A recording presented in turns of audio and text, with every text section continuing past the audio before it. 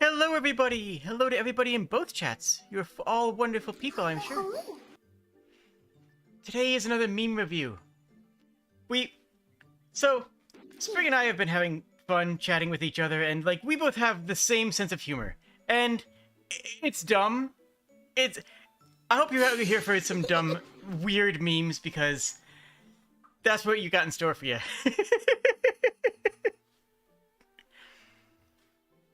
And hello to everybody in the chat. You're all wonderful people. And shout out, this is Kobold Sprigg. Their link is in the description. They stream on the Twitch.tvs. Yeah. And for you guys who are in my chat, Jade is a wonderful friend who streams on the YouTubes. Mm-hmm.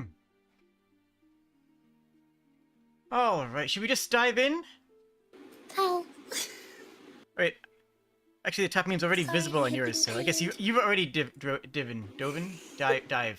Yes, you've dived. That's the word. English. Look, this is par for the course for today. This is just what it's going to be like. Do you want to open us off? Let's do it. Cowboy advice. Number 1, be rude. Number 2, be tootin'. And number 3, by gosh, be shootin'. But most of all, be kind. Be kind. I love the possums. The possum is incredibly powerful. They're so cute. I love these kind of things, because, like, I saw, what was it? Yeah, it was pirates in a kid's book, because I used to do children's theater, and they had a kid's book that had pirates in it, and it was like, a good pirate, takes care of the friends. I'm like, okay, yeah, sure, that checks out. A good pirate never steals. Hold on. Yeah, a good pirate never takes someone else's property. I remember that one. Hold on. I've actually seen that book, and it's like, wait a minute. I have several questions about this. That doesn't quite check out. But you know what? Cowboys can be kind. I support kind possum cowboys. I do. Oh, we need a... See, Fantos in your chat is like bringing up the rhyme that I brought up to you earlier before we started. Oh yeah, you have like a whole story there. You go off on that one. Yeah, no, I actually used when I was doing the Desperados playthrough. I used this song rhyme thingy thing as like my title puns. Also, it looks like I'm frozen. Yeah, you just locked. Oh, there you go. Wow. That better? Better. Yes, that's working okay. And now it's gone. It was this whole rhyme about, like, cowboys are just witches, but in the daytime. And it had this rhyme that, I've got it up here. Rootin', tootin', toil and shootin', fire burn and cowboy bootin'. I am Newton, spicy beans, tall frog and denim jeans. Whiskey grits and demon spittle, tossed into my iron griddle. With the tanning of our hides, something wicked this way rides. Amazing. How do we go on to the next meme? Do we do like a next meme, or do we like an onwards? We need a call and response for this, don't we? We need to like do something special. I am frosted again. Why am I frosted?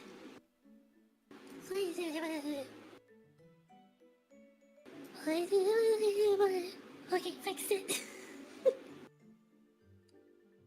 I have no idea why that happened. Neither do I. Oh well, I'm sure it's fine. I'm sure it won't be any problem whatsoever going forward. Oh no, definitely not. On the bright side, at least. There will be no more, like, money avalanches. I mean, it's kind of great, but it is kind of... Honestly, I'm just glad that you're here in Crisp, right? Yeah, it is great having like high quality video instead of the super blurry. To be fair, whenever both of us are on screen, it's always a high quality video.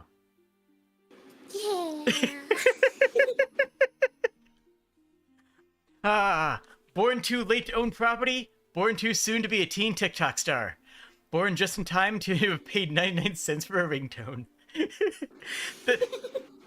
There's going to be like a dozen people who in their audience who are going to be laser dead targeted by this, and... Yeah, no, Clara's calling me out on it now too. That meme hurts me on a deep level. Yep.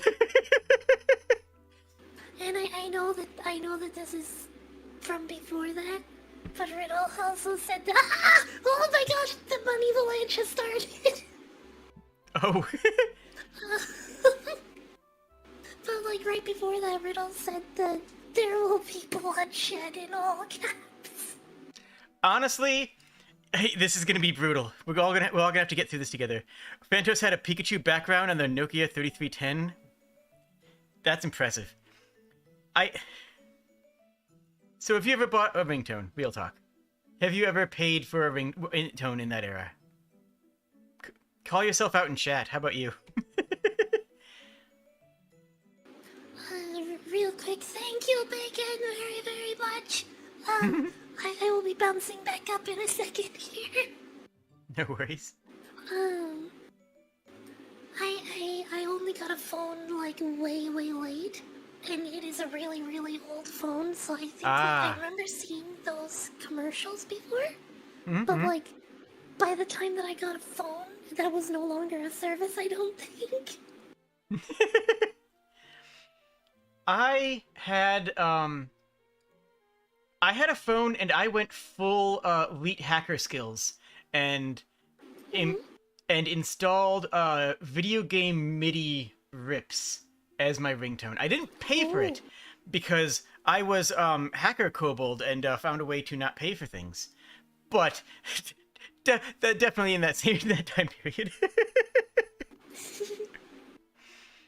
Onwards.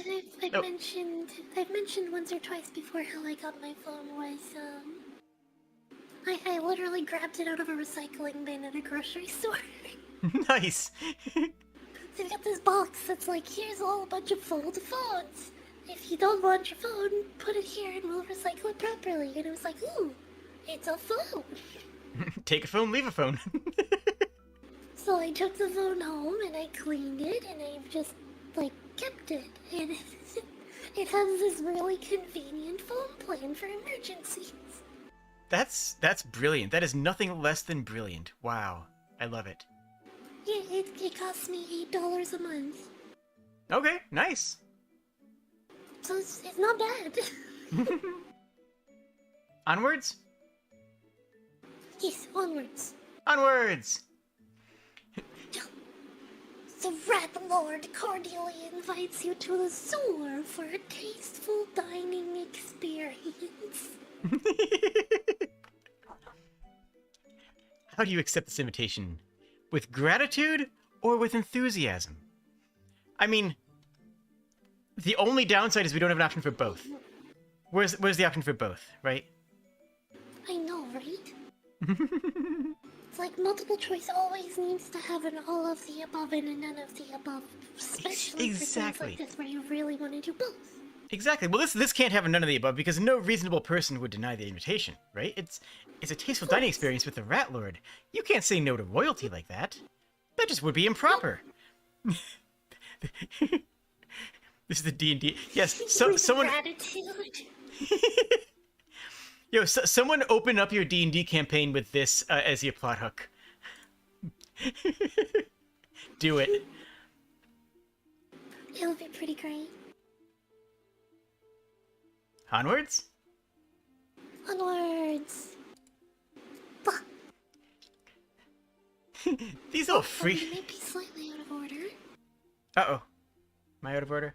I'm on 20. Oh, no, it's no, we're right. It's just because mine is, like, all the way down because I was doing the reveal thing. Ah, right. Well, freezer pops from the Chinese place are awful. Do not recommend. I mean, I'm not going to sit here and pretend that I wouldn't try it. Like, if I'm being perfectly honest, savory freezer pop, it'd probably be too strong of a flavor, but, like, I don't know. I could be into it. You know, like if you do, I've done it once or twice, not like exactly freezer pop style, but I've done, like frozen bone broth. Ooh, that sounds good. Mhm. Actually, that sounds fantastic right now. I have had salt for lunch before, and just... Oh, I got a story. So, one of my...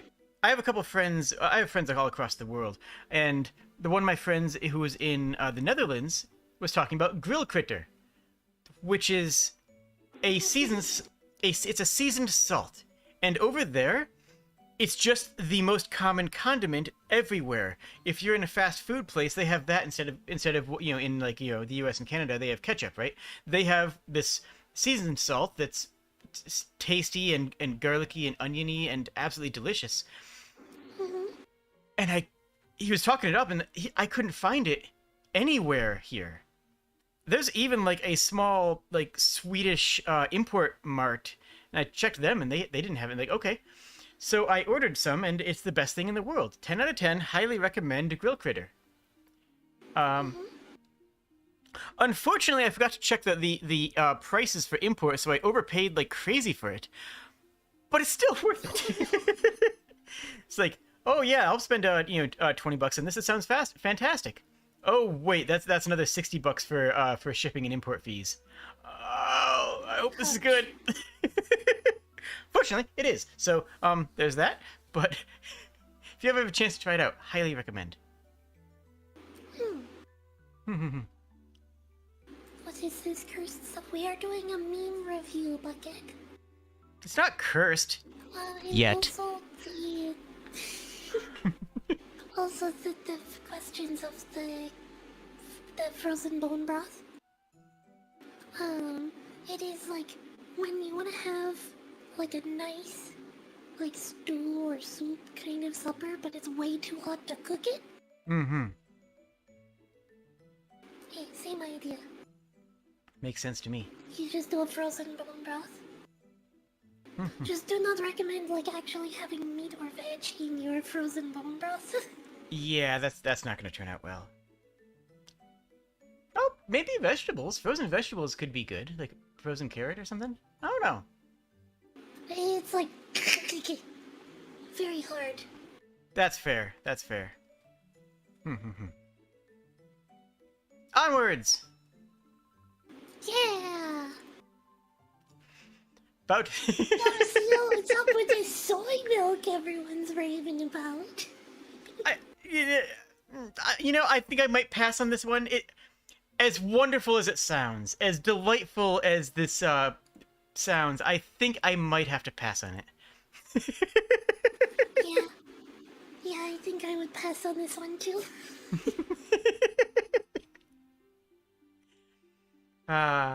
We do have a couple of cursed memes in here. Just a few. Just enough for flavor. There's a whole lot of wholesome ones and wonderful ones, and then there's also like a couple of cursed ones.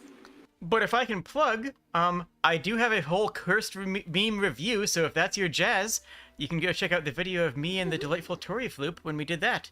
I'll put a link in the top corner if you're watching this on the recording, and if you're not watching it on the recording, I'm sorry. Hello to everybody live!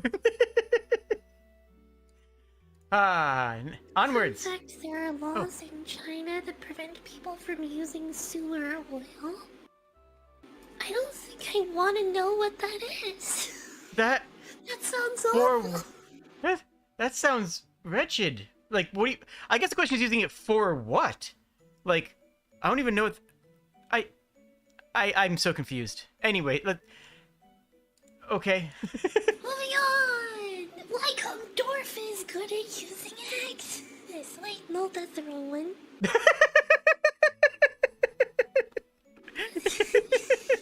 I forget the review once. It's at the bottom. Society of 9 plus 10 equal 21. It's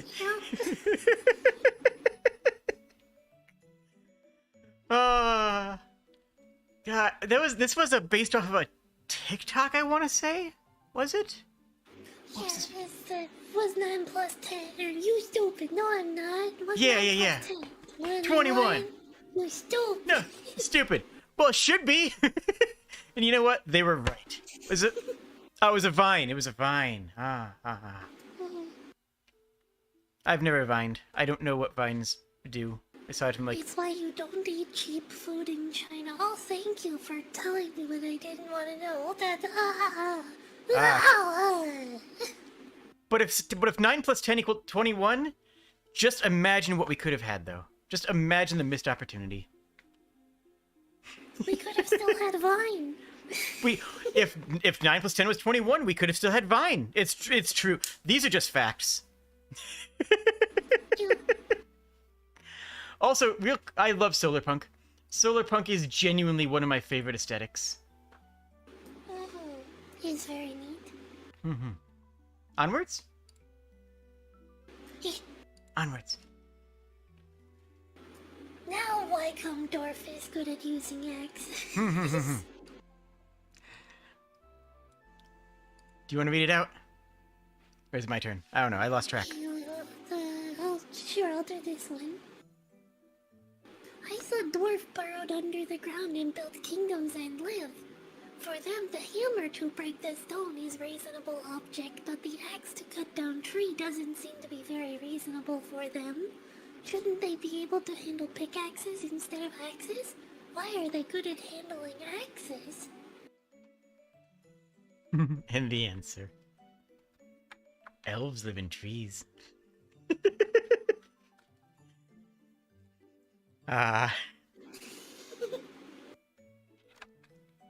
Very good. Kind of self-explanatory, though. I mean, yeah, that checks out, right?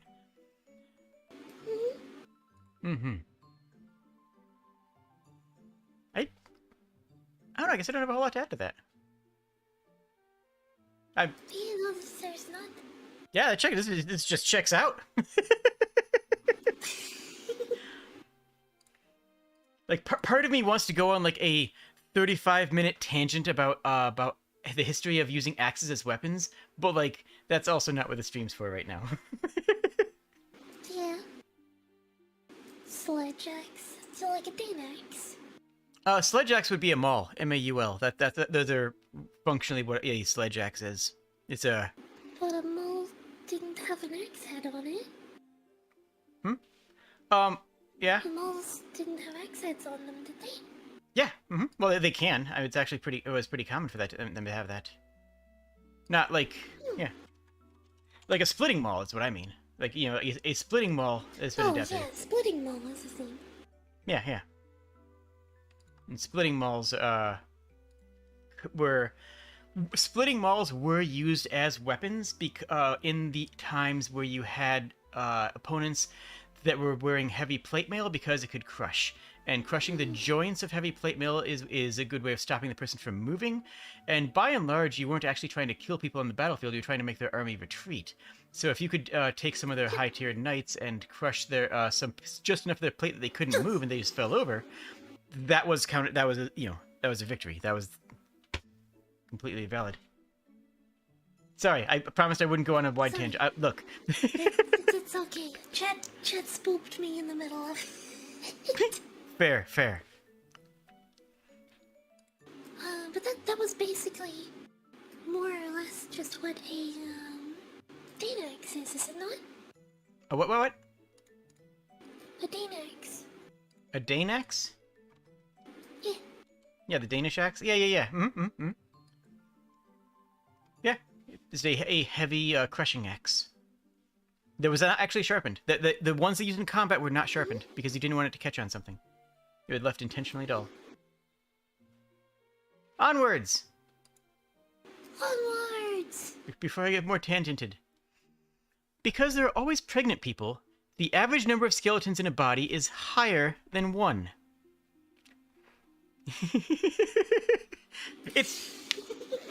It's true, though. Like, I actually think about this a lot. Like, just because... The context I think about it is the number of bones inside the average person, a lot of people have lost bones, so it would be, a little bit lower than normal. But every woman who's pregnant has almost double the number of bones in their body, and I wonder how that would average out. Like, there's a part of me that wants to Actually, do the math. there's like a fun science effect. Is like as you age, bones fuse together.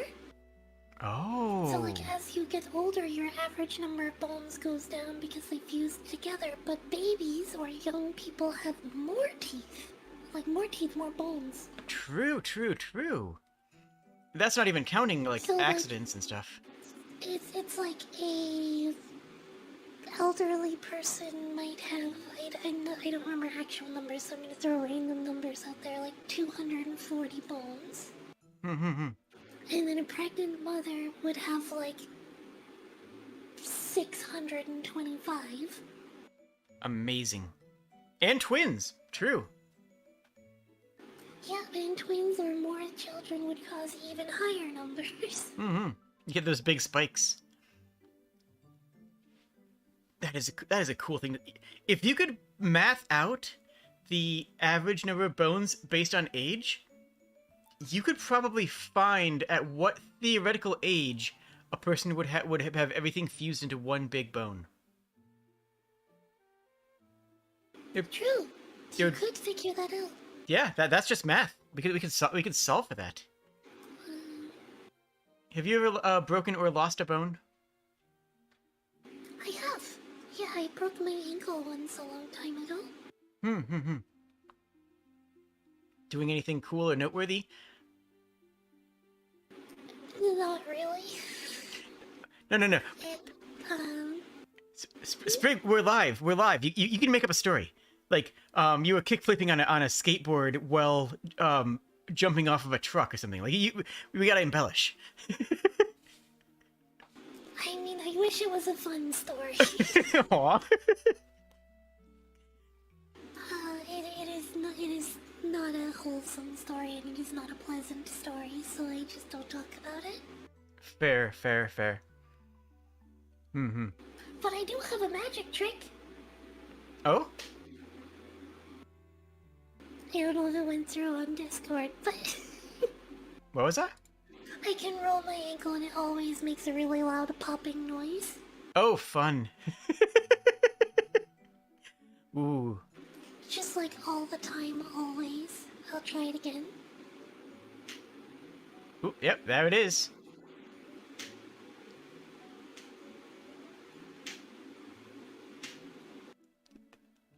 Interesting. That is actually pretty cool. I am missing a bone. I had a bone stolen from me. Oh my gosh. I've never broken a bone, despite literally doing stunt work, and despite living a very active life, I've never actually broken a bone.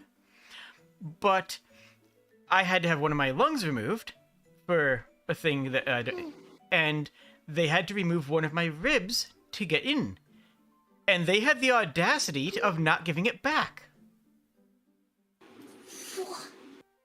Clearly, there was a bone fairy that did your surgery. There was a bone thief. They stole my bone. I miss it. But I've never broken a bone. Like, Did they at least put money under your pillow? they did not. In fact... That's so awful! What so a rude. bully! Frankly, it's just quite rude of them. No, they... it was an unexpected thing, because they were going in for just a biopsy, and they did a biopsy and like, okay, well, they're under now. We're gonna do this now, because this needs to be done now. It was danger. It was danger. Anyways, onwards. Sorry. We got funny ankle noises and weird bone stories. But we also have a buttload. Yep. We know now. There is a number. So what is it? A butt is 477 liters.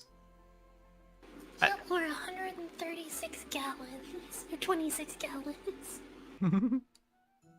That is... a lot. But these are all cool. Like, what else? Okay. Everyone knows barrel, because we still use barrels to measure things.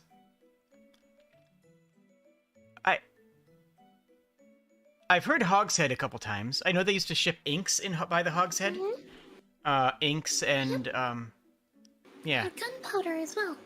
Gunpowder? Okay, okay. Yeah, gunpowder was measured and, like, transported by the hogshead. Okay, okay. And it makes sense having a standardized barrel, especially when you're dealing with like shipping containers and high seas. When you have to have everything lashed down, having it all be the same size would make it a lot easier to organize.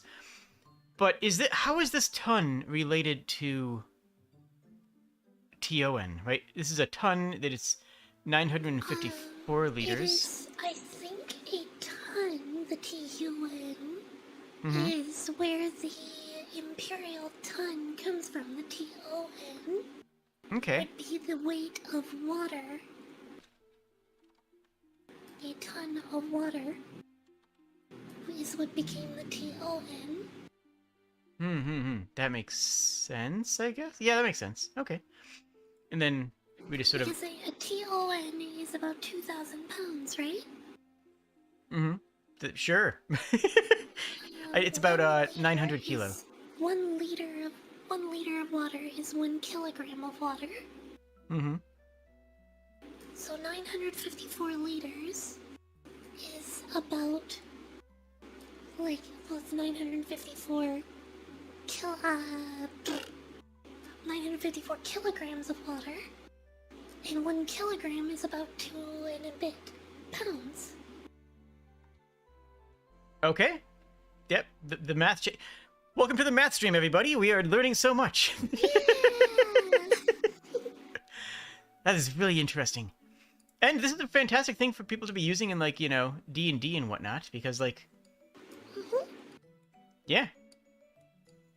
You can actually throw a buttload of gin at your players. Yeah.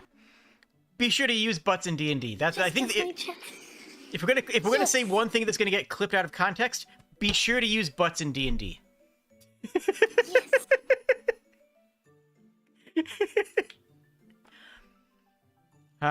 Yeah, make sure that when you're giving them measurements of trade materials, like they find a barrel full of grain, it's like, how much grain is in this barrel? A buttload. Phantos, don't tell me you had fibrosis. No, I had a blastomycosis. It's feel free to look it up. It's a random fungal infection that you can catch if you live near the rivers and the oceans. Anyways, onwards. Yes, onwards. A classic, yes. Onwards to a classic meme. Sorry, I was taking a sippy. Oh, that's a good idea.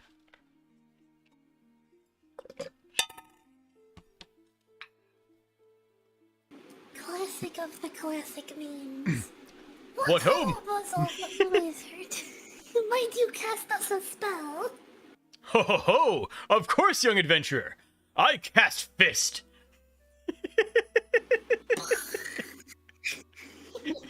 I love Muscle Wizard. Muscle Wizard is so good. So you do a lot of 5e stuff, right? You do a lot of homebrew and mod stuff.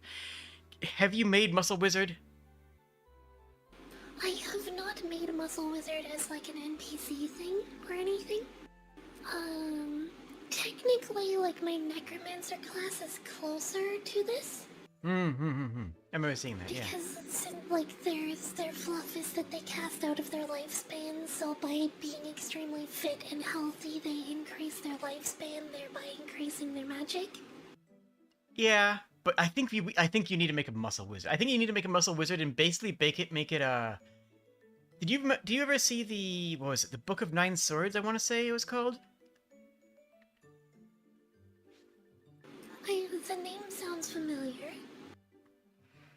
It was a book of it was a swordsman book of spell-like abilities that you could cast once per day. That was in D&D 3.5, and they added a bunch of spell-like abilities to martial classes. And I want to see that happen in 5th. I want to see someone make the muscle wizard. Basically make a monk that has spell-like abilities. That'd just be the best thing. Does I anybody... have the way of 4 elements, but it's kind of bad. Yeah. Yeah, fair. Way of 4 elements is basically just a sorcerer, but worse. Oh.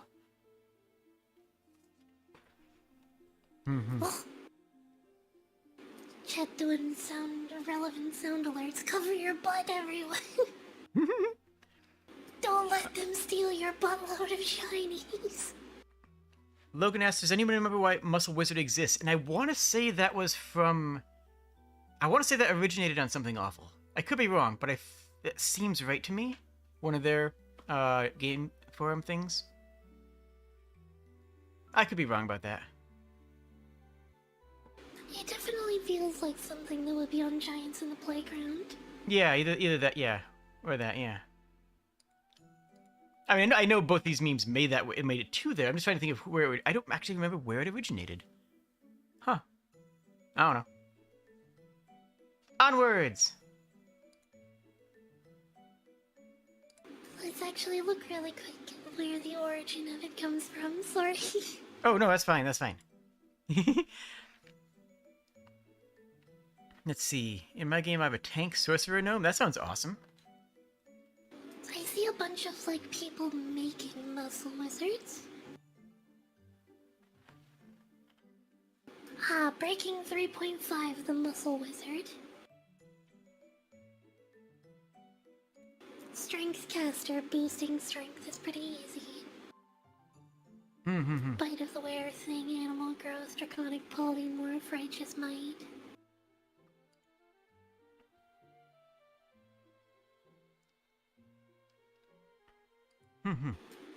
Yeah.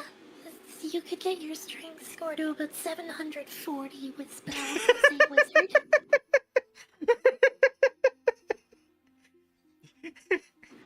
So you'd have a 92 bonus. That'll do. I guess.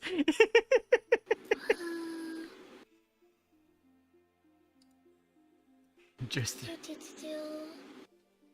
3.5 things.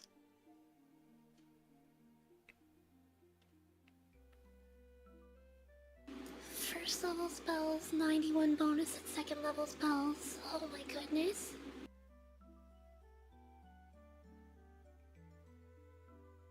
Apparently, it also started to come out with the Plague Wizard in 3.5, where you got Oh, yeah, it was a festering anger thing. It basically, you'd run Cancer Mage. Get the disease host ability so that you wouldn't suffer the negative effects of diseases. And Nice. Festering Anger was you take con damage daily but gain strength. There you go. Onwards? Yeah. Onwards! Oh, wait. Chat's hiding it. Ah, where'd it go? Wholesome and cute. Daddy, I want to be a dragon rider. I'm so sorry, sweet pea. You bought a stupid wyvern. Dragons have 4 limbs and a majestic. Not like these ugly bat arms. It's the worst birthday ever. Aww. It's doing its best. Yeah. I mean, that princess is still the worst, though. It's a cute little wyvern. Oh, she is, obviously. She's the worst, but like the wyvern's a good boy. Yes. I like wyverns. Wyverns are So cool. very good as the boy. And honestly, the distinction between dragon and wyvern is pretty modern. Like, if you actually go back more than, like 100 years, this wyverns are dragons, long dragon dragons, Coatl and flying snakes are dragons. Like, people didn't really care. Nowadays, you have so many people like trying to create dichotomies and insisting that their descriptions are, historically accurate. Like, it's a wyvern because it's like, dude, It's a big scaly thing. What do you want? Mhm. This is something that I struggle with a lot because, like, and maybe it's just because English isn't my first language, but it's like people insisting that one certain word means one certain thing, and then like, no. It doesn't just mean that one certain thing. It means Yeah. this. That's how language works. It makes it very hard to understand. Yeah, I bet. It doesn't help that English, in particular, is like made up of 40% loan words. You know, like English is a Frankenstein of languages. I have Onwards? the mocha stick in. What? Yeah.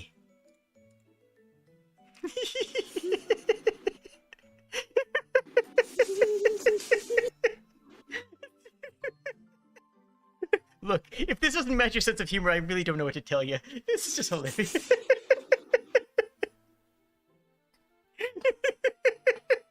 I can't. Sorry, The big round eyes and the teeny little. derp.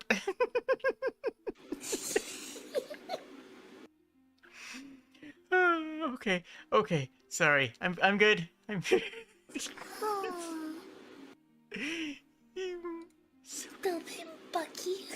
Bucky.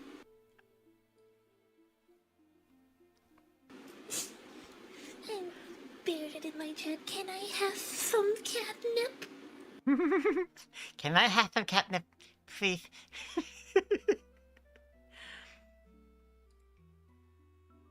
Cat's about to attack. Maybe a log, because it's a beaver.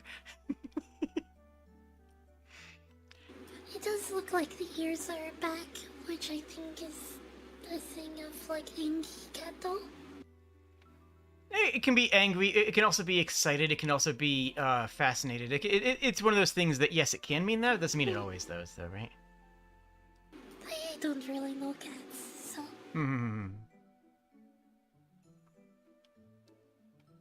Onwards?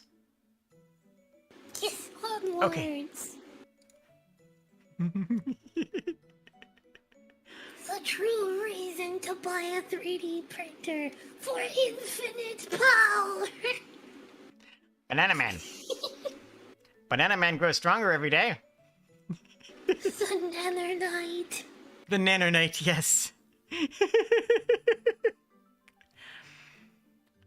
Incredibly powerful. I love it. Onwards? And also notice, not only is there a banana on the shield, the sword is nanner shaped and the has sword a is- nanner peel crossguard. It absolutely does, and I love it. And I have been nannered now. Congratulations. Nanos, you say?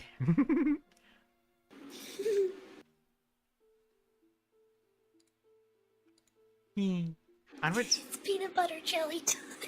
Peanut butter jelly! Oh, Peanut butter.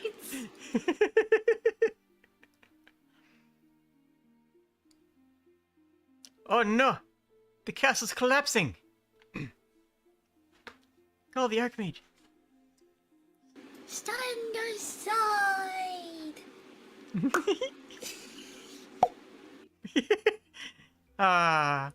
It's so dumb and I love it so much.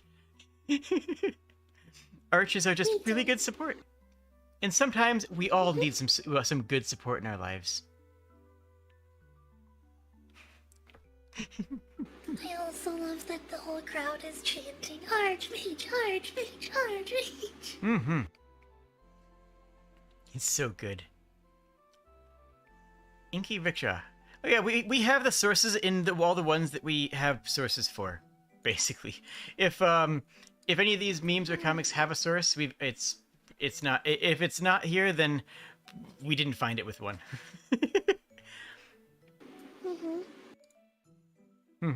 Which is most of them.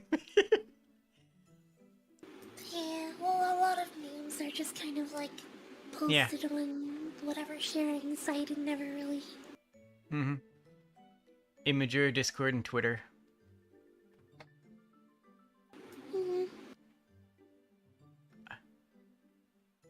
Onwards? Onwards. Ooh, chat's in for the way of that one. Heck, wait. There we go. I want to make a lizard folk artificer with a noble background. That seems specific. How do you picture them? King K rule, let's go. I love it. And honestly, that would be an awesome character. Like, a lizard folk artificer with a noble background. Absolutely would. Who thinks of themselves as being a pirate captain. I want to play that character now. It's amazing. I want that character in my campaign. You have to pick up like Tavern Brawler so you can like throw your crown as a ranged weapon or get your like punchy fists. You already have the blunderbuss proficiency with the artificer. Yep. It's so silly, but it just works. It just works, people. It just works. It just works. To the people who purposely crop an artist's name out of the comic, I just want to talk. Yeah, fair though.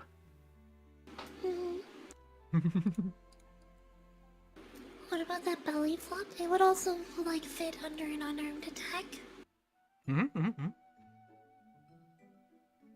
Yeah. Although you might want to also use some sort of like seismic grenade or something like, some knockdown AoE, and then just reskin it as the belly flop. Maybe, I don't know. Yeah.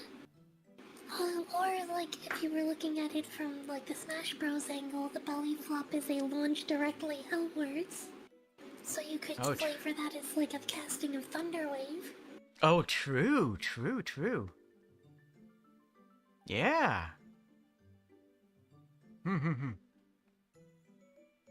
Just got your next NPC idea. Absolutely. It just works. Honestly, I think it would be an amazing, like, recurring side villain for the party. The side villain who thinks that they're the big villain. Right? Yeah, they just, like, show up in these towns and, there's this big festival and somebody stole all of the fish that we were gonna have for the fry.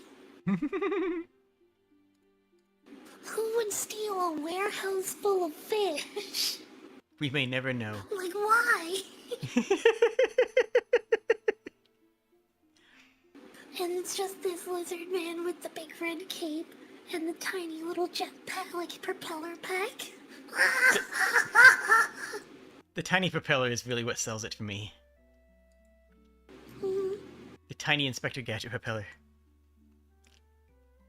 Alright, onwards? Onwards! You want to take this one? Howdy, folks. Want to hear a cowboy joke? Woohoo! What do they call a... Wait, what do they call a cow... What? Boy, cowboys... Cow... Bow... What do boy they cow? Yeah! Yeah! Oh, but real talk though, this is what it felt like to start out streaming. Like when I started streaming, it's like, I'm messing everything up. I'm missing all of my line reads. I am doing a terrible job. But people are still like, yeah! If you're having fun! It's like, you are? Thank you. Wholesome. Wholesome! What? Oh. Sorry, Bucket did a very weird for the first time ever. Oh, yeah? Yeah, I saw that. Okay, weird. I had a Anyway. big sippy redeem. Okay, I shall sip with.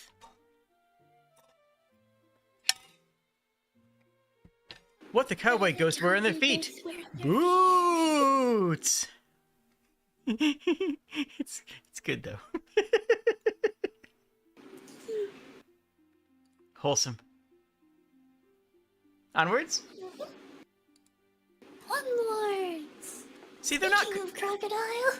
There it is. There it is. They can now fly or teleport. You fool! They're invisible! Run! Invisible crocodile is absolutely terrifying. And awesome. So, real talk, they kind of are invisible, right? You know, the thing is, this actually, for whatever reason, it brought me back to thinking about, have you ever seen, like, how crocodiles are usually moving around in the water? Mm-hmm. Very sneaky. It's like how they don't actually swim, they're just like standing and like tiptoe.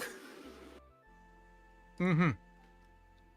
But like... Or sometimes they'll even just float with like their whole body on like just hanging down as their head is on the surface.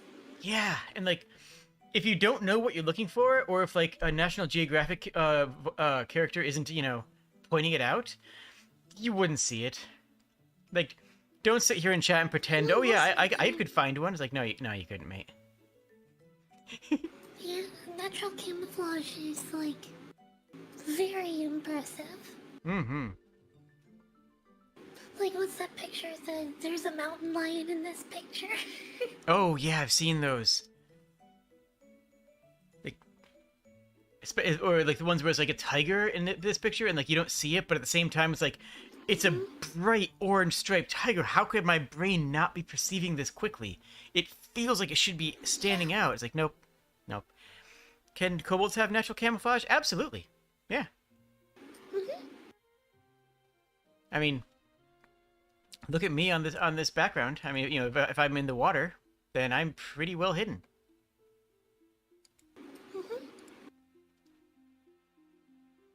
I don't know about your camouflage though. Well, admittedly, my camouflage is not great. More of a deep cave camouflage, maybe. Yeah. Strictly speaking, I am a red kobold. I just have albinism. Ah. So I am much more pink. Hmm. Rather than like the rusty red that would blend in somewhat against the cave walls. Mm-hmm. Gotcha. Onwards? Onward!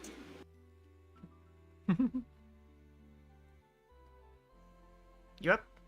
I think the big thing that makes this one funny is just because of the skelly bones. The scaly bones make it so good. So often it's used in like the exact opposite tone of memes. The dark edgy. Oh, I used the wrong pronouns? Well, I'm actually very sorry and glad you corrected me. I won't do it again. I love Skellington. Honestly, there's multiple of these in here. I love Skellington memes. I don't know why. Just the sheer absurdity of them is so powerful. For sure. Yes, kobolds are tiny dragons. And dragons are big kobolds. These are both true. Yes. Depends on the... Mm-hmm.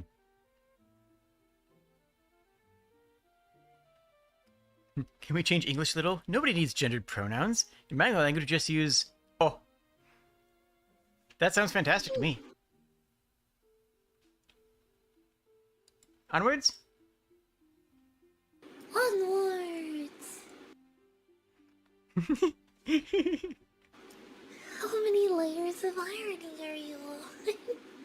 I don't know, 5 or 6 right now, my dude? You are like little baby. Watch this. Suck. I don't have the thing to do the like reverb. Oh, I don't have that sort of soundboard set up either. I should. That would be the perfect time. You didn't get it. The point is, it doesn't make sense. Yeah, don't worry, Riddle. We might be on more layers of irony than you. That happens. No, don't worry. There's gonna be some weird ones in here. Not all of them make sense. Not all of them are supposed to make sense. Yep. Onwards. Onwards. Although the orange sickle, although the orange sickle, sure, that sounds. I like that one. Let's go with that. Although the orange sickle on the right appears bigger, you're correct. They're different sizes. Well done. Yep.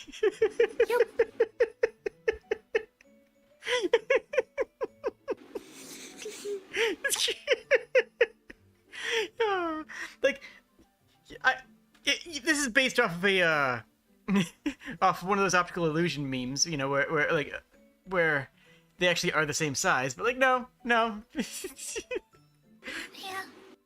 We just have enough layers of irony going on right now. Also, the cropping is perfect. It's not your correct, it's you are with an apostrophe. This is a perfect meme. What can we say? This is what memes should look like, right? It's not an optical illusion, it's just big. Exactly.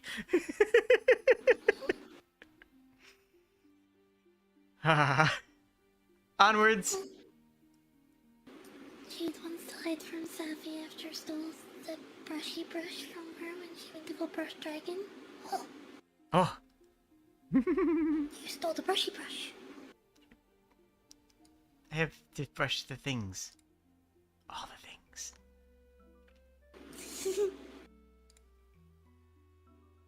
Onwards. Onwards. Okay. Cucumber. Cucumber. Cucumber. It's so dumb. It makes no sense, and I love it. My sense of humor is broken. Send help. Honestly, the chromatic abrasion really is what sells it for me. I'll see you, Clara. Best of luck. Cheers. This image is hurting my optics. Fair, though. Funny Elden Ring. Fact, Ronnie sits on the booster seat. Okay. Isn't that one of them reverse vegan cucumbers? There you go. Oh my goodness, that's a fantastic comment. Fruit juice. Alright, onwards.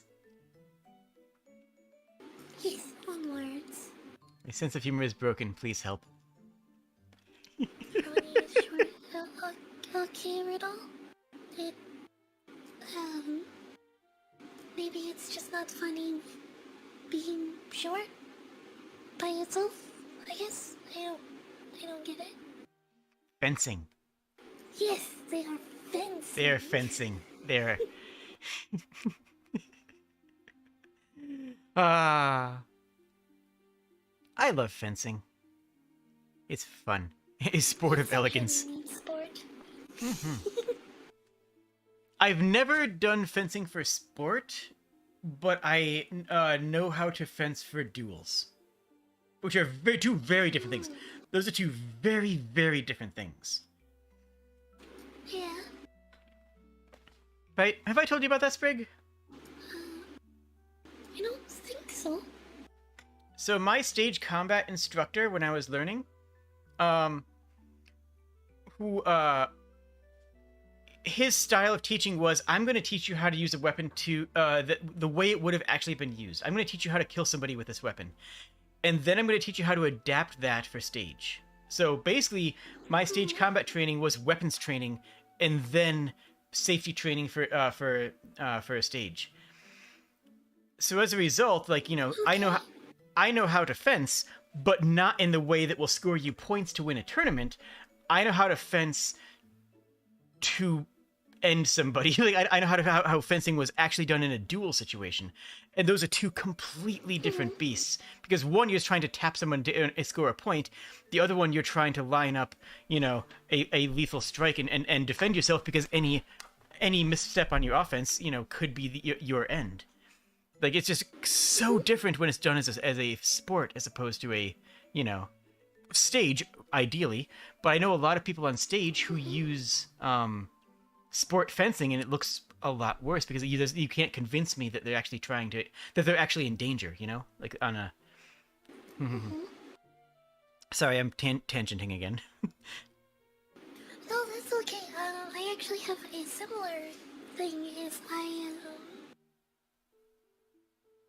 growing up, I practiced genjutsu for self-defense. Oh, okay. Yeah, that's very similar. I usually just say kendo because, like, nobody knows what genjutsu is. It's basically the same thing. It's just kendo is the sport version.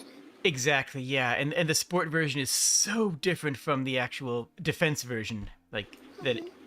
Yeah, you can't put them side by side. It's kind of fascinating how, like, kendo is such a hyper-precise sport that it's not an Olympic sport. It really should be. Like, it can't be an Olympic sport because it's so hyper-specific in how it's judged. I wonder, what about Aido? Aido could be an Olympic sport. That would be fascinating to watch.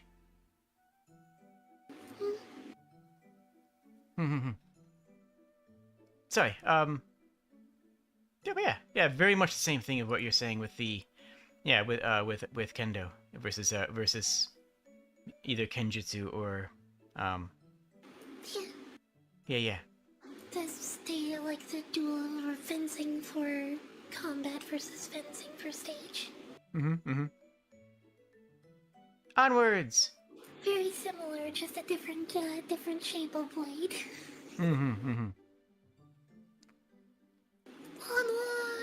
Onwards! Onwards!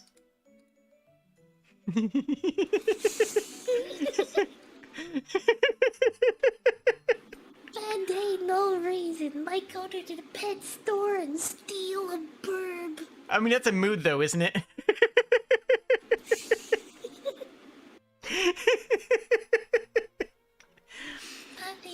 Yes, I do. I do have some self-defense experience, Twisted Metal. Same. It's for me specifically. It was jujutsu and kenjutsu. And for me, it's Bujinkan Taijutsu, and what I've learned in stage, which comes from the actual combat training for Italian longsword, bow staff, and rapier dagger, all the forms that I'm trained in there. But yeah, it's good to have some form of self-defense, even if you're just doing it for health, even if you're just doing it for like understanding your body better. I do recommend that you consider looking into something. For sure. I have a friend of mine who comes up on stream all the time. Is like, I don't even know how to fully explain. He has like a firm grasp on, like, it feels like every martial art. Nice. Sapphire says, "Why go to a pet store? The pigeons in the park are free. You can take them home." That's true. Yeah. Or the ducks at the park are also free. Nobody's gonna stop you from taking them. Yeah.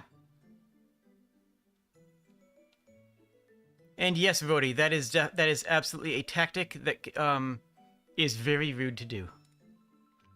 Dragging your blade on the ground or sewer before a fight. Like that is true. That will work. That is effective, but it is considered a dick move. In bird culture, this would be considered. Exactly. And yes, Riddle, I am familiar with Hema. Yes. And also Turtle, yes, Big Heart is big gentle teddy bear until he is not.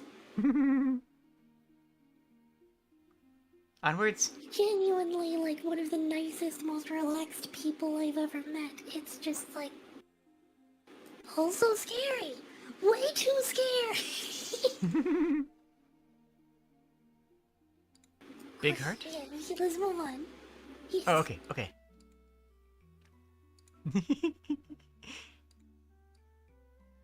That's all you. Salad is a form of soup. Unless it has more croutons than dressing, then it is a sandwich. Can chat prove us wrong? No, see? I actually disagree with this one. Oh? Because Oh. I subscribe to the cube theory of food. Hmm. If you are familiar with the cube theory. I am, but the cube theory would state that that if it's served in a bowl with bottom and all sides surrounded, then what does that mean? It would be a soup salad, but it would be a bread bowl. So if you put the salad into a bread bowl, it would be soup. Hmm. So if you put the But if you put it in a glass bowl or a plastic bowl, it is not soup. It is not soup then. But what if you put your soup in a glass bowl? It is still soup. It is still soup. But salad in a glass bowl would not be soup. Unless you had enough dressing. Eh? Eh? No. No. Oh my Because gosh. if you're not doing the cube rule for like sandwich and stuff, then you're doing like definition. And soup, by definition, is a cooked broth. So Well, it doesn't- dressings are not always cooked. Therefore, Well, they are not a broth. Soup doesn't have to be cooked, though. There's cold soups. But they are cooked. They're cold, but they're not hot. They're not Ah. uncooked. Is cereal a soup? No. The milk is cooked in the pasteurization process. The cereal does form a broth You could when it's argue resting that there. then. Yeah, if you argued because it's cooked in pasteurization, then yes, it would be a soup. Well, there we go. Let us know what you think about that in the comments. Onwards? Yes. Okay. How to spot a dragon using an illusion spell. I love them. That's so wonderful. Honestly, it looks like a really comfy place to perch. Like, real talk? Real talk, I'd probably be on top of that thing too, just lounging. Me too. It's one of those things where, like, you're not supposed to, but why not, right? Like, if you lived in that apartment up there and you could easily hop, onto there, why wouldn't you hop onto there and read a book? I mean, not right now because it's like a billion degrees out, but... I feel like just from the perspective that is actually across the street. Or like across a yard. Maybe. Maybe, I can't quite tell. Well, then you just need to have a really good jump, right? This means you need to practice your jumping. Yeah. It's either that or that cat is very large. I mean, they seem pretty big, not gonna lie. I mean, just because, like, you can see the door on the balcony in the background. That cat would be, like, up to the doorknob big. On all fours. Honestly, that sounds amazing. I want to pet that cat. 10 out of 10 would pet that cat. 10 out of 10 giant beans. Oh my gosh, imagine the beans. Oh my gosh. I am allergic to cats, but I will admit I have had a fascination seeing, like, videos from zookeepers who are, like, playing with tiger toons. I like cats. That's fair, though. I mean, allergies can make life rough. I have some very strange allergies. Oh yeah? I am allergic to cats and legumes Ah, okay. and MSG. Oh, really? Huh. Mhm. Can you have other things that have an umami flavor? Like, Yeah, it's just like artificial MSG I can't have. oh, okay. Interesting. And I don't know what it is about artificial specifically, because, like, I eat seaweed all the time. Well, seaweed's delicious. Yeah, but it has naturally occurring MSG. Yeah. Mm-hmm. Interesting. Must be something about the way it's crafted. I have no idea. That's weird. Also, you've been given poutine. I have. I've also been booped. I don't think I did not see that, Tozy, you bull. Being mean to me. Onwards? Yes. Onwards! Oh no! Opa, Oh no! how you get OSHA called? how you get the morgue called?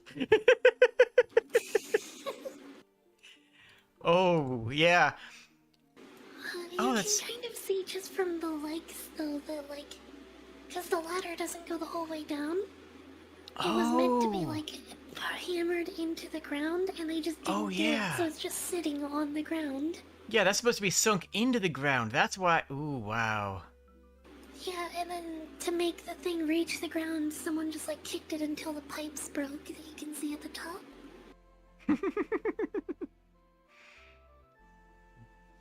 You know what? Some kid's gonna learn a very, very valuable lesson. Don't go down the slide. People wonder why millennials have so many trust issues. Fair, though. Oh, gosh. Imagine the person who installed that just like, good enough. This works. Mhm.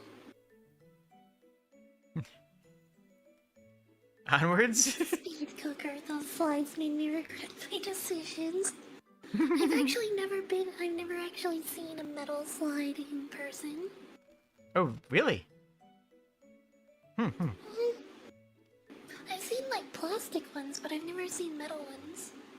And the plastic ones always, like, the worst thing I remember about the plastic ones is that, like, older kids or anyone that could get their hands on a lighter would always melt holes in them. What? Wow. Always. You'd have a bunch of metal, like, little holes melted in a plastic slide, so it was basically like a giant cheese grater. Oh, that sounds terrible. Wow. You weren't a kid if you didn't die at least once. Fair.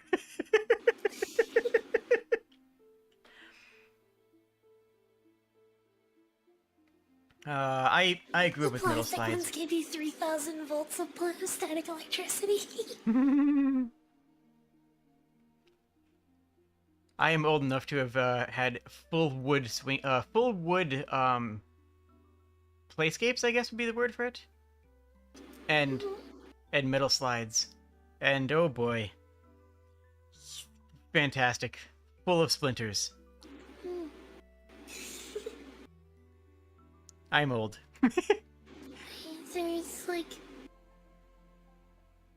There's a newer one now, but, like, when I was younger, there was... Ah! The bucket is still being weird. Big sippy.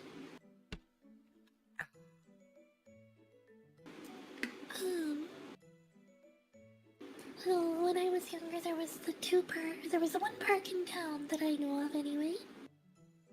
That was, like, right at the school. And it was, like, just this one big plastic thing that they had to keep changing the slide out on because it kept getting holes melted in it. Oh. It was, like, I remember, I think it was, like, 2 years after I started going to that school, a kid jumped onto the slide and just snapped off because there were so many holes in it. Oh wow. That could get someone real hurt, huh?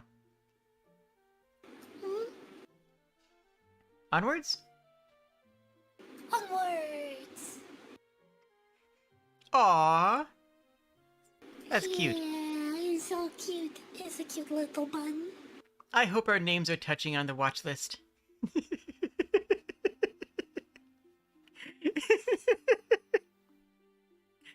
Aw, see, it's that I told you we had wholesome memes. I told you we had wholesome, uplifting memes here. We do. There's a mix of like wholesome and uplifting and shockingly dark. What was I streaming? Where and cursed. what was what was I streaming when I randomly just explained how to make thermite on stream? Oh my gosh. Fun fact, you can make thermite at home. Riddle keeps talking about that. It's 3 ingredients. Keeps talking about that one for D&D. Good times. How to speedrun demonetization.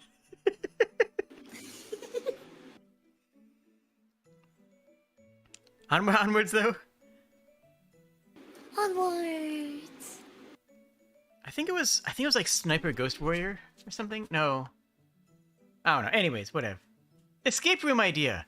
It's just a well-stocked bookstore with clearly marked exits. You have 1 hour to get out. Good luck. I'd never make it. I can never make it. Not a chance. Like, Yeah, neither could I. I don't think I've ever managed to leave a bookstore in under an hour. no. I have more than once gone into a bookstore, saw a book and been like, ooh, this looks neat, and then just like sat down in one of the chairs in the store and read the whole book. And just hyper focused on that book for like, yeah, same though.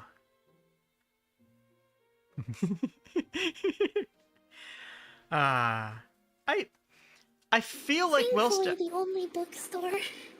Thankfully, though, the only bookstore is like the next town over, so I would have to walk like hours and hours and hours to get there. So I don't go to it very often.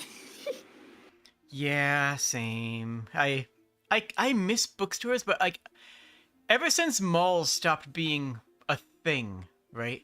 I feel like I haven't really just gone to a bookstore instead of just like ordered the book I wanted off of the internets. And I feel like weirdly guilty about it. Like I feel like I'm missing out on a part of the happiness of my life by not just going to a bookstore and just vibing. But I also feel like nowadays I'd get weird. Would you get weird looks by doing that nowadays? Would people like care? I guess the workers wouldn't give a heck. See, I think most of the time people just aren't really gonna care. Yeah, that's fair. Unfortunately, like one thing that's unfortunate is like I haven't gotten to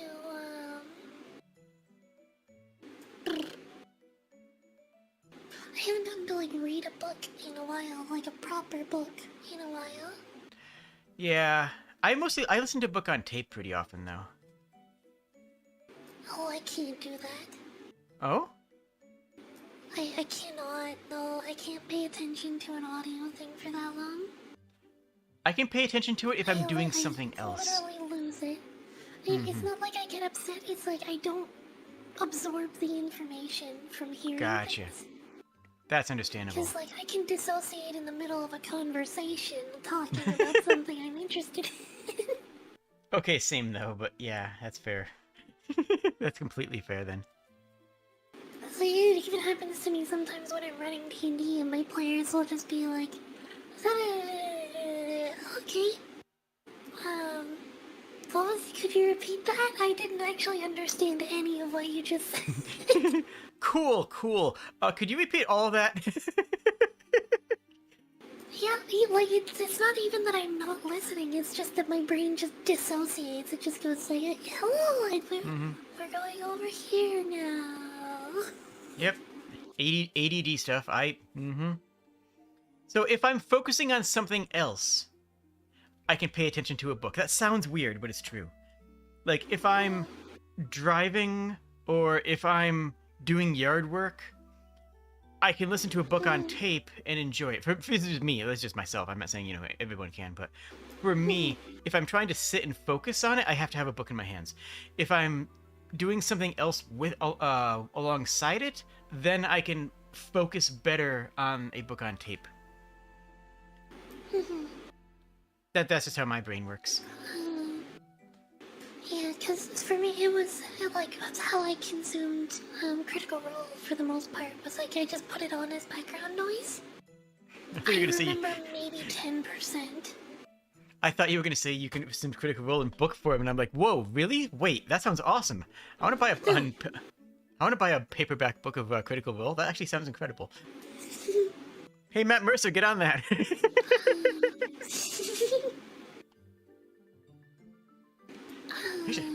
No, that was how I got through the first campaign. Was I just put it on as background noise and like it just kind of. And occasionally I would tune back in and catch something and remember a moment. Actually, I couldn't do that. I couldn't do that with the second one though, because like I didn't really like the characters. oh, that's fair though. Sorry, my brain is still. Every time I was tuning back in, it's like I don't like these people. They're not good people. Oh. And that's, mind you, even in the first campaign, most of the party were not good people. Yeah. Yeah. But they were still entertaining to hear. It was the second one is just like second campaign. I don't feel the same way. Mm-hmm. It's like they don't feel like good people, and they're not very entertaining comparatively. My brain is just thinking about who's in charge of merchandising for Critical Role, and a couple of authors I know, and like that could happen. I wonder if I could connect a couple of people and actually get a Critical Role novel made. That would be amazing. Because I know a handful of fantasy authors. I know they have a series of graphic novels. Yeah. They had like a origins story kind of thing. Oh my gosh, I have been murdered with nanners. Rip. Anyways, onwards? Yes. Progressing to the most important thing ever. The most important thing in the world. Sitting like dogs. Look at that. Look at those Look at those lads. Look at those lasses. Look at them. The poise. The majesty. The prestige. Ah. So incredible. The one on the right especially is just like the chin up. Yes, I know that I am powerful. And look how fluffy that one is too. Yeah. Have you seen Highland cows before? I've not. Are they all fluffy? Oh, they're so fluffy. So fluffy. I've never wanted to hug a cow before. Hang on, let me find you a picture of a baby Highland cow, because they're so fluffy. Okay. I'll put it on stream as soon as I get it. The number of cows that I've seen is relatively low anyways.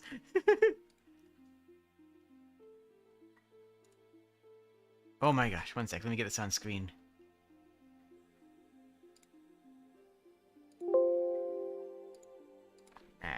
Buttons. Hey, me too here now that I've grabbed the picture.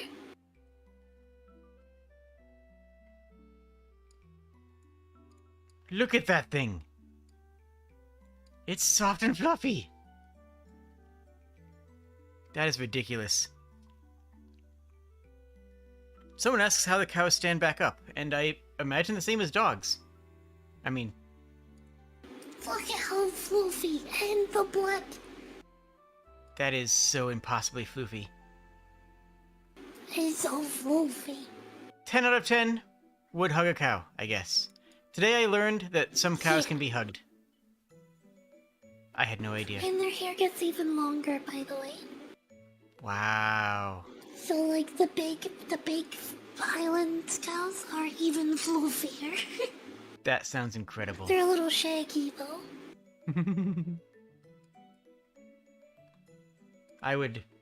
I would love to brush a cow, apparently. Well, that's, have you seen, like, there is, like, these automated cow brusher thingies? Oh, I've seen those, It's yeah, like yeah. a giant spinner buffer thing, and they just, like, rub their face on it, and it's so cute. It basically Cows looks like are a... so much cuter than most people give them credit for. Aww. Like, sometime watch a video of, cows first released in spring. I will have to look that up. It's like a tidal wave of giant puppies being released on a park. Oh, Giga Puppies. That sounds amazing, actually. Onwards? Onwards! Onwards! Pregnant wife? Posted in copy pasta. Wow. And I've been... Chad is... Oh yes, Chad is sharing another baby cow. He's a very very good. cute cow. Excellent. Get whichever baby monitor you think is best. I trust your judgment. Honestly, good judgment. 10 out of 10 would go Yes. well with... Would play well with Best kids, probably. judgment. Mm-hmm. I'm sure.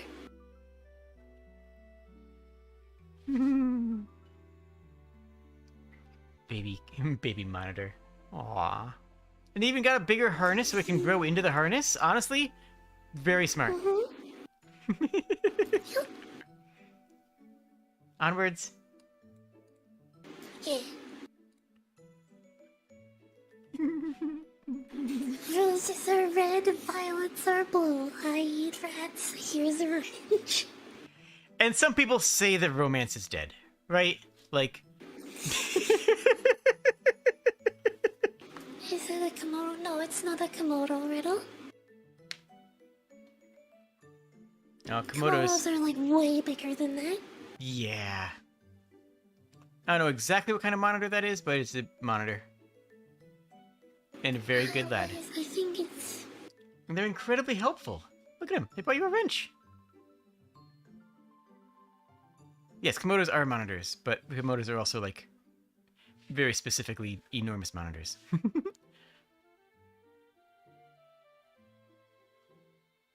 What?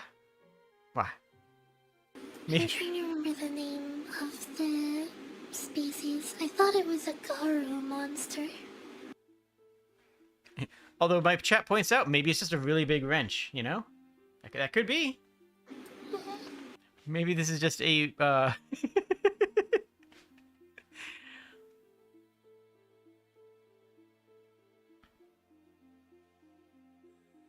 back-to-back monitors, so that's what dual monitor means? Oh, I think that's the next image, actually.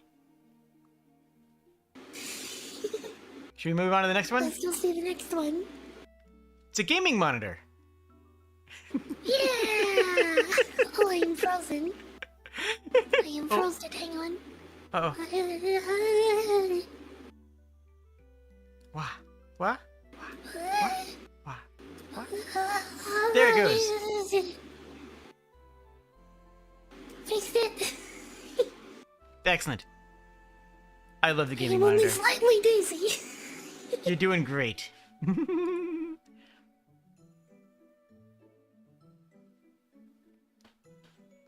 Reptiles are not the smartest animals. See, reptiles are actually often very smart.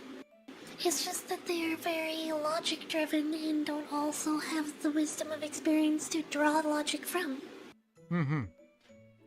Because, like, crocodilians, for example, are crazy smart. Mm-hmm. Yeah. And lizards can care and show affection. Like, for a long time, people thought they couldn't, but it's like, no, they absolutely can. Yeah, one of the popular misconceptions and misunderstandings, I have another big sippy here, Mm-hmm. is that, like, iguanas, for example, are, like, very mean and don't remember people's faces and stuff, but they do. It's just that they also see an ultraviolet light, So whenever you're in UV, so like if you take them outside, you look like a completely different person to them. Yeah. Mm-hmm. I'm familiar with purple kobolds. Tell them of your people. Jade is curious. Bearded is curious of your people, Jade. I have people? Apparently. Sure, yeah. I have a Discord server full of cool people. I don't know. Yes. Hi, I'm Jade. What are we doing again? I'm confused. Bearded kobold is saying unfamiliar with purple kobolds. Mm-hmm. Am I supposed to have, like, lore or something? And was curious. I don't really have a whole lot of lore. I guess so. My lore is that a lightning bolt struck a rock, and that I used that as a computer, and a squirrel taught me how to go online. That's basically all of my lore. That's my VTuber lore. Hashtag VTuber lore. So, just making sure I understood it right. A lightning struck rock is computer. Yes. And a squirrel taught you the internet? Yes, exactly. And everyone was online, was having fun, and was having a great time, so I wanted to join them.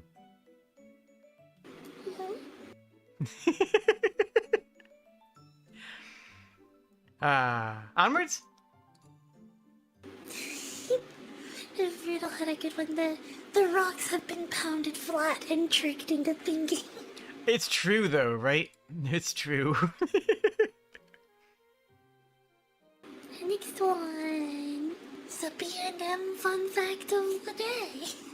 Your parachute If your doesn't parachute doesn't deploy, you have the rest of your life to fix it. True, though. Although, depends on how you land. So, there is a terminal velocity, right? There is the fastest speed that you can fall because of wind resistance. You will eventually stop going faster. And technically, terminal velocity is not lethal for humans. You can survive, theoretically, a fall from any height if you land well. It'll probably break something. You won't be happy about it. I saw a thing before about there were two that I've seen. One of them was a woman who went skydiving and her chute didn't deploy. Mm-hmm. And she landed in a parking lot. And survived. She only broke like her legs and a couple of her ribs and had some organ damage. Mm-hmm. And there was another person, was a man, got like pulled out of his house by a tornado. Oh, jeez. Carried and thrown and landed like 50 kilometers away in a field. And only broke like 4 bones or something like that. I know there was one person who jumped out of a plane and their chute failed, and they landed in a freshly tilled field, like just a crop field that had been tilled, and was fine. Like just a sprain and like nothing broken. Mm-hmm. Which is just really like ridiculous, right? Yeah. Hello, Cole. Welcome. And hello, Suit. There's a... Awawaba? Awawaba. There's a... in your chat. Oh, that is true. And hello, Suit. Squirrel taught you how to go online and lightning was involved. Was it maybe Ratatosker? Maybe. The man who got yeeted by the tornado was also unconscious prior to the yeeting. That would probably have helped too. It's a tough way to wake up. Although I feel like that some mornings, like I'll admit. Onwards? Yes, onwards. Okay, this is just the best picture in the world. He's a man's fighting an otter. That's Han Solo. Ah, That is Han Solo from Star Wars. that's the Star Wars man, yeah. the Star Wars man. I love it. Punching a giant. I haven't watched them. Okay. You haven't watched any of them? I watched episode 7. Just. Oh, okay. It's like everybody was like, you have to go. There's a new Star Wars movie. You have to come see it. But I didn't like any Star Wars movies. I couldn't watch any of them because I didn't like them. And they're like, you have to. You don't have a choice. We're taking you. Wow. So I watched it and it's like, wow, that was just forgettable. Aww. The old ones are interesting, like, pieces of history, like, just pieces of film history of how they were made and everything that went into them, and the amount of backstory and lore that went into a bunch of the side projects that existed around the time. I don't care as much for a lot of the modern Star Wars stuff, but the classic Star Wars stuff, it was pretty good in its day, I think. I liked The Mandalorian. The Mandalorian was good. I enjoyed that. I don't think I finished it, but I watched a lot of it, and I enjoyed what I watched. But anyways, this is a great picture, though. Yeah, I was like... I don't know what the giant otter is doing. I couldn't get into the episode. Like, everybody argued on where I should start, so I tried watching episode 4, and it was like, this boy is really whiny, and I don't really like him, and I kind of tuned out and then stopped. That's kind of fair. Stopped watching. Like, he is whiny at the start, and then him become, like, having a, character development and becoming less whiny is kind of the point, but yeah, that's fair. He starts out whiny. But like, especially you have to grab someone in those first couple of minutes, and when it's like, this is how we're gonna grab your attention. Whiny boy. And yeah, storytelling this and is the main character. movie storytelling has changed a lot since then too. Onwards? I have to give some like perspective and understanding too. I cannot get into movies in general. Cause like I've mentioned before how my OCD is like, I start something, I need to finish it. I need to finish the thing that I've started, or it remains a constant burden on my mind. Right. So like, if I get far enough into something that I would say that I have really started it, I'm locked in now. So like, this is a 3-movie trilogy that if I start the one, I have to finish all 3.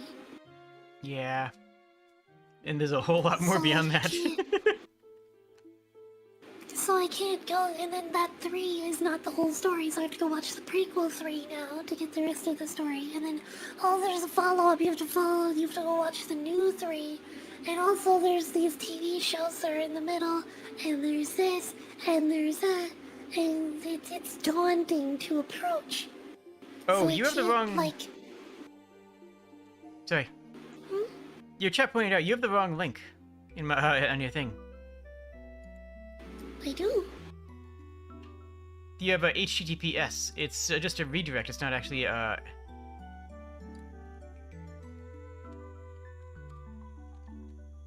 you actually have That's that. weird. Yeah. Because it's just a redirect. It's not an HTTPS link. Oh well. I think it was when we had talked about like putting it in. You said you had that domain, so I put it in like directly, and it broke. Oh, well. I will fix. Thank you for telling me. I did not know that. I didn't either. Umbra found out.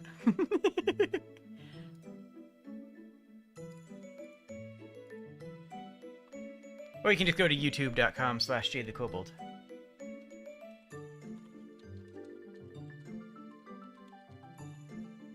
There you go.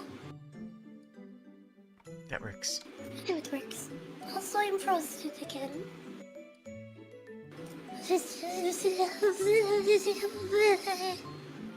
There it goes. Fix it. It is fixified. Onwards! Yeah. Boop. I love the sunglass skeleton pope. It's so impossibly strong. I drink tap water straight out of the faucet, and I reuse hot dog buns. I don't like the earth, it's just easier this way. I am still confused at how someone reuses hot dog buns. I don't know, but I kind of want to. Like, I'm very curious. I kind of just want to watch this person eat, right? The bun clearly is used as bait when fishing the hot dog. Oh, you know what? There it is. Yeah, you have to...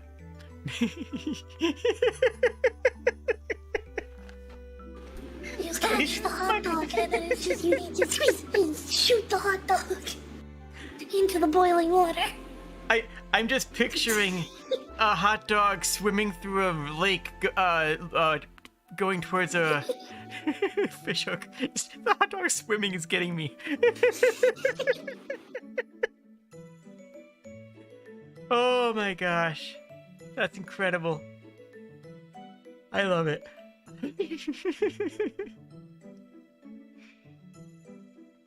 Onwards? Onwards. Onwards!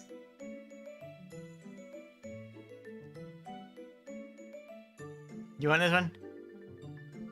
Oh, I just want to sit on floor all day, but our society say I gotta make strangers rich, so I can sit on floor some of day. Is mood though. His mood. Oh His my mood, gosh.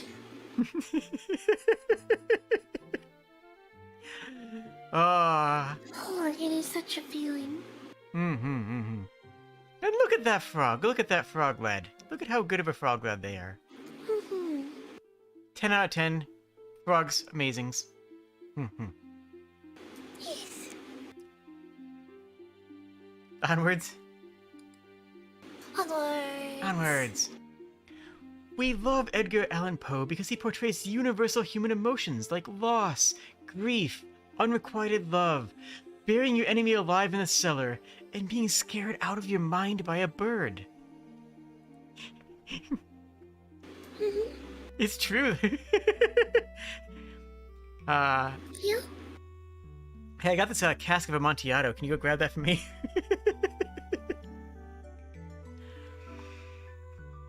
Have you read that? I have not. Oh, okay, okay.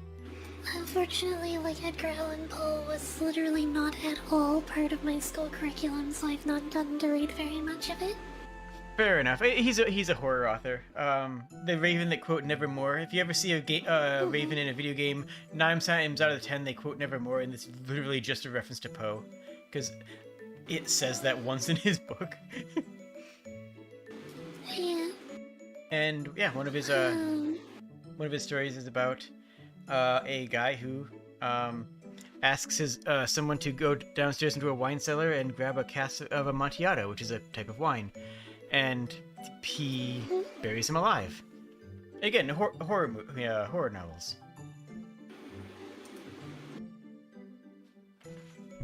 Universal I'm human. not really not much of a horror person. That's fair. See, another weird one that I only learned about more recently was, my school never did Hamlet, or not Hamlet, Macbeth, either. Oh, the Scottish play. Yeah, and I was like, why not? Like, what is so weird about that one? And it was only like so much later that I found out about, I think it was a conversation with you that I found out about the curse. Yeah. The Scottish play. And it's like, did my school literally not teach an entire play of Shakespeare because they didn't want their students to find out that curses might in public consciousness at least exist? I don't think so. Like, that doesn't make a lot of sense to me. But at the same time, I don't know why else they wouldn't mention it. I mean... Catholic schools are weird. Fair, though.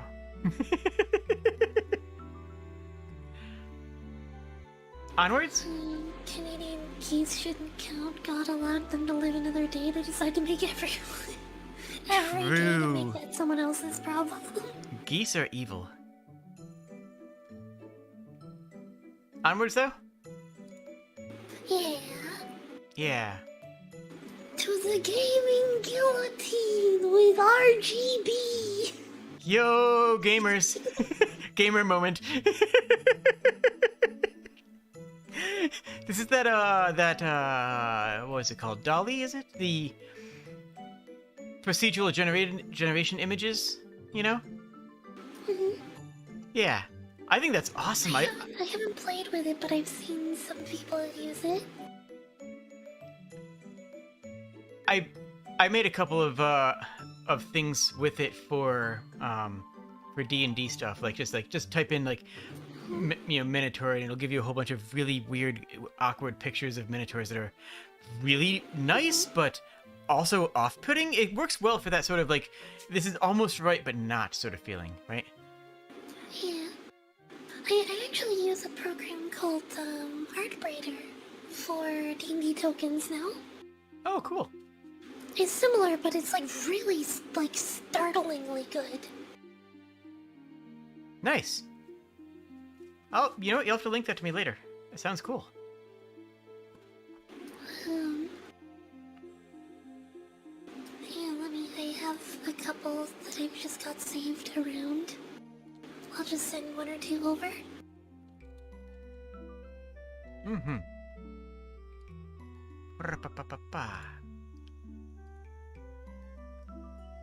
Let's see here. Should look up Fisher Price guillotine. That sounds also amazing. For gamers in France, the most experienced in the Xbox 360 from all other revolutions.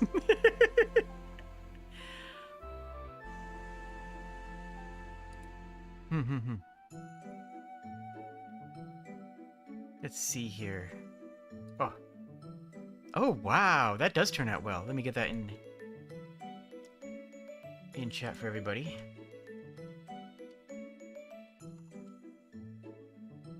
One second.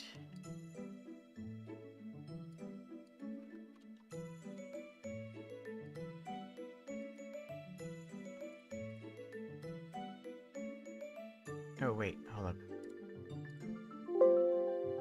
Hey, I just sent over 3 really quick.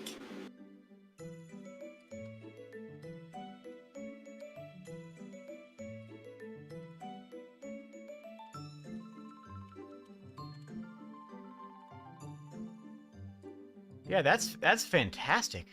And that's just compositing a bunch of different images online? Yep. Technically, you know what else is interesting about that, to me at least? That also is digitally ownerless. Yep, that's why I've actually started using it. There's another. I think that's actually incredible. Yeah, because anything made by an AI is nobody can own the copyright to it because it was not made by a person who can own the copyright, and the person who made the AI does not own the copyright. So if you go to like what is it, this anime girl does not exist .com or whatever it is, you can get it or this place here, you actually automatically have full licensing rights to all these images, and that is cool as heck.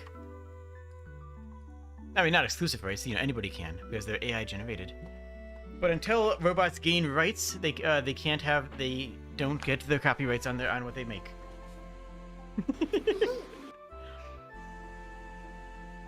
That is so cool. Wow. Yeah, so these are just... I put them up over my head here to look at for a minute. Are just a few that I threw together for NPC faces for my D&D campaign. And as long as it's like human or close to human, it works great. Human adjacent. Yeah, so like you can do humans, half-elves, elves, tieflings, that kind of thing. Okay, okay. And get like a broad variety of faces pretty easily. But no But if kobolds, you're is what you're looking saying. to make like different skin tones, like yeah, no kobolds, not gonna happen. Orcs can't happen. Mm-hmm. Very cool. Shiny, but no, this is from Art Breeder. Art Raider? Like each of the Art Breeder. Each one of these pictures, it's like I can make one in like 2 minutes.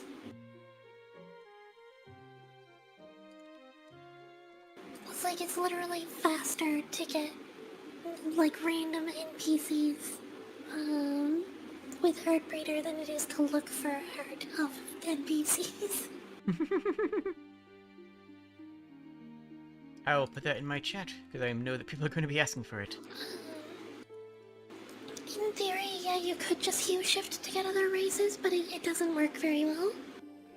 Yeah, and then if you're using hue shift, then you have other, well, it depends on what you're using hue shift on, I suppose. It has inbuilt, like, sliders and things like that you can mess with. Nice. But using the sliders to transform what it creates, it is not great at. Got it. Nice. Onwards? Because basically the way the thing works is like you can do, grab this picture, and I want something based from this picture, and then this other picture, and I want something based from that other picture, and then it will like mix the two together, and you can scale how much its style or content influences the product. Okay, okay.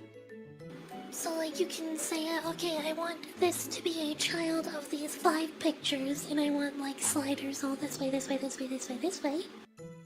And then someone can grab the image that you generated and use it as an additional parent for their own works. That's adorable and...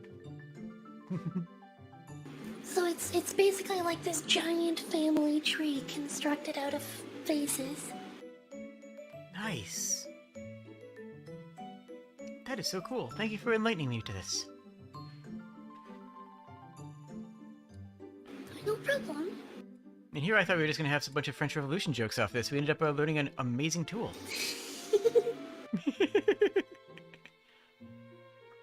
Oh, Nene Riddle. Night. Onwards! We'll go to the next one.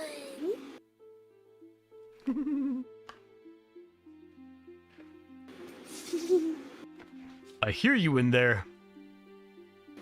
We're not making any noise. I know, that's the problem. I've heard that. I've heard that, kids, like, when kids are being loud, at least you know where they are, and when they go quiet, that's when they're doing weird stuff. I don't know. Is that true? I can't say, like, from personal experience, since I don't, like, siblings or babysitting or anything. I can definitely say that usually, like, my neighbors have their grandkids visit sometimes. Yeah? And those children are screaming 90% of the day. And then when they go quiet for more than 5 minutes, it's the adults that start screaming shortly after. Oh no! Multiple people in my chat are verifying that it's true as well. Okay, well, mental note that, I guess. It's because they go quiet when they don't want to be found, and they do something that they don't want to be caught doing, which means they're definitely doing something bad. That makes a lot of sense, actually. I didn't really think about it, but, like, yeah, that makes sense.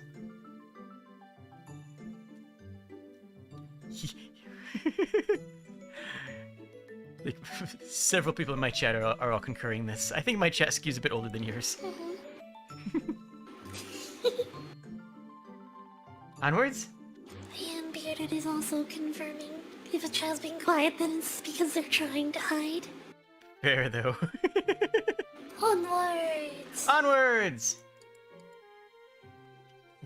when you're fighting a lion in a river and you both see a crocodile.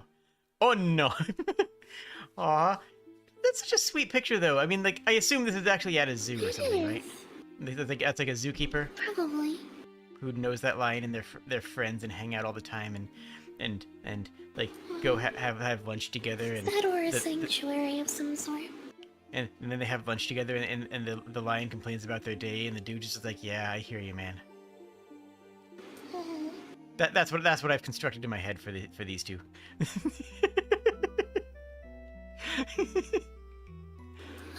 There's actually,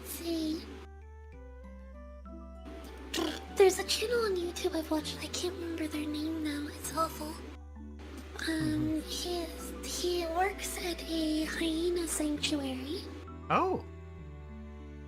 and it's fascinating because of like hyenas actually have like complex social structures, Oh, yeah, it makes sense. like complicated social relationships. And like it is not like a lot of animals, it is the strongest one that leads, just like whoever's the biggest, strongest, and most aggressive. But hyenas actually will like make friends and like socially climb to the top of their organization too, That's awesome. of their hierarchy. Teamwork. Well, it makes sense. Whoever has the best teamwork should be on top in that sort of a culture. I'll call it a culture. Why not? That sounds awesome. Onwards? Yeah, Shady Sandman, that is another problem too. Yes, onwards. Tomorrow, I'm gonna get up and... Tomorrow I'm gonna get up and work out at 6 a.m. and 9 a.m. I'm sorry, but the censor bar just makes it so much funnier. Look at them. I don't know why, but that just... It's so unnecessary and so dumb, but I love it. Also, yeah, mood.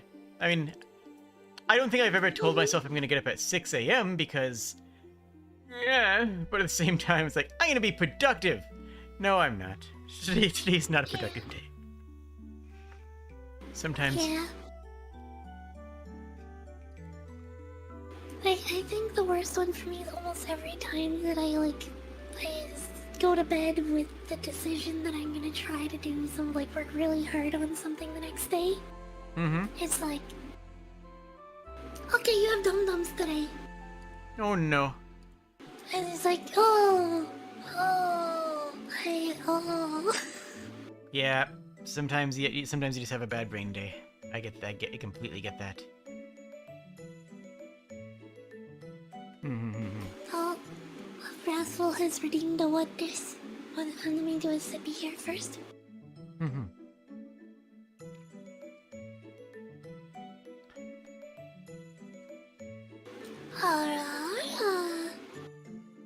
Oh, are we doing an ara? Oh, okay. That's what that is. I see. Well, I will also do this. Ara. Does that work? I think it works. Okay, good.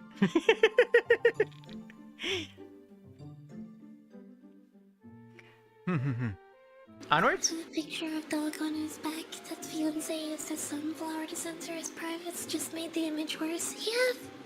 Yeah, I can imagine. Okay, I've made my chat panic with that ara. Onward. Onward! Fox facts! They could grow up to 6 feet long if they tried harder. Their mating call is similar to a parrot being hoovered.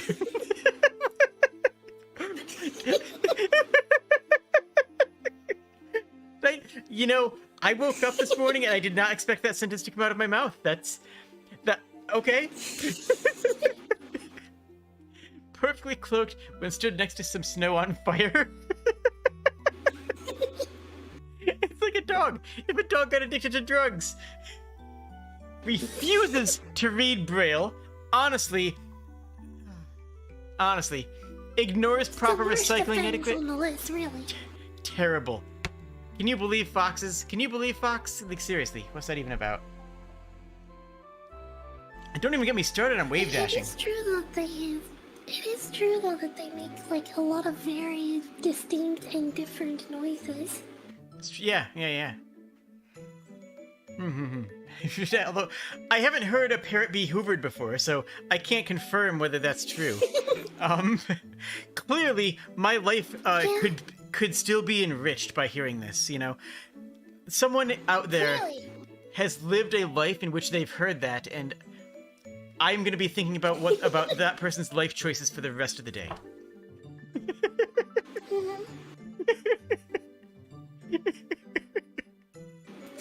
Fox is just what happens when you install a broken feline OS on canine hardware.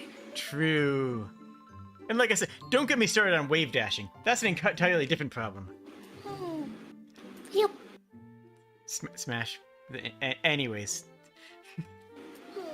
Smash Brothers Fox. Onwards! Onwards! Okay, this one's all yours. Minecraft proves that abolishing child labor was a mistake. The children yearn for the mines. It's so terrible.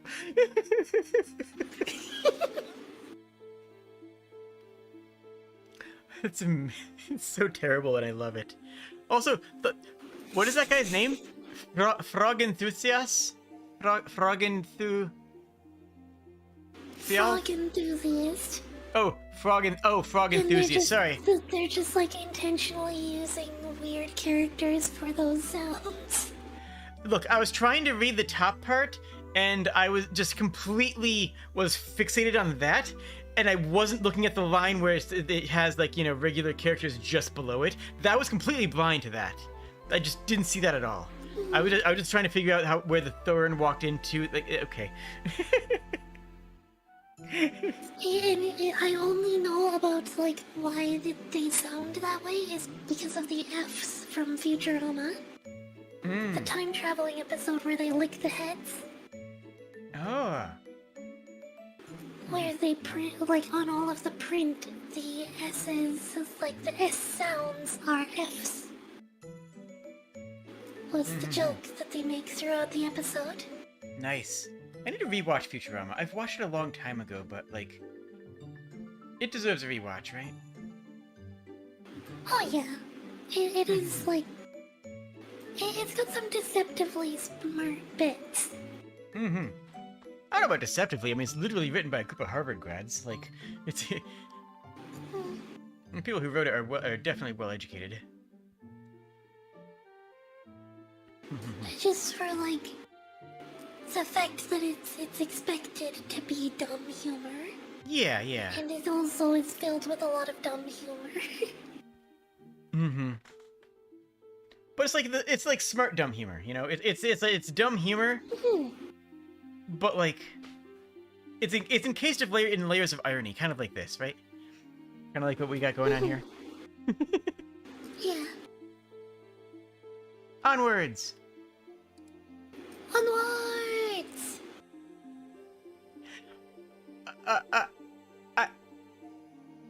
If two pregnant women have a fist fight, it's like a mecha battle between unborn babies.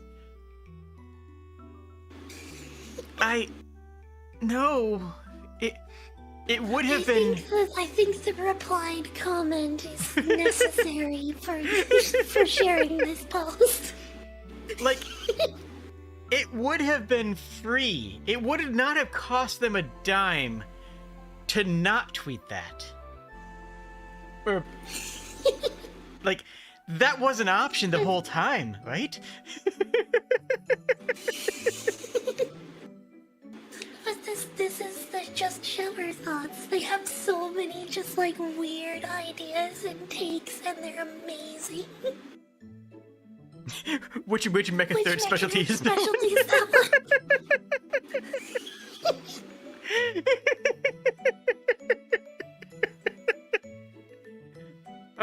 Well, you know what you must do now.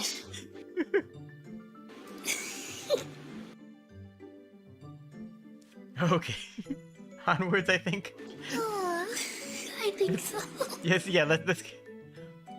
Aww.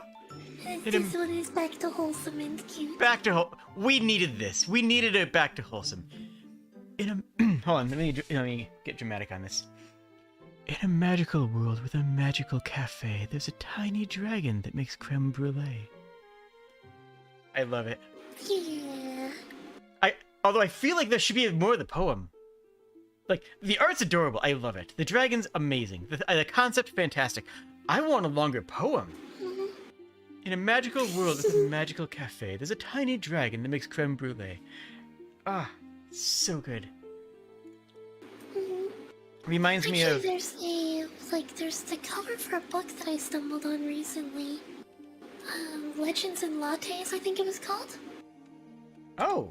That is, like, I have to get it. I have to read it. It looks so fascinating. Yes, you mentioned that, and I think I have heard of that. Yes. Oh my gosh. Sorry. That's a book where I copied. I put it up on my stream. This is the cover of that book. Do you want to talk about that book for a few moments while I go do a thing real quick? Fill my water.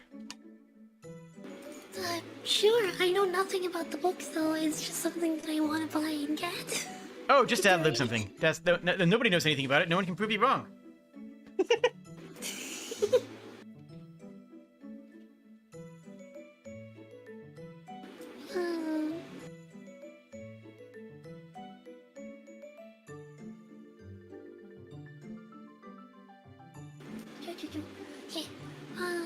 Collection of images with monsters who are utilizing their abilities for good purposes.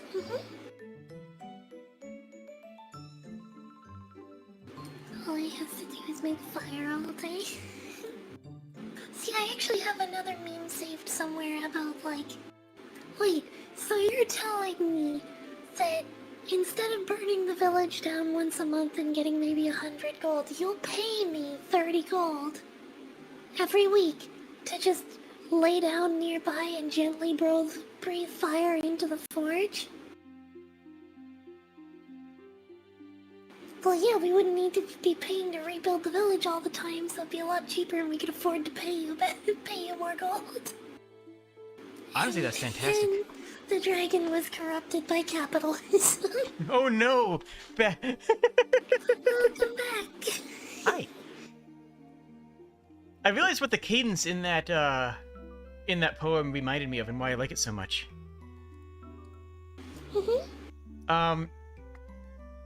One of the first things I memorized for acting was the prologue to the Canterbury Tales. And so that's sort of like the cadence of that. In a magical world with a magic cafe, the tiny dragon makes reminded me like the meter. One that the brill the shores of Sota, the draught of mash hath pierced the rota, and bathed every vein is swish liquor, of which but endangered is a fleur.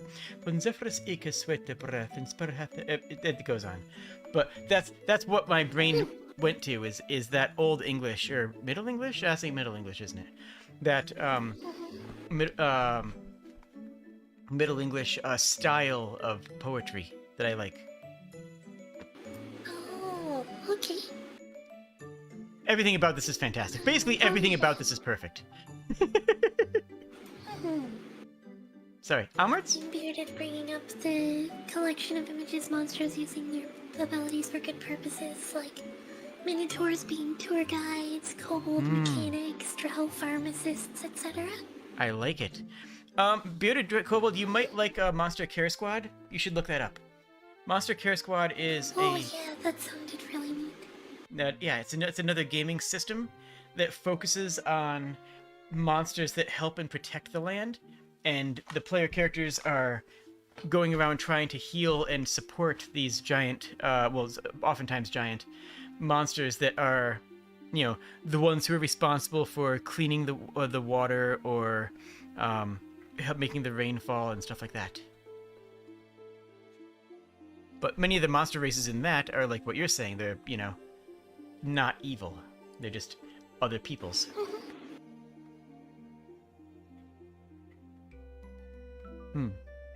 Onwards?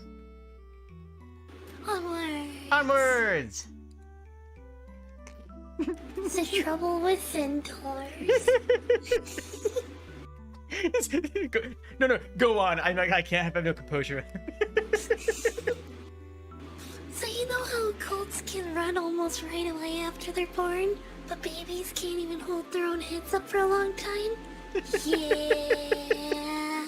Yeah.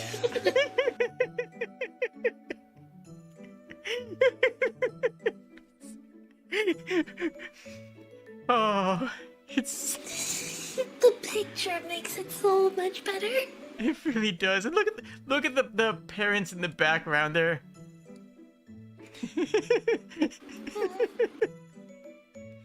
Everything about this meme is fantastic.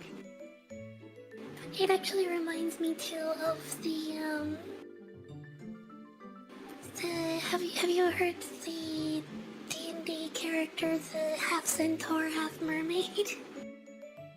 No, but I want to hear more. Please go on.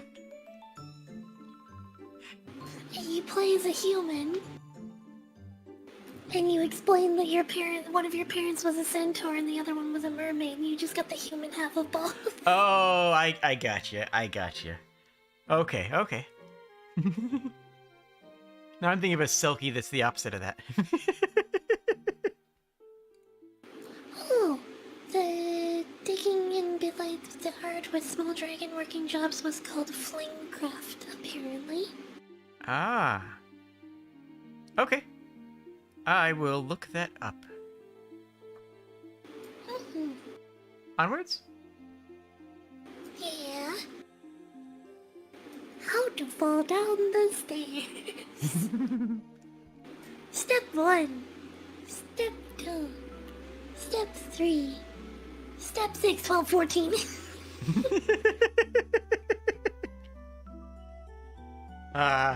Simple, dumb humor that's perfect. I love it.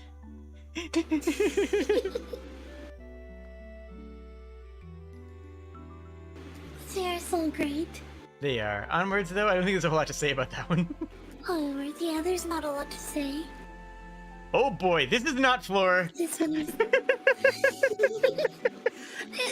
And the best thing is, look at the dog's eye. Yes! The third image where he's like, I've made a terrible mistake.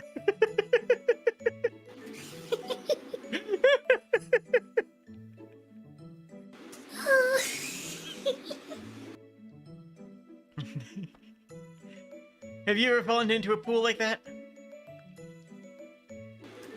I have actually, not because of this particular sort of thing, but similar thing before.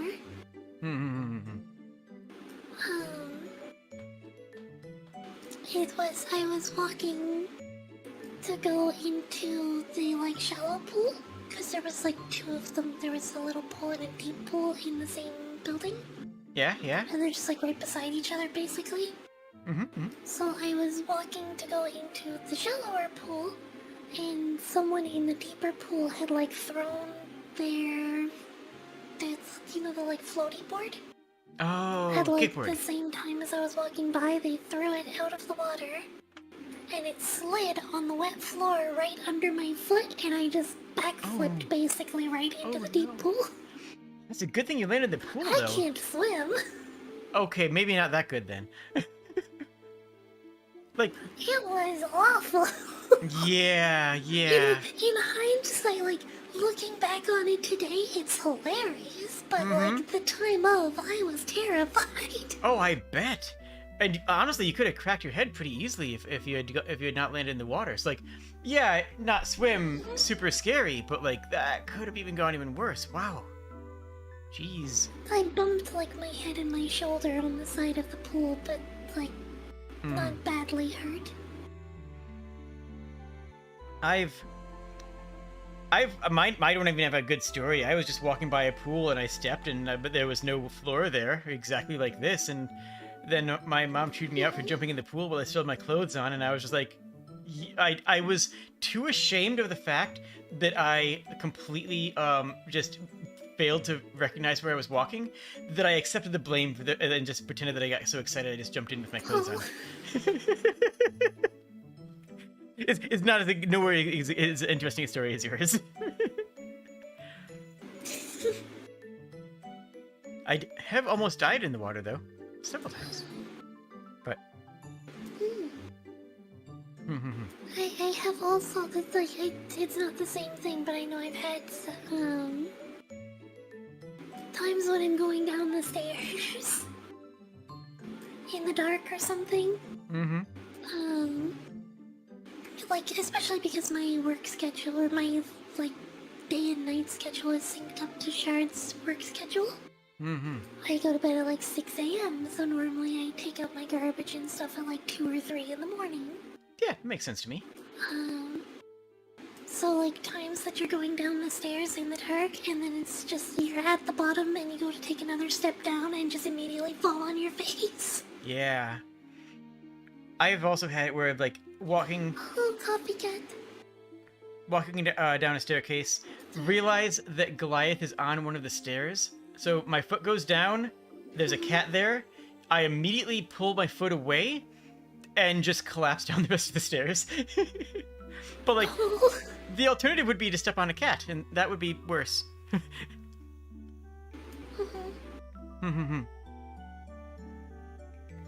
Onwards? Yeah. Oh, I love this one. My favorite thing is probably the scientific name of the grizzly bear. It's Ursus arctos horribilis, or Ursus meaning bear in Latin, and arctos being bear in Greek. So essentially a grizzly bear is a horrible bear. The Eurasian brown bear, Ursus arctos, is bear. It's as most bears bear can be. And the Arctic Circle is named for bears, not the other way around. It's the circle with bears in it, and Antarctic is the place where there's not bears. The poles of our world are a bear continent and anti-bear continent. But the other interesting thing is that there's a bear circle. But the other interesting thing is that Ursus is the word for brown. It wasn't actually the word, it was used as bear because they didn't want to say bear because of the belief that saying something's name will call it to you. If you say a creature's name, that's a way of summoning that creature, right? So the word Ursus means brown, and they would refer to as the brown ones or the brown creatures. Arctos is probably closer to the ancient word for bear in those same civilizations, something like Arctos or Arctun, or Germanic, so probably, so something like that. But we've actually lost that word. We don't actually know exactly what that word is because the people of those regions were so scared of summoning a bear by saying the name for bear that word is literally lost to us linguistically. That is fascinating. Yeah, I think it's super cool. I just like that it's the bear circle. The bear circle. Oh, want to know the most terrifying thing in the world? What? A growlar is a crossbreed between a grizzly bear and a polar bear, with all of the anger issues of the former and none of the restrictions of the latter. Yep. No, I actually don't live very far from growler territory. Oh my gosh, really? Cool. I mean, not cool, but like cool though, right? Like... You know what I mean? Yeah, I know what you mean. They've been occasionally found in like the north end of my province. Nice. If you own a cat, you know that calling something doesn't summon it. Fair.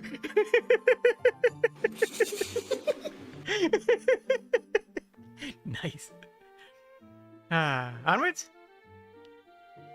Onwards. Onwards! If you're impressed by girls who have legs for days, I'd like to inform you I've had legs literally my whole life.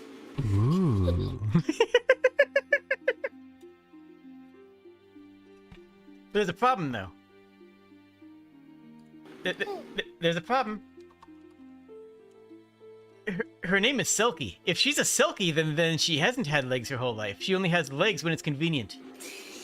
Because Silky only have legs when they're using them to entice people. Like, so, I don't know about that. I don't actually trust that she's had legs her whole life. I'm calling her out. Welcome, Joey. Yeah, no, it is. I'm just saying. It is I'm just definitely saying. a suspicion. Just saying I'm sus. That's all. Onwards. Onwards. Onwards. What time is it? Alright, it is my time. Oh no, hang on, I have the wrong one. What? What time is it? You go ahead. I thought we were on the catch-up one. Oh. Yes. What time is it? I don't know. Pass me that trombone, I'll find out. Blows trombone loudly. Who's playing the trombone at 2? Hold on. Who's playing the trombone at 2 a.m.? It's fantastic. Trombone is my instrument, actually. Oh yeah? Yep. Trombone is my instrument, and the biggest crowd that I've ever played to live was actually playing the trombone. Oh wow. Yeah. I can sorta kinda play the kalimba. Kalimba? Cool. Yeah. It's the thumb piano. Yeah. Kalimba it's a very cool. Yeah. But yeah, I played Yeah, I made one a long time ago just as a craft project, and then like sometimes I play with it.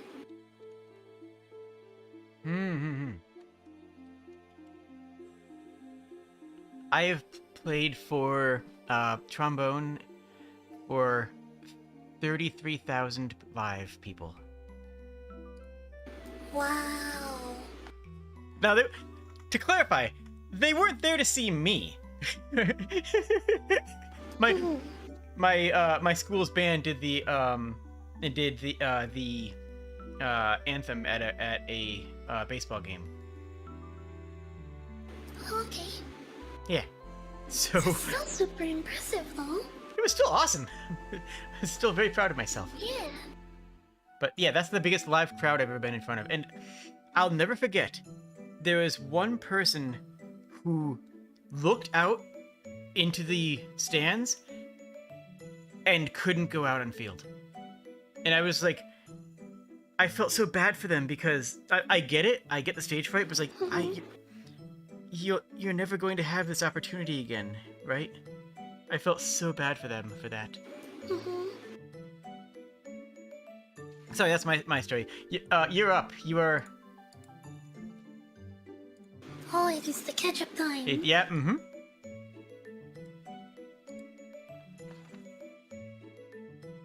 Ketchup.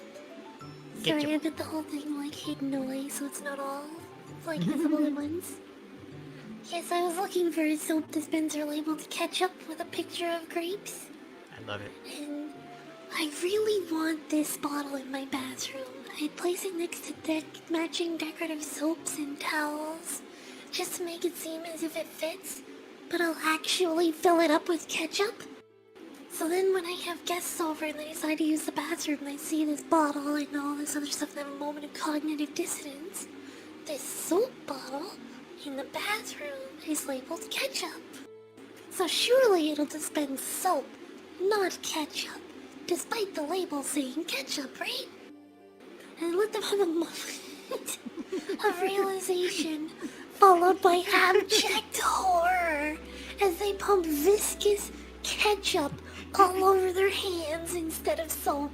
I love it so much.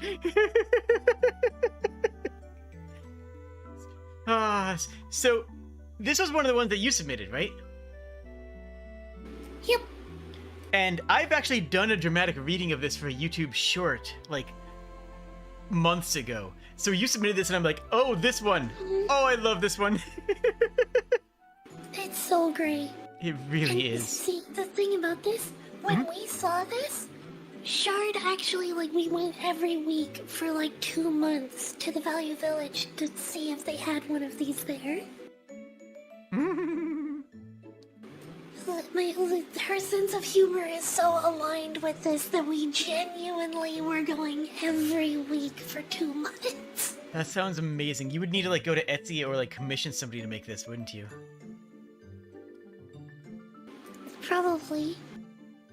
But I will say, But we had seen like almost this exact thing once before at the Value Village. But it's just that it got sold, so we kept going back trying to find another one, and it never came back. honestly, I would like to fill this with jam. Like just fill this with grape jelly. Just double down on the grape aspect. Obviously, you keep it in the bathroom. Obviously, this stays in the bathroom. But Of course. But see, what I would do personally is because it says ketchup, it shows grapes, you expect soap. I would make it something entirely different from all of that. oh, so what is the? I would do like, I don't know, olive oil. I'm trying to think of what the 0 point. What is the connective? What is the connective tissue between soap, grapes, and ketchup? Ketchup has a lot of vinegar, and grapes can produce vinegar as well. Is there a vinegar-based soap? Yeah, I guess there is, because like apple cider vinegar can be used as shampoo. So like, I guess. maybe? I don't know. I'm grasping at straws here. See, I was thinking going the other way and making it something connective to soap. Because soap is, largely just fat and ash and a little bit of salt, pretty much. What about actually just put soap in there, but put red dye into it so it comes out ketchup colored? That's no fun. It's a little that fun. gets beyond the point of being fun. I guess. Something like the feeling that I really want to go with it is like whatever comes out has to be something that is horribly inconvenient and noticeable to everyone else. Even if they wash. Not necessarily make their hands filthy or gross. Just like deliberately something that everyone else will notice and will give them a moment of horror. So like, I don't know, bacon fat? Perfect. You just come out of the bathroom and your hands smell like bacon fat. Sounds actually amazing. I love it. Stacy says, fun fact, rich people in the Middle Ages avoided tomatoes thinking they were bad. It was lead plates. That is true, but I want to elaborate on it because it's a really interesting fact. Tomatoes are part of the nightshade family. Tomatoes are actually... The tomato plant is actually one of the only species in that family that's not extremely poisonous. So it wasn't just, oh, we think it was dangerous. There was a really good reason to think it was dangerous. But and it wasn't just rich people. It was actually even more so the common folk, because they wanted to sell tomatoes as a common staple food, like they ended up being. Like they wanted to sell it like a common staple food, which ended up happening. But you are so close on the plates part. The people were getting sick from tomatoes because the acid was breaking down the lead in pewter, because pewter is lead and tin. Is it lead and how do you make pewter? Dang it. I want to say lead and tin, but it's lead and something else. So you are correct that it was the acid that was breaking down some of the lead in their plates, of the pewter plates, that they were caught and then ingesting, and it was making them sick. And then people said, see, I told you, it's related to nightshade. Obviously it's going to make you sick. And it's like, that makes sense to them, right?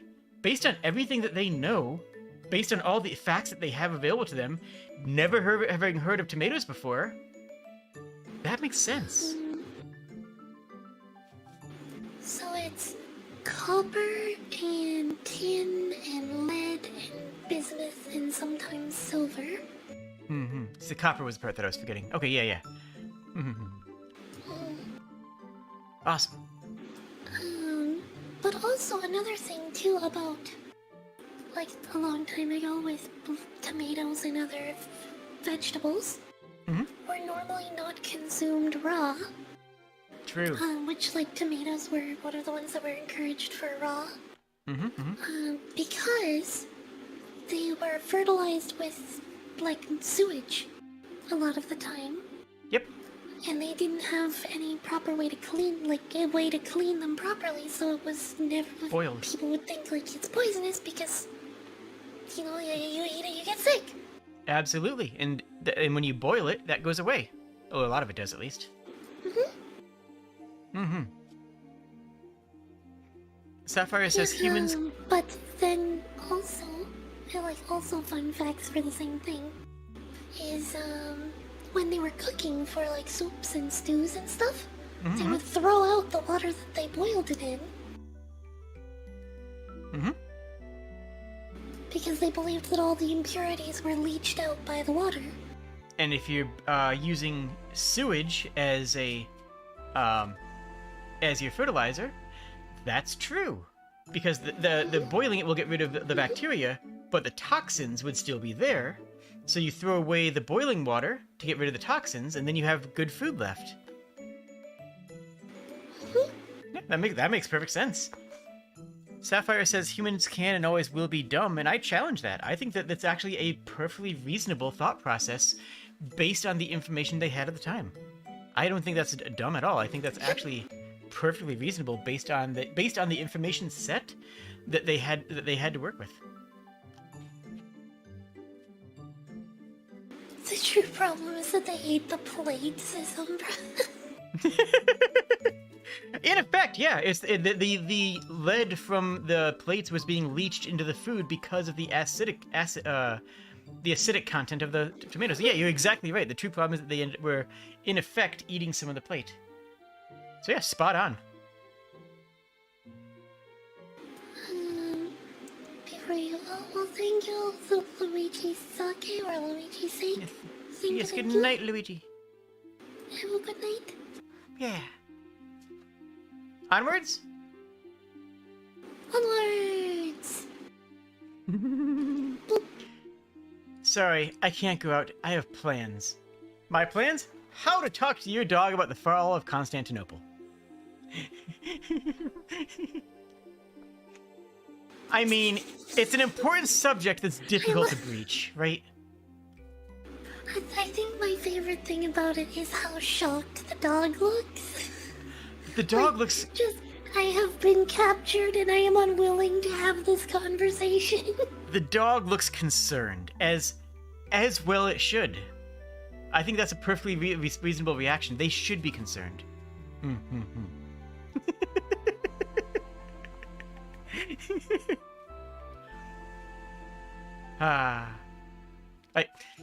I don't even know where to go with this one. Like, it makes sense. Like, it's a joke, right? It's always been a joke. Like, this has never been a serious book, right? This is a meme from, like, what? Assuming this isn't Photoshop, and maybe it is, I don't know. But assuming this isn't Photoshop, would have been a meme-style comedy book, you know, written in what? 50s? Oh. I think the color is a little bit too bright for the 50s. Probably the 60s or the 70s. That's fair, yeah.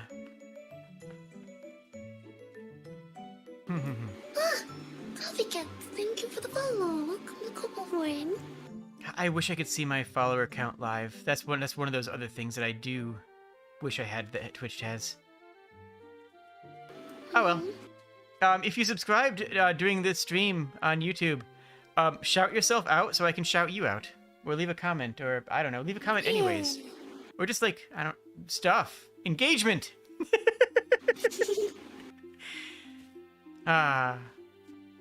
Onwards? Onwards. It's a trash can. Love, where's the trash can? Under the sink. Wait, I'm not married.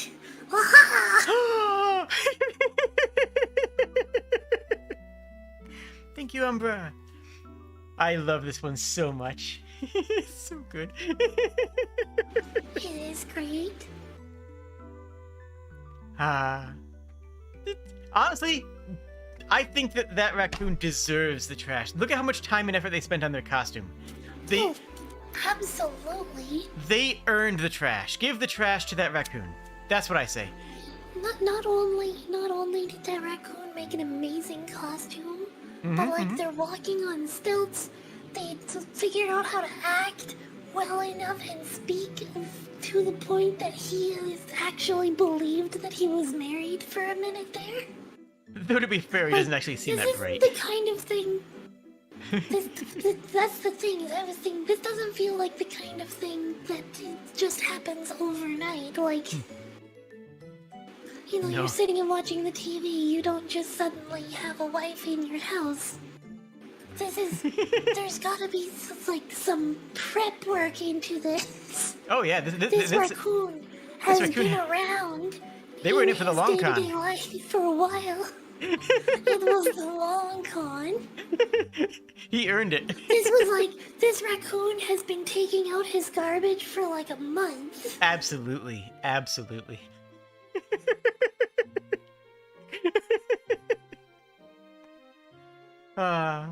Fantastic. Onwards? Onwards! Me making voodoo dolls of my friends, so I can finally give them all what they deserve. Gently hug each one and tell them that they're amazing and that I'm proud of them. And all of you in chat are my friends, so And like give them shoulder massages and stuff. Exactly. And head pats. Head pats are very important for everybody.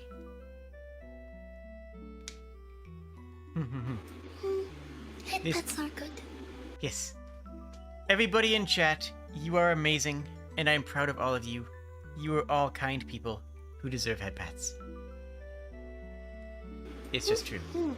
These are just facts. These are Kobold facts. Yep. Onwards.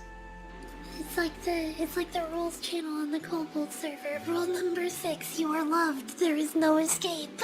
True, though. You are loved and respected. Deal with it.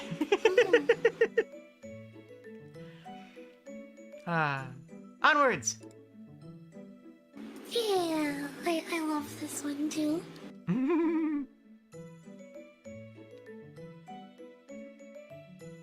G'day, I'm Bob the Necromancer. Today we're doing an unboxing. Hold up.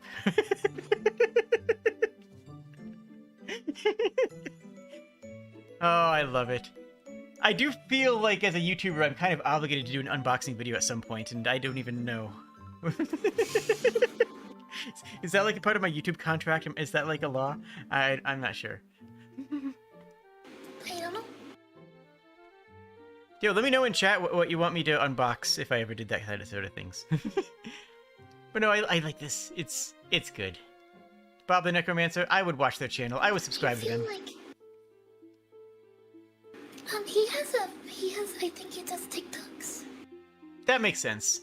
The format seems pretty TikTok-y. Yeah, because it is at least I've seen in compilations of like D&D TikToks. He's got a bunch of videos of Bob the Necromancer. Nice, I'll have to look him up. You know, I heard something interesting about TikTok lately. Apparently a lot of Gen Z is using TikTok to search for things instead of Google. And at first my mind is like, what? That doesn't make any sense. Why would that be? And then, just last week, I was searching for something for D&D related. And every single result that came up was about a some brand manufacturer of chainsaw. It was so obvious that they paid for top search results for whatever keyword it was. And it's like, yeah, this is no longer giving me this is no longer giving me effective search results because the search engine algorithm has been so manipulated. So like, I kind of get it. Like, Yeah. it kind of makes sense, and it scares me, right? Plus, besides that too, if Google is sending you to a tutorial of something, it's almost always like a 10 to 20 minute long video because the YouTube algorithm supports videos in that length. Mm-hmm. Whereas TikTok is a 1 minute video that's just like, here it is, this is the point, we're done. Yeah, that's it. yeah. That's actually why I hate watching like guides for things on YouTube. Mm-hmm. Is like, this is something that I can literally, I can finish in 30 seconds if I know what I'm doing. Unlike the best way Why to watch... is this video 25 minutes long? Yeah. Unlike the best way to use YouTube, which is watch VTubers like Jade the Kobold, available now on YouTube. Sorry.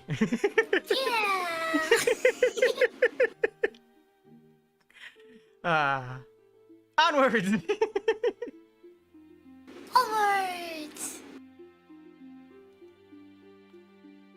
Yeah. Wait, am I up? I'm studying Who's up? biotech. What? What? I was gonna read this one. Go for it. I'm studying biotech, and every time someone brings up mushrooms, our current professor will look either extremely excited or pained and go, listen, mushrooms are neither plants, nor animals, nor something in between. They elude all attempts to categorize them. We do not know what they are. Some are immortal. Some produce life-saving substances. Some are so closely related to humans that eating them may cause an allergic reaction against your own body. I cannot teach you about the mushrooms. Also, welcome, Seth. Thank you for the raid. How is your stream and how is everyone? Hello, Seth. Tower. Thank you for the follow. Welcome, peoples. All mushrooms are edible. But some mushrooms are only edible once. Yep. It reminds me of that saying that start a man on fire, you keep him warm for the night. Light a man on fire, yes. You keep him warm for the rest of his life. Yes. I love that quote.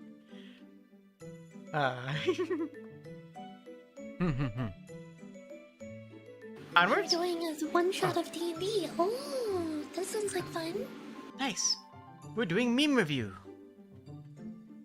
Yeah. And onwards! Onwards! Fearlessly into the great unknown! Oh No no, one. The British are stealing our relics! British Museum. I love it. Like, it's like, you know why the pyramids are not in the British Museum? Why? Because they wouldn't fit.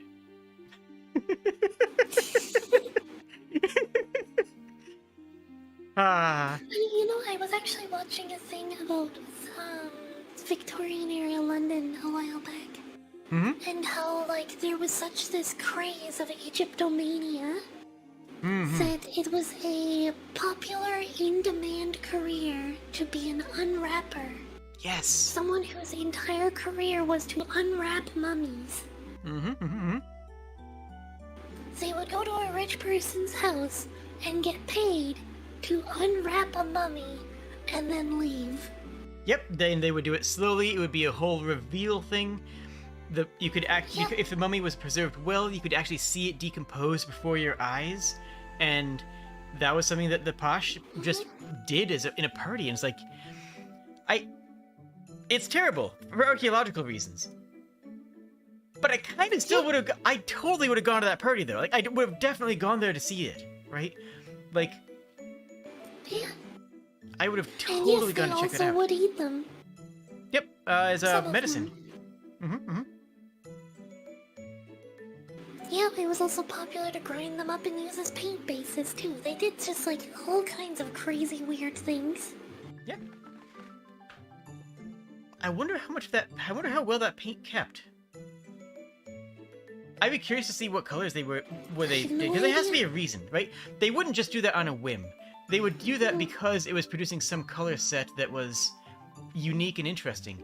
And part of me really wonders what color set they were actually creating.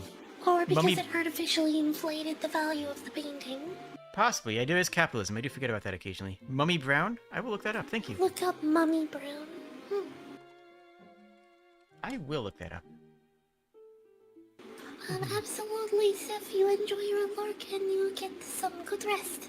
Thank Cheers, you so friend. much for bringing everyone in, for trusting me with your viewers. The group thing is being worked on. Oh, that's good news, Assassino. We have a secret surprise for a friend going on right now. Nice. I plugged myself since you have a whole bunch of new people there. And everybody watching my stream, the link to Sprigg is in the description. Yeah. Onwards! Absolutely. Oh yeah, the 40k one. Oh, that's the wrong layer. Wait, what? What are you doing? I just grabbed and pulled like everything except for me. Oh no!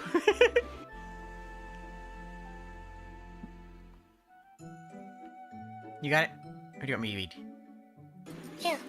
The normies. I want big titty tall girlfriend, big titty Eldar girlfriend, small titty lily orc girlfriend instead of me, an intellectual. She seems very polite. Layer, wrong layer. It's 40k memes. She is a Krieg's woman, a member of the Death Corps of Krieg. Ah, okay. It's like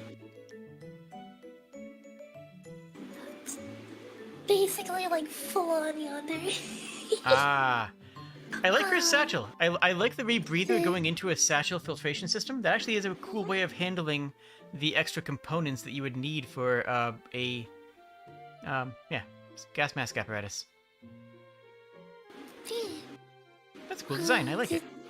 Yeah, the Krieg, Death Corps for Krieg, or Death Corps of Krieg are like bonkers. There's a whole host of other memes of it with like, we're going to stop the artillery so you can charge their lines. And it's like, we'll charge their lines, but don't stop the artillery. Oh gosh, that's a bit. Some of their most famous quotes are things like, "You haven't lived until you've gone through a city fight." Mm-hmm. Which was the one where I want. Which is the one with drive me closer, I want to hit them with my sword? That was a commissar thing. It's actually the Krieg's commissars is one of the other things that makes them kind of funny. Is it is actually in the Imperial Guard in 40k. It is a common thing that a guardsman is like retreats and will cause like a cascading effect, causing the line to break. So they have the commissars who are trained specifically to shoot them in the back when they try to run away. Oh no. So that they don't cascade. The Kriegsmen, it's the opposite problem. The Kriegsmen keep executing the commissars for running away. Oh, they're just so the excited. The commissar's job is more to make them not kill themselves. They're just really passionate about their work, right? Is that what it is? Basically, the lore is like, when the Emperor first called on their world to, to levy troops, they refused. And then, they were this massive letdown in their world to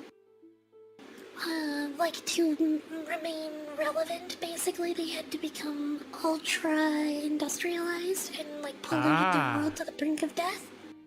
Bad plan, and but okay. Then the Empire still showed up to save them when, I think it was orcs attacked their world. So, like, they later decided to make up for it. So they are, like, hyper zealous now. They're all in. So, like, instead of when they send soldiers to become guardsmen, basically to fight on the front lines for the Empire and protect other worlds like theirs, people will. It's part of the reason that they always wear gas masks, even if they don't need them, is because a lot of people are like sneaking in underage. Ah. So, like, they're enlisting when they're 14 or something, when they're supposed to be at least 18. I'm surprised that 40k Universe cares about that sort of thing, honestly. It's just like the vast scale of the universe means that it often looks like it's very cruel. But on the planetary scale, it's still like ordinary people. Oh, okay, fair enough. I know precious little about 40k. I know more about fantasy. I have played a lot of Rogue Trader. Fair. I've played a lot of Mordheim, but that's, you know... that's the fantasy version of Necromunda. Yeah? I know very little about 40k.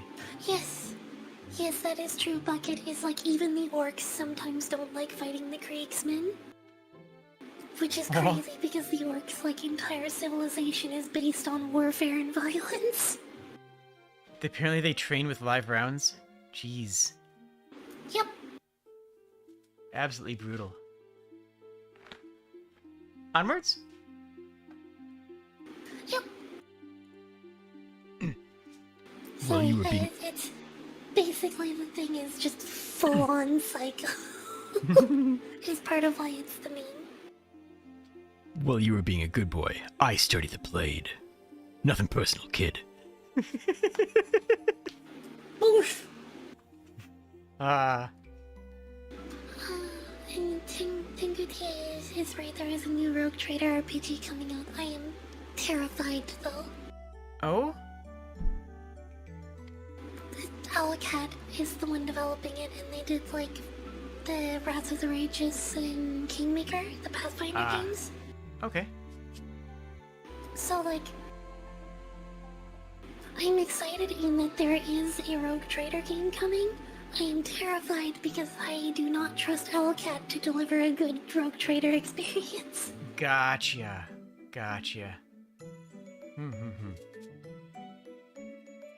I love the frack boys in the background, and that dog, honestly, based. Yeah. Fantastic. Good boy.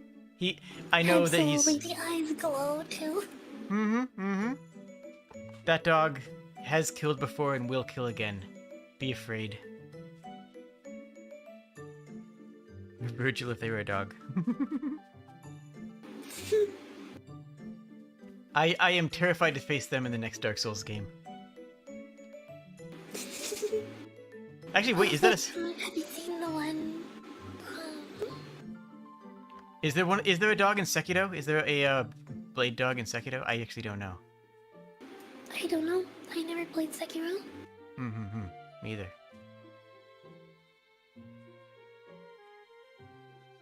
Wow. My brain has fled. Yes, there is a blade dog in Dark Souls, and there is another blade dog in Elden Ring. So magic blade dog. Magic blade dog. Scary. Onwards? Onwards! Onwards! The Ito, yeah. In Spanish, the suffix ito means small, which hints at something bigger and greater than mosquito. The legendary El Mosco. Yeah, that checks out for where I live. That's about right. I mean, they don't all have laser eyes, but you kind of have to assume that they're all capable of having laser eyes, right? There is actually a joke here too about mosquitoes. Is like here in the New Brunswick, the province where I live, it's like mosquitoes are everywhere and they're quick. But when you go to Ontario, they're not so quick. But last year I saw 2 of them carry off a moose.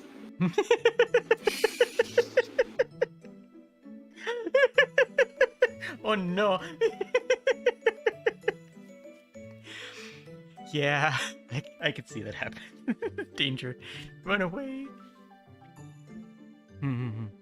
Play dog is the reason Elden Ring is an unplayable game. You cannot pet the dog. This is true. Tragic. You cannot pet the other dogs either. You cannot pet the shelf dogs. No. But you can roll into them. Yes. Onwards? Onwards. The first rule of engineer safety is to have fun. Because really, if you're not having a good time, then why are you doing it? And the thing that terrifies me is this is right next to a metal bed frame. Yeah. Welcome back, Clara. Perfect time to return. Apparently Sekiro has a monkey with a sword, though. So there's that at least.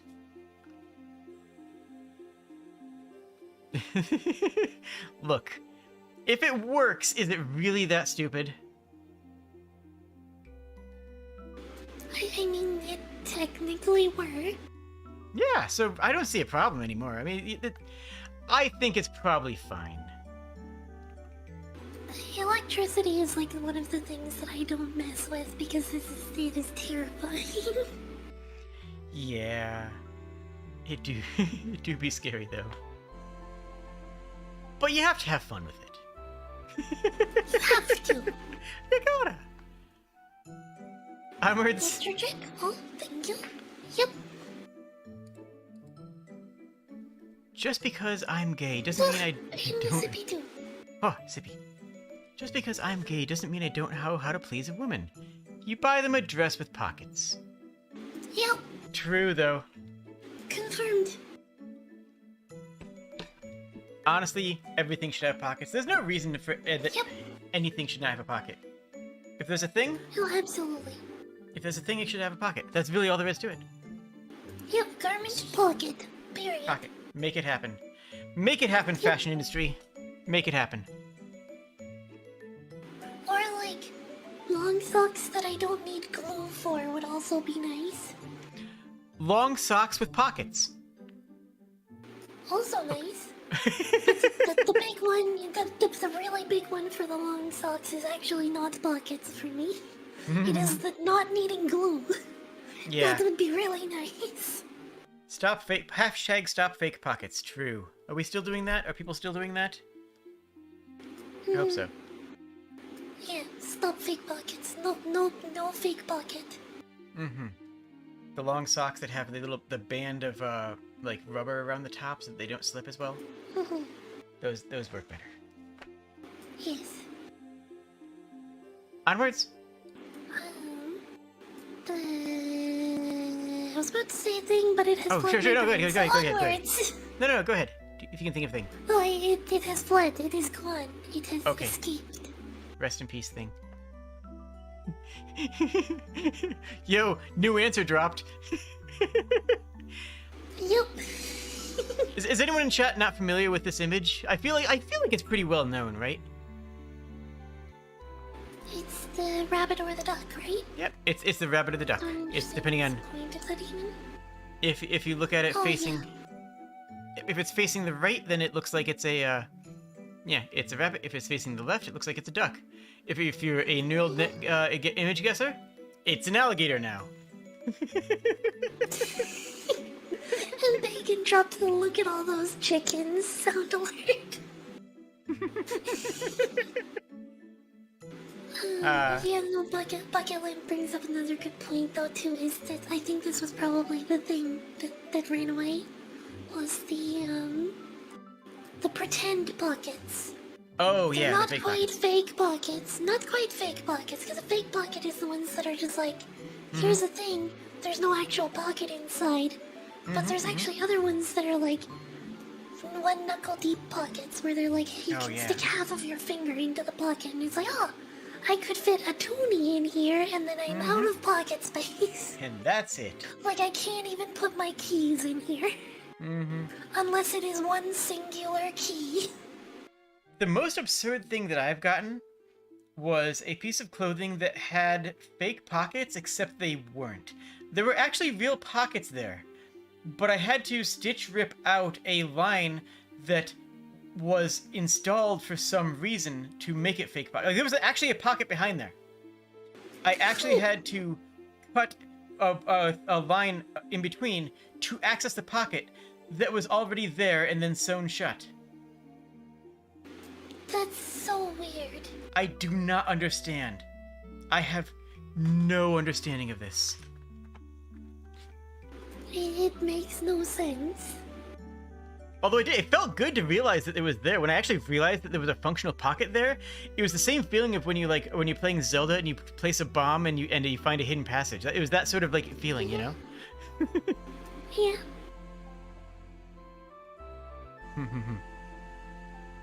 Onwards? Yeah, I had the explanation given to me. It's because women have hips and can't fit pockets. That is a lie.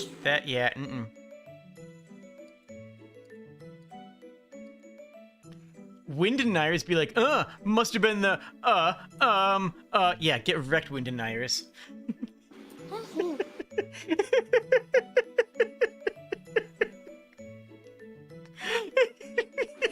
mean, there really are, like, conversations that go that way sometimes. There are, and it's hilarious, but like, honestly, and like the poor cropping around the edges that cuts off this is just a fantastic meme. This is the quality. It definitely is. I'm telling you, folks, come here. We give you only the finest memes, the best quality. It's perfect. It's ideal. What more could you ask for in a meme? Yeah, no bucket with this. By judging the shadows of these two obelisks, I can determine that the curve of the world is this, meaning that the world is this far around. Scientists today, for the last time, the world is not flat. Yeah. Question, will Jade drink water? Anytime that you redeem a sippy for me, Jade also does a sippy. Yes, I am mirroring any redeems that are given to Sprigg. Yes. Tis my policy. But yeah, this meme does hit. Like, there are people. There are people in this world. I think that summarizes it. Fake gravity, someone says? Fake gravity? It was a sippy redeem, by the way. I did, yes. Okay.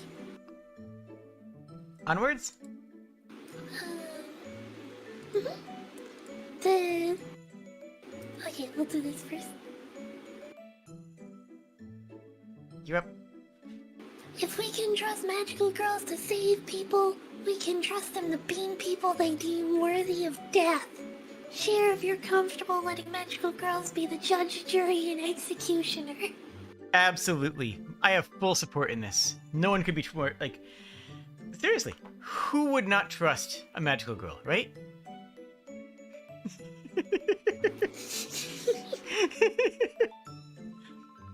I love magical girl shows. I really do. And, like, I can't believe that my favorite, like, C-list magical girl show is actually getting a modern reboot. Oh? The, why am I blanking on the title? The one where you have, the characters turn into endangered animals. I'm not familiar with that one. Tokyo Mew Mew. That's what it is. Tokyo Mew Mew. Oh, okay. I was Were they endangered, though? I remember one of the girls is just a cat. She is an Iramote wildcat, which is critically endangered. Okay. and that this show is actually a big part of why it's no longer endangered, because they raised so much consciousness of that particular animal that conservation efforts and donations for it went up, which is That's great. kind of sad that that's what it takes now. But you know what? It's still good. It's still a It has good ending. accomplished good. That is It has good. it has accomplished good for the world, exactly. But yeah, like that was a great show, and I loved it. Like when I was, younger, I was like, that was one of my favorite shows, and it's like, it had very little cultural like, it didn't stick around the way Sailor Moon or Cardcaptor Sakura did, right? It didn't have that cultural staying power, so it just sort of faded away, and I was kind of like, okay, that was a great show, I adored it, but it's going the way of like Kaito Saint Tail or Nurse Angel Ririka, where it's like, it was a good show and nobody remembers it, but that's okay. And now it's like, hey, it's coming back with a full HD, completely redrawn, rewritten part of the plot. And it's like, wow, hype! I am so hyped for this. I'm excited. No, I do not believe Sailor Moon originated as a parody. No, I do not believe that is correct. I don't think that is either. Because the manga was around for a long time, and it was good, frankly. But yes, I support magical girls. Yep. What is your favorite magical girl show? Honestly, I haven't watched very many, like, all the way through. A lot of them, I get exposed to them, and then it's like, okay, I can't watch this whole thing, or I'm going to be Fair, in an fair. awful mental state. So I finished Madoka Magica, That one is good but which heavy. is... It is heavy, it is very heavy. That's also a weird one to be one of the few ones that you finished, because Madoka sort of like relies on the tropes of having watched a whole bunch of other magical girl shows. Yeah, I've seen, like, one or two others, I think, but I actually can't even remember them. Cardcaptor Sakura is one of my favorites, but my favorite magical girl show is something that it's an anime that people don't think of as a magical girl show, but people will immediately recognize it and agree. It's Princess Tutu. Princess Tutu is the best magical girl anime. If you've seen it, then you probably are going to agree with that statement, even though it doesn't really fit the same mold as magical girl shows, but it absolutely does. It is. I don't think I've even heard of it. It's well made, but it wasn't. It's higher brow, I guess is a way of saying it. It's targeting a slightly older audience who is more familiar with like ballet and dance and theater, which I mean I am. So and I like, and yeah, the themes of it are done in metaphor, but not like the heavy-handed metaphor like Madoka. It's done with more of a gentle and more of a touch that has an interest to it. Yeah. I recommend you look it up if you're interested in such things. I will definitely put it on my list. Onwards? Only seen Powerpuff, does that count? I don't think so. Yeah. You think it does? Oh no, yeah, to moving on. Oh, okay. This is a classic reveal one. Alright, go ahead. Why do you keep grabbing everything except Wait. grab the one layer I want? Wait, what are we on? Well, 540. Oh, okay. There we go. I found it. Sorry, I had that one out of order. My bad. Sorry. It's a form where they have to put in, like, gender, male, female, custom gender, max of 10 megabytes. That is a lot of wiggle room. I have to assume that that's for a portrait. Like, it's a portrait upload? But yeah, no. What is your gender? Entire source code of Quake installs Doom as my gender. Max 10 meg, guys. Come on, 2.39 meg. File Yep. size of the original Doom. Yeah, Yep. but what's in your pants? Doom.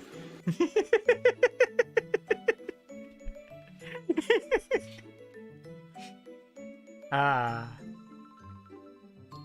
saw one meme. I don't think it's on here, but if gender is what's in your pants, then my pronouns must be Smith Wesson.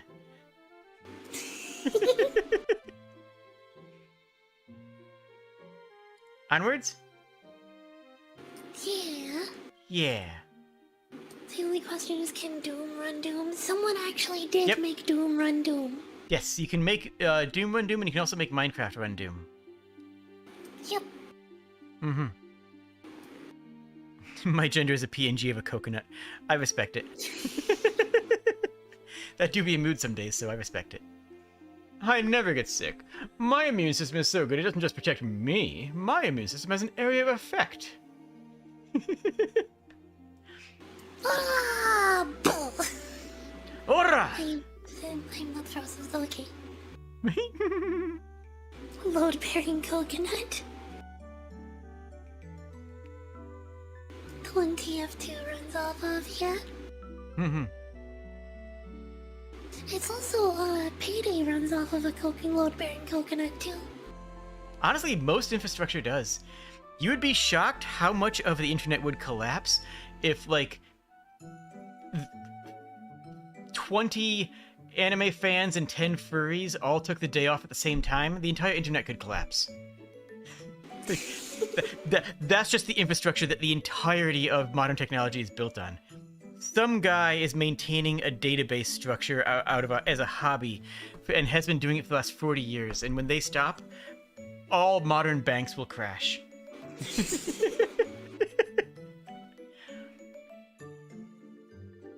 Turns out the load-bearing coconut is a myth. You can replace any image and name it coconut. Oh, that load bearing code. Yeah, okay. Yeah. Mm-hmm. Although I will Yeah, say, that was the meme that we're referring to. gotcha. I have had similar things when I was working on older game dev stuff, where it's like, if I remove this, everything stops working. Don't know why. Don't touch it. Like, it was a stray bit of code that, in theory, was connected to nothing. It was a stray like 5 lines of code that, in theory, didn't do anything at any point in the program. Yeah, Hayek actually kept getting upset at me when we were doing the Kobold jam because something seemed like it had no purpose anymore, so I just delete it. Uh-huh. And then something would break. And then he'd be like, why did you just delete it? It's just I don't know. It was a wasted line, and we only get so many of those. It was a load-bearing typo.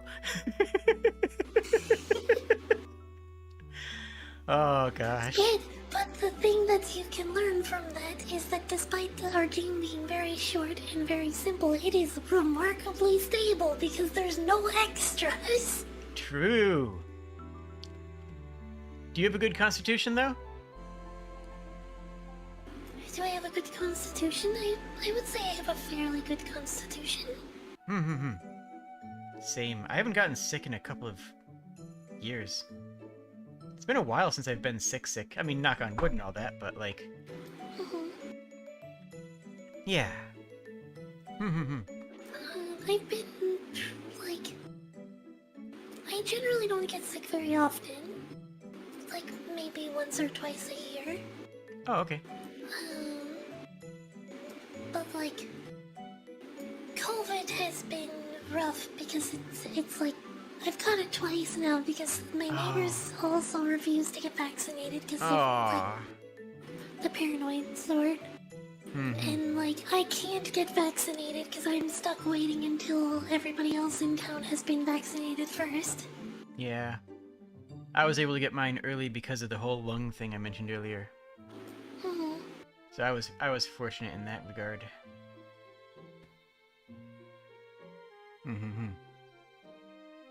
Yeah, like I'm on a waiting list for a family doctor, like a primary care physician. Yeah? I have been on the waiting list since I was 7. Ooh. Jeez.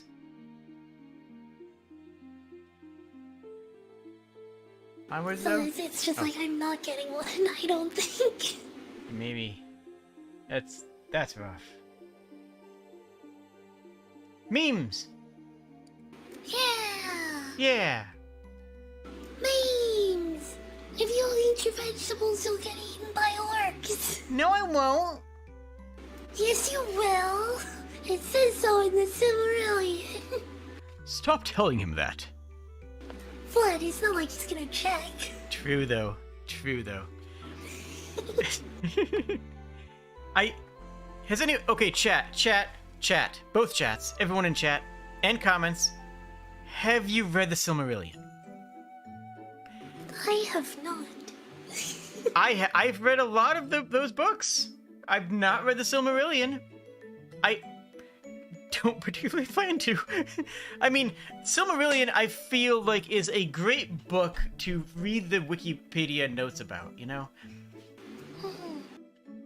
I feel like what the Silmarillion needs, kind of, mind you, this is like a weird crossover thought. Have you ever, like, you're familiar with the SCP Foundation, right? Yeah. Although apparently we need to shout out what the Silmarillion is for chat, because it's one of the books in the Lord of the Rings series. It's one of the sequels to Lord of the Rings, and it's one of the sequels that very few people have read because it's very dry. Yep. Sorry, I'm just shocked that people aren't familiar Oh with my that. goodness. I had bearded kobold. I tried once in college. I thought I'd do a paper on it. I dropped out instead of... Oh no! Oh no! Oh.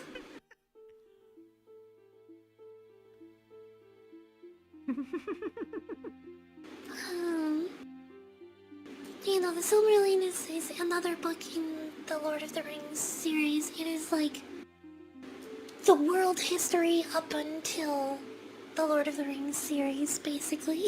Yeah, and it reads like it with all the depth of a history novel. You were saying something about it needed? Yeah, no, what it needs is like kind of like how SCP Foundation has the webcomic, or like the web series that someone's been writing, or not really web series, webcomic, I guess, of SCP Oversimplified. Oh. It's where they basically do like a 4 to 6 panel comic on each SCP. Cool. That actually sounds pretty awesome. It's like a simple art style. They just like, you know, burn out the comic in an hour. Nice. Kind of thing. But if the Silmarillion had a thing like that where they could tell the stories in it Yeah. through like one-page comics, That would be I feel really like good. it would be much better known. Definitely. And Binary in your chat says, is it even a story or just Tolkien's world building notes? And that's actually a big part of it. It is more a compilation of world building notes, and it is a history book done in the style of a history book. It's a history book, but rather being done in the style of a story that you read, a fantasy novel, it's done in the style of somebody who is writing down histories for a classroom, which makes it more dry, but it's also supposed to be dry. So I don't even know if that's like a criticism exactly, because it's supposed to be a written history of that world, in the same way like that The Hobbit is supposed to be, like, you know, in the format of a journal, right? It's not supposed to be a fantasy novel. It's supposed to be a history book, and that doesn't make it good. That doesn't make it, you know, like a better book. It did what But- it set out to do. But My it expression exactly. unlocked for a second there. Exactly, because it set out what it accomplished to do, and I do have to respect that.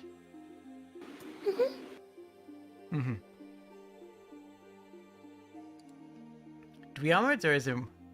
Oh, Yeah, let's move on. yeah. If we're gonna talk about Tolkien history, we could be here all day. Speaking of bookmark? books, Try using Chex Mix. this one life hack will save you so many hours. Librarians hate it. I feel like it's actually gonna cause more to like cost more time than it saves. I mean, maybe, but like, who's to say? Really, who's to judge?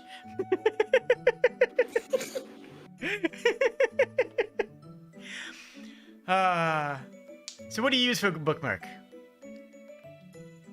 I use a few different things actually. Sometimes I just have like a receipt that I have around. I was gifted like a really nice laser cut wood thing at one point. Ooh. And then it broke because it's balsa wood that's like 2.1 millimeter thick. Yeah. I closed my book on it too hard. That's how fragile it is. Oh, with balsa wood, I 1000% believe you. That makes sense. But like, jeez. Sapphire says it's a waste of Chex Mix. No, you scrape it up and you eat it. It's fine. It's still good. It's just in the book. That way you have your book and a snack, right? Mhm. Yeah, it's fine. Don't worry about it. I have sinned. I have a puzzle book that I use a pen for my bookmark because it's like one of that those makes sense. ring-bound ones. I So usually... I put the pen down the rings, and the clip of the pen marks my page. Nice. I usually read outside, and I used to read while I was walking on trails, and I used to get ridiculously lost while I was doing so. But I would usually use, and I do still do this to this day, is I usually use a leaf. I use a leaf as a bookmark. Just take a leaf, split it down the middle. You know how you can split a leaf down the middle so that only one side of it has a leaf, and the other side of it is, just has a straight line. And then I would use that. Yeah, that would make sense. Yeah, that's my go-to bookmark. I have a fancy metal one that I use for a fancy book that is more of a reference material than a novel. But by and large, if I'm reading, I'm outside. If I'm outside, I don't have anything with me, and I'm using a leaf.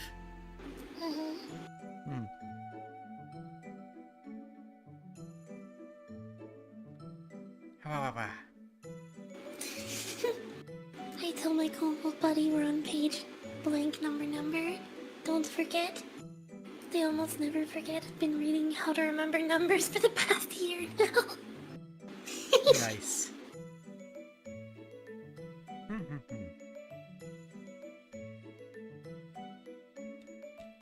Can you recommend a YouTube video to watch while we're chatting? You can recommend one, but I can't watch it while we're chatting. We're still going through the memes. Yeah, I can recommend you a YouTube video. It's called this one. Yeah, yeah, this one. Here, let me give you a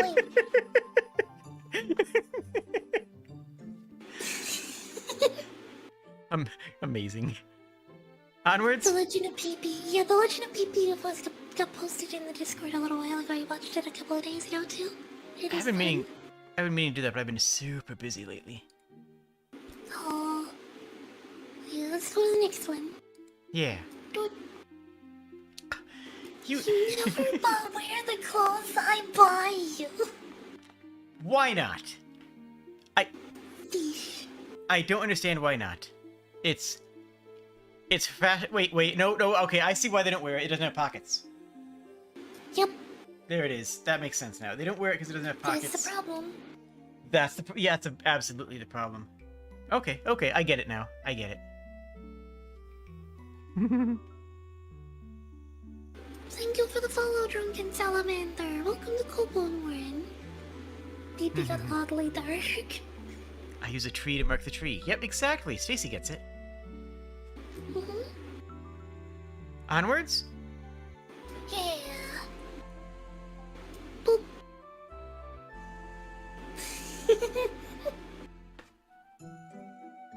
Why does a headshot cost 600,000? Your art commission is unforgivingly overpriced. Art commission? Just to zoom in here, I just want to point out the feet. Bruh. Bruh. I think that's probably my favorite part of this entire meme. Oh, Assassino was asking if we would wear the fish outfit. It doesn't have pockets. Yeah, no pockets, no. No pockets? No good. Get out of here. Get out of here with the lack of pockets in that thing. Yep. sew some pockets into it, maybe I'll reconsider. One of my biggest complaints, you know what my biggest complaints about this hoodie is? Mm-hmm. They took the part where the pocket is and they just took it off. Yeah? So it's like, no, here's a bare belly. No pockets for you. When I was... Why no bucket? I would not... When I was younger, I would not buy a jacket or pants unless I could fit a paperback novel in the pocket. And I brought my novels with me to the store to check. That was my restriction. That was my limitation. That was my decision. If I couldn't fit a book in the pocket, wasn't worth wearing. I wish that was an option. Yeah, that's it was with more mask clothes, obviously, but yeah. Onwards? Onwards! Oh, I was expecting a different one just because I've got everything on top of each other still. Oh, you're trans. I can't be trans. There were no signs. I also like that it's like fireworks in the background too. Oh yeah. That picture. It's fantastic. And I know a lot of people who have applied to this, who this applies to. They're like, they look back on their life and say, you know, I should have figured this out, you know, decades ago. It's like, yeah, but you get blind to yourself. You get blind to who you are because you think you know who you are. Right? You get blind, especially when it comes down to like gender issues and whatnot. You get blind to who you are because you think you have who you are already figured out. So a lot of people don't look at themselves critically. A lot of people don't look at themselves and actually think about, you know, about things that may be obvious to them later. I like this one. This is a good meme. I don't have the frame of reference for it, I suppose. That's fine. Onwards! Next one! The perfect sponsor doesn't exist. Zoom! Oh. Zoom! Zoom! Zoom! Zoom! I'm just glad to see that NASCAR has subtitles now.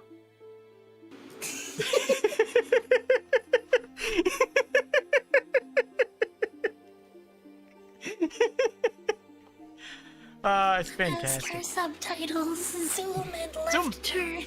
Zoom! Zoom! Zoom! Actually, wait, they're turning right in that picture. Something's gone horribly wrong. Oh, this is Formula One, I think. Oh.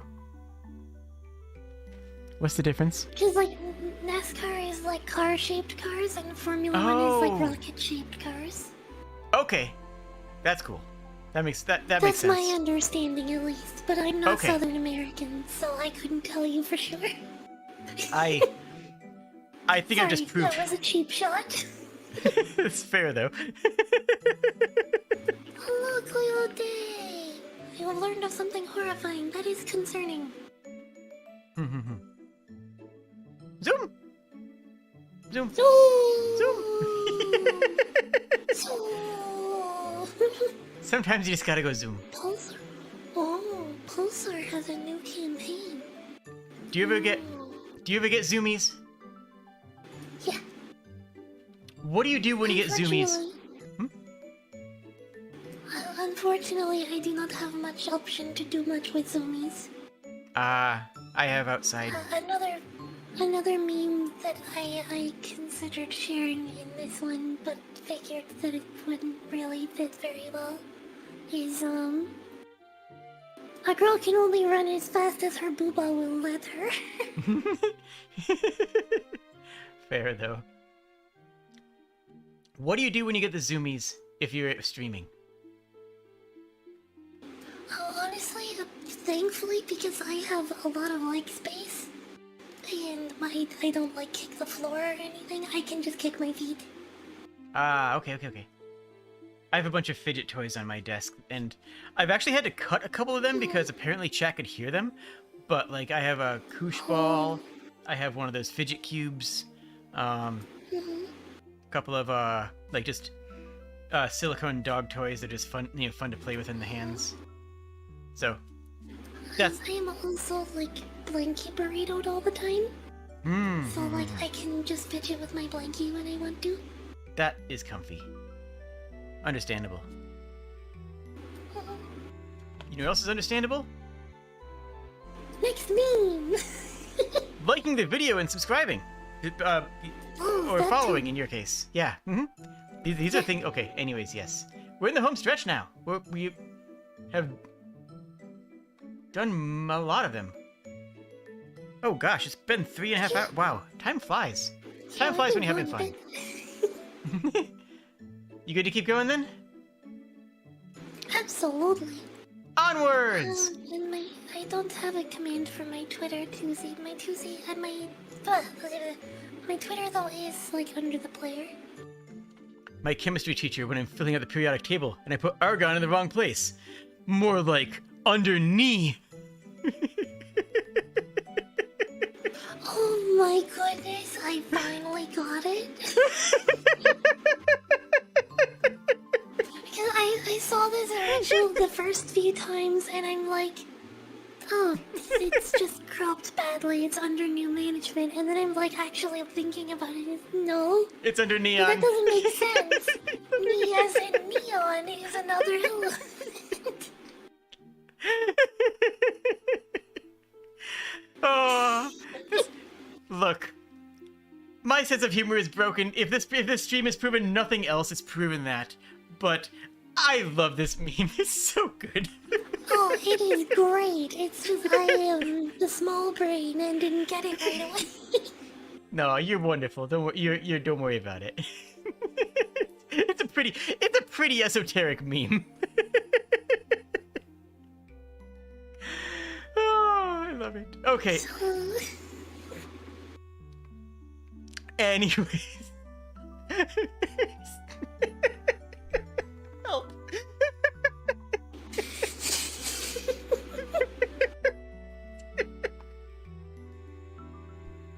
Chemistry has always been something that's like super fascinating to me.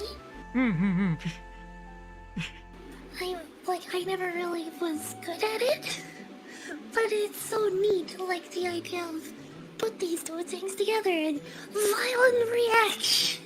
It's basically magic, right? Yeah. It's literally alchemy.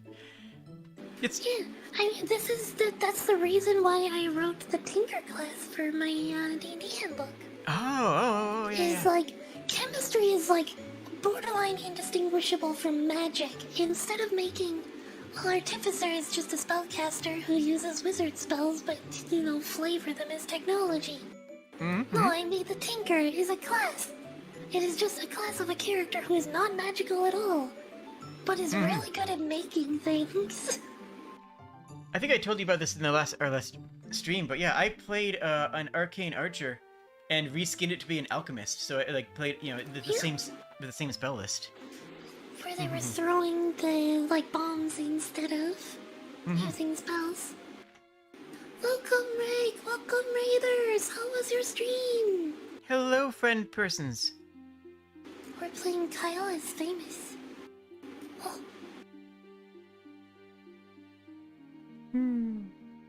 Onwards. Hang on, I think I've got a thing is broken right now. Uh-oh, things are broken. Wow. Underneath. It's still funny. Yeah, it's not doing my shoutout clips thing for some reason. So I will have to check it out later. Okay.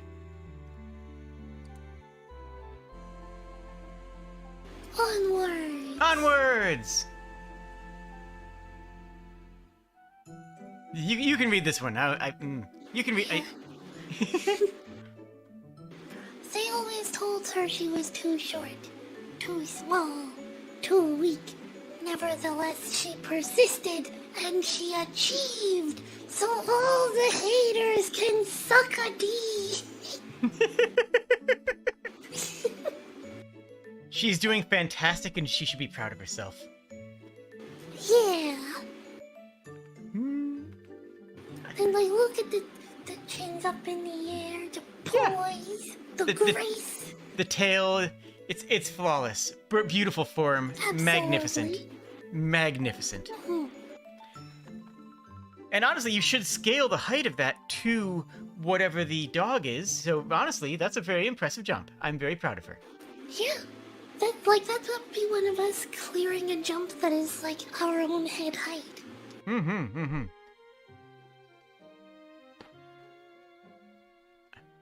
Magnificent. Onwards? Onwards! So this one is great. Why do you need all of this poo?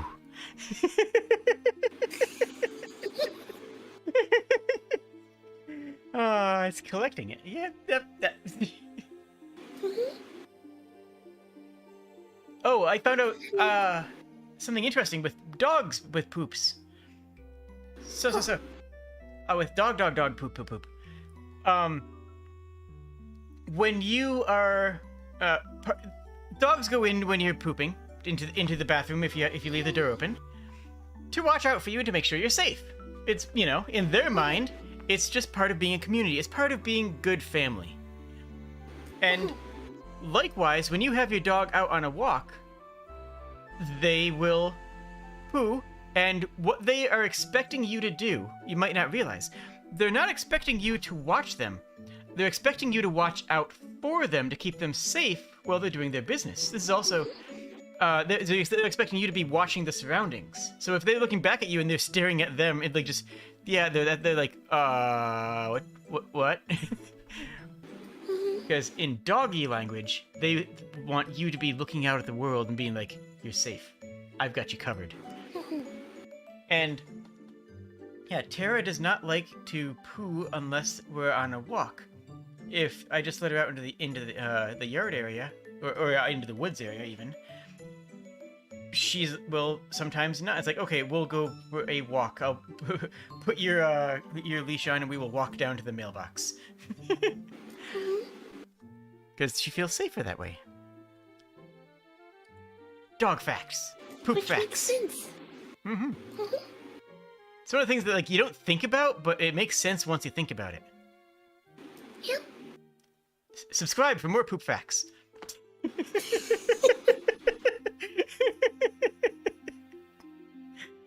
That's all I got. Onwards. Onwards. Squid fans versus krill enjoyers.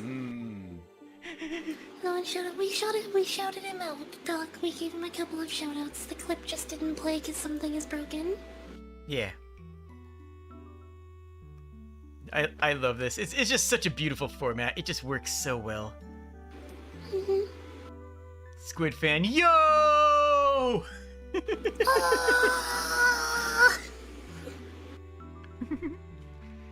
They're both valid.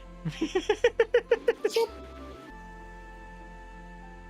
Though I will say, I'm sure you get this tonight too. It feels like this applies to me when I'm streaming, because I'll watch some people on Twitch who are just like, always super hype when pog and yelling all the time. It's like my stream is more of the krill enjoyer stream. Yeah. Laid back. Content. I would think that mine is usually the same way. Leaning towards the krill enjoyers. Yo, shout outs to all the krill enjoyers in chat. I don't know what I mean by this. Never mind.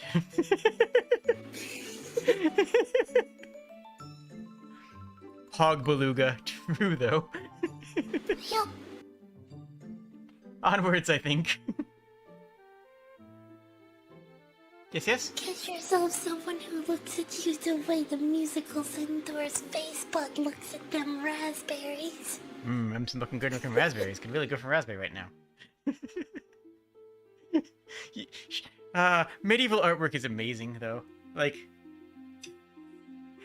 Oh yeah, it is. It is so often so weird, and it is magical. it really is. And, like, they knew what they were doing. Like, this isn't somebody trying to make serious, beautiful artwork. This is somebody having fun with a pen. Like, this is somebody who was handed a paintbrush and said, I'm gonna make this the world's problem. People are going to look at this artwork for hundreds of years. I am going to make sure that they have something to talk about. And dang it, they succeeded.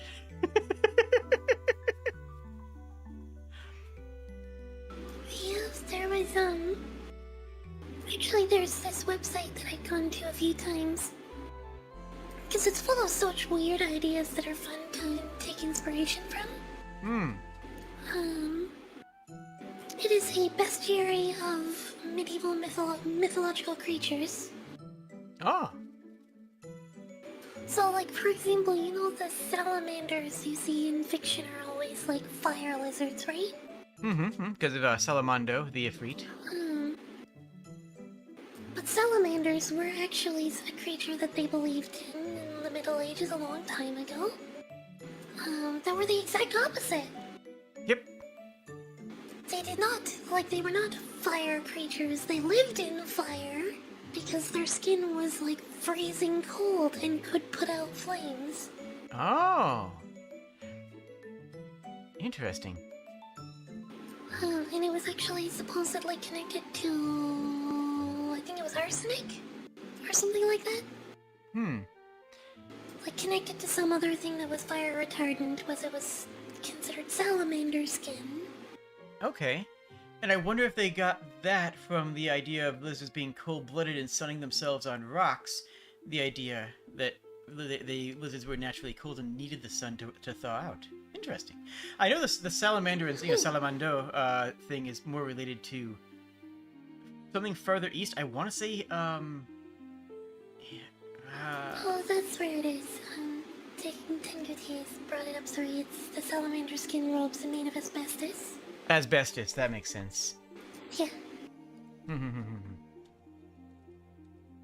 I know that the I don't know where arsenic got into my brain from.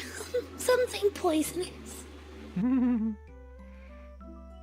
Salamander mythologies come from I want to say it's farther east.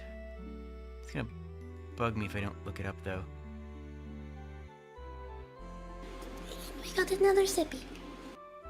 Yay! I shall do this. Thank you, Doozy. Oh. Yum yum yum yum yum. Which Anyways. I'm realizing, by the way, I'm not sure if this is getting confusing. I have Toozy Fox is one of my mods, and you have a Toozy Buzzard in your chat. They're both good beans. Hi, Shadow. There's so many neat, like, weird ones too. The ghost tree. They believed that geese were not actually natural animals. They believed that they fruited from trees. Yeah, that was actually parthenogenesis was a very popular thought process back then, right? Like, it was very common. Like, you know, spoiled meat is spawned flies and maggots. That is parthenogenesis, right? I got that correct? Yeah, it is parthenogenesis. I think so. So I just looked it up real quick. It is parthenogenesis is the term for that. And yeah, the belief that various birds were grown out of fruit in the trees because that's where they were found. Locusts were caused by leaving cut grain on the soil. They would become locust. But again, they were working. The information that they were working with supported that. Yeah. If it wasn't livestock, where you didn't have active, intimate understanding of breeding cycles. Like, we still don't know how some species of eel reproduce. That's actually a fact. There are some species of eel where we, humans, in the year of our Lord 2022, don't know how they reproduce. We have theories, but we actually do not know. Which I think is very neat.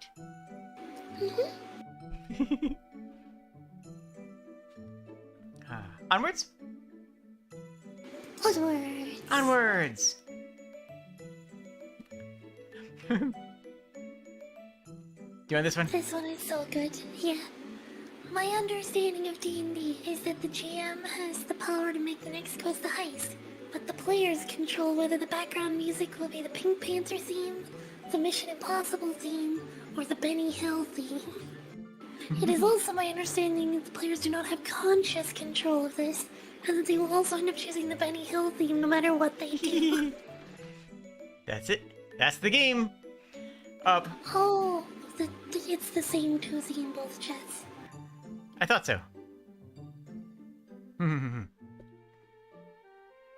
But like, chat, just assume, just pretend that we played the music here and demonetize our streams. Just like assume that and give us subscriptions and super chats to help make up for it. Yeah. That's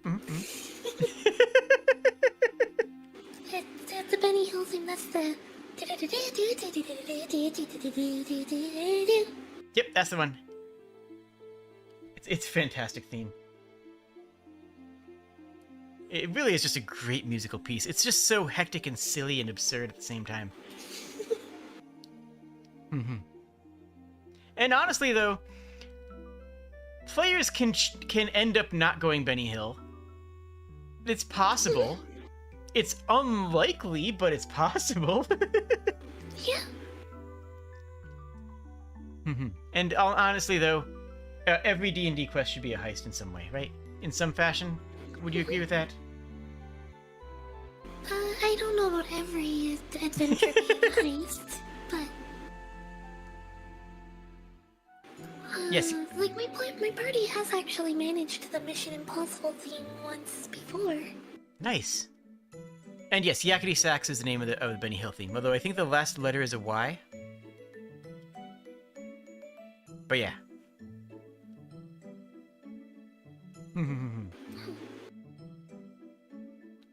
And yeah, I have seen these. There's also like going A-Team style. I guess that might fall under the Pink Panther style, but yeah. It is good. It is. Onwards? Onwards. Onwards! Boop. Oh, it skips the dialogue, just starts fighting the boss. Everybody else at the staff meeting. What?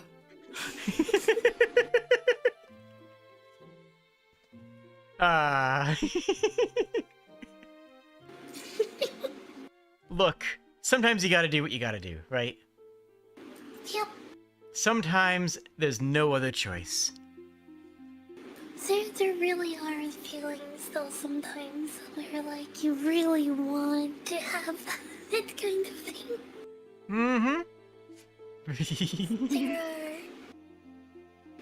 There are a lot of people in the workforce who have jobs that they're not really that qualified for. And who make it everyone else's problem. I mean, if we start going into anti-work and anti-capitalism, this might end up turning the stream into, oh, I don't know, any of my Outer Worlds streams I've been playing lately.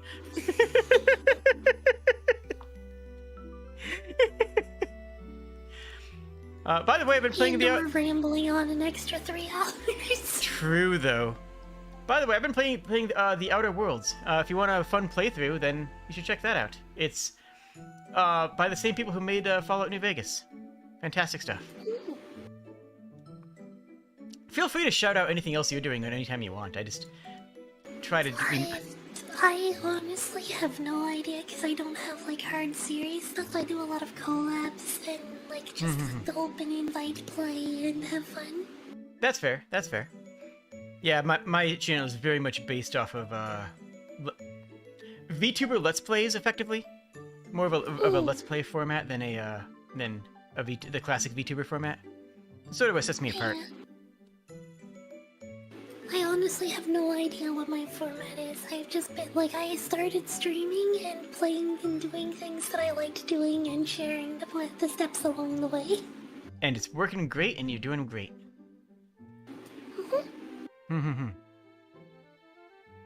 Onwards? Yeah! Onwards! Thank you for the follow, Dark Davy. Welcome to Kobold Morning. Has Outer Worlds maybe space Fallout, but still a fun game? Just avoid Spacer's Choice guns. Okay. Chronologically, it's more accurate to depict a T-Rex on a unicycle than to depict one fighting a Stegosaurus. It's true, though. It's one of those things that's just true, and no one wants to think about it because we just sort of all file dinosaurs in dinosaur brain mind thinks.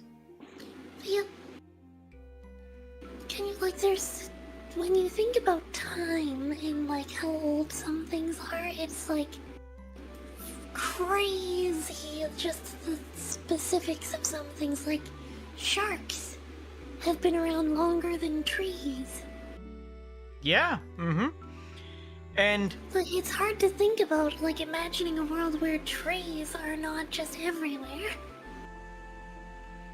There's a really fun fact that makes perfect sense if you think about it biologically, but is bonkers if you think about it like just without just timeline-wise. And that's that there were millions of years where trees existed, but the bacteria to break down tree matter did not. There's millions of years where trees existed, grew, and fell over and just sat there for lifetimes and lifetimes until you had like 30-meter deep trees just of just wood piles, because the bacteria that would evolve to decompose the wood into dirt hadn't yet. And it's like, yeah, that's where a lot of our oil reserves come from, was that point in history. And like that's why new oil reserves didn't happen later on, because those were all, that's where a lot of them came from. But like it's still wild to think, because you don't think about, like, I don't know, after I learned that, I spent an inordinate amount of time just thinking about a world where all of the animals were running from log to log, and it was just a sea of logs, and that was the world for a non-trivial amount of time. It seems like a fascinating world concept for like a fantasy world. Yeah. Where just like the world is trees. There is no ground under trees. It is just trees. Yeah. And then trees were growing stronger and taller because they had to grow through all of this detritus of other trees. And that's part of why trees started growing so tall. It's like, it's wild. It's just absolutely bonkers, and I love it. Trees are older than dirt? Not quite. Trees are older than mulch, I think would be a bit... or trees are older than compost would be a better way of phrasing it, but you're not on the wrong path. Is that why we have petrified wood? In part, that is, some of that is from there, though a lot more of that is just from going from saltwater deposits, which prevented the decay process.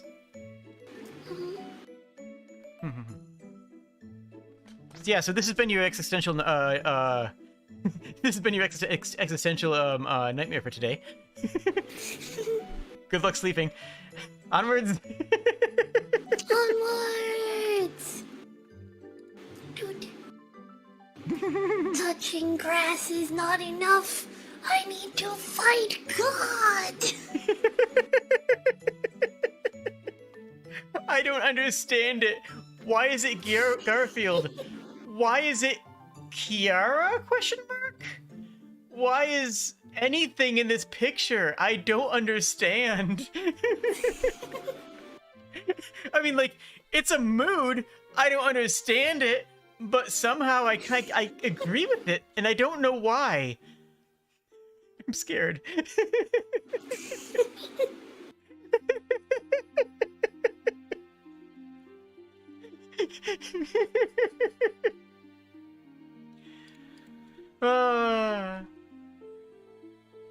Okay, that's my rant. I don't have anything. You have anything to say about this one?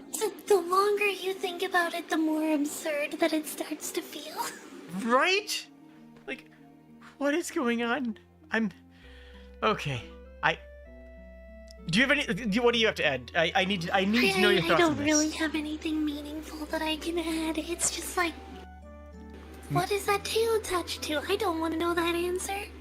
Ooh, Why that's.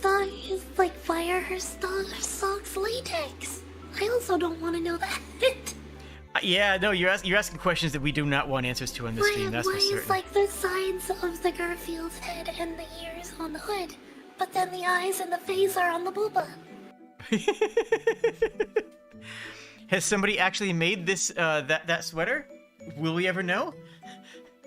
If someone has made that sweater, please do not notify me.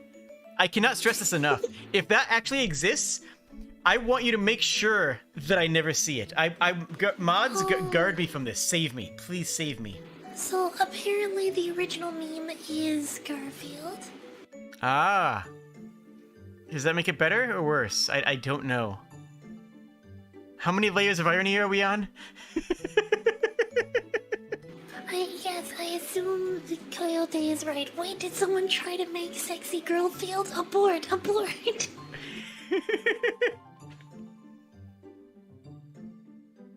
I think that's what it is, and then someone just put this picture, like this text on the top. Honestly, sure. Why not? I guess I can't even. This You know is what? the most logical conclusion that I can come to. Logic left the stream like 3 hours ago, Sprigg. Any ounce of sanity that we had was gone when we were talking about reusing hot dog buns.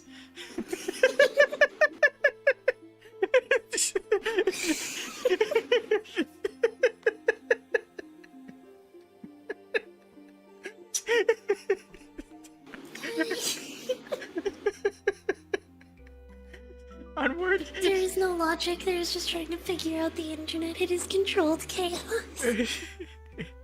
Yeah, next up. I think it's next. I can't. Here, you do this. Heck modernism! Drop out of design school, don't use Futura, take drugs, use more fonts, make everything look cool again. Also, just a couple of other little, like, tiny details to note. Mm-hmm. Copyright 2018 Teenage Stepdad. What does that even mean? I don't want to know. Yep. Every one of the, like, overhead lights on the truck says KO. And the hood says Big Feet. Big feet. Okay. I don't think that's enough to get them out of copyright, but good on them, I guess. Because Bigfoot is one Can actually. you send something or no? Sorry, Shadow, no, we collected some of our favorite random memes and are just reviewing them together. This is a carefully selected. This is a carefully selected and curated list. It's a very well established and important. Oh my gosh. Okay, I think onwards on this one, right? I think so, yeah. I think so. Graphic design is my passion. I love this one. Go for When it. she says she's looking for a quick fling, and you have a trebuchet set up in the back garden. Excellent. Excellent. Should we tell the trebuchet story again?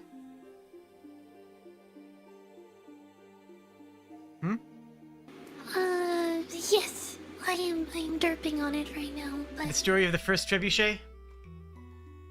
So, some engineer invented the trebuchet. And back then, engineer was actually a literal title for a military title. You were an engineer. So some engineer invented a trebuchet. And one guy, Anyways, one dude said, okay, set it up in front of this, want to say Scottish castle. We're going to use it to take the castle. They set it up, and anytime you're firing off artillery, especially in the medieval period, you have to zero in your target. You fire off a shot, calculate it, math out where your next one has to go, right? It takes about 4 shots before you are actually firing, and these functionally were like warning shots, right? So they fired off a couple of shots to zero in the targeting on the castle. This was farther away than any other weapon, well out of range. Like, catapults are basically in English longbow range. This was out of range of everything, and they had a line of pikemen in front of it. There was no way to dislodge this trebuchet. And again, you have to build a trebuchet on site. You don't, like, wheel it in. You have to completely... You bring in the parts, and then you manufacture it on site.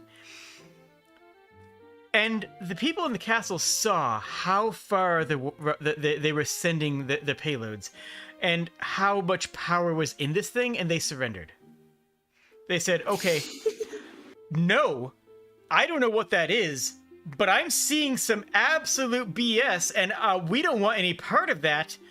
We're out. And they surrendered. And their surrender was declined. Their surrender was declined because the general had a new toy, and damned if he wasn't gonna play with it. The general just says, no, you can send the women and children out of the castle. You can leave if you want. I'm still gonna take shots for a couple hours. He did. He just straight up did. He had fun with it. And honestly, I can't blame him. I would have done the same.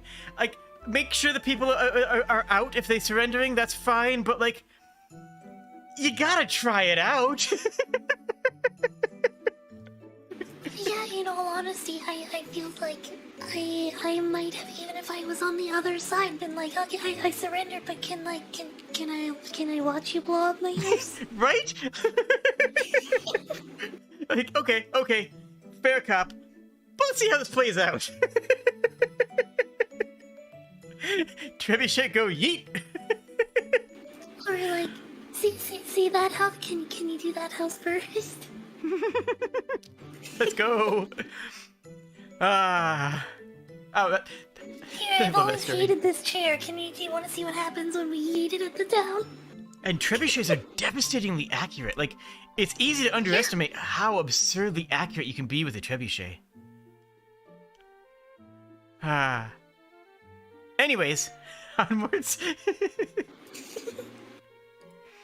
Onwards! Oh wait, hold on. Before we go onwards, I just gotta point out. I just gotta do a callback. Okay. Okay.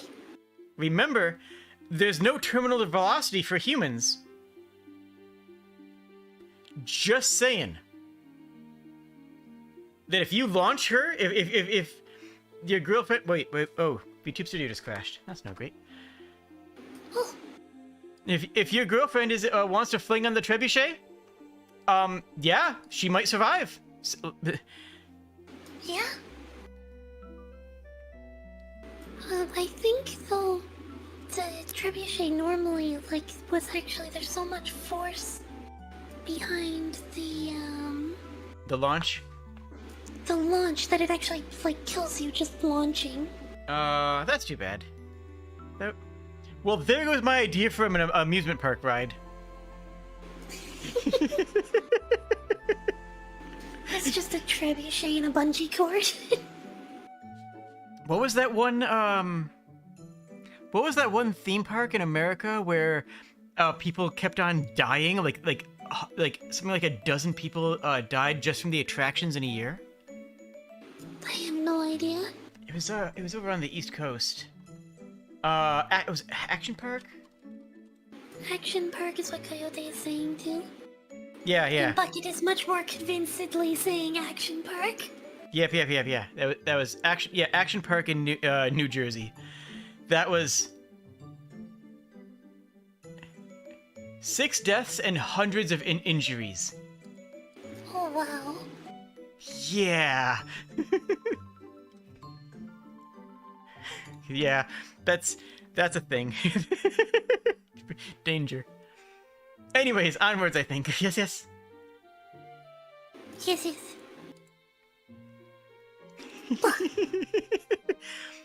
The cure is simple. Go to the desert and see a statue of Ozymandias, King of Kings. Look on his works, ye mighty. You'll feel better. Do you want to finish it? Sorry, but doctor! Cried the shattered visage with sneer of cold command, half sunk in the sand, near fast and trunkless legs of stone. This one has layers. This one is deep. Do you catch the references? I did not. Okay. So there's it's mixing metaphors. They're both literature stuff, which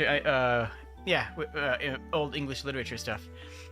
The first one is the story of Pagliacci, which is the man goes to a doctor and asks the doctor, says the doctor, I feel depressed, I feel sad all the time, my wife is sleeping with another man, and I don't know how I can go on. I don't know how I can, how I can keep on going.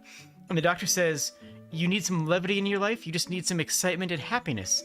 The great clown, the theater troupe is in town, and the ghost of the clown Pagliacci. Everybody who sees him feels better. And the man says, but doctor, I am Pagliacci. Oh. And it's the classic sad clown story of, the entertainer who is feeling depressed, and even though they have to put on their makeup and go on stage and make others happy. And then the other, that's half of it. The other half of it is the poem of Ozymandias, which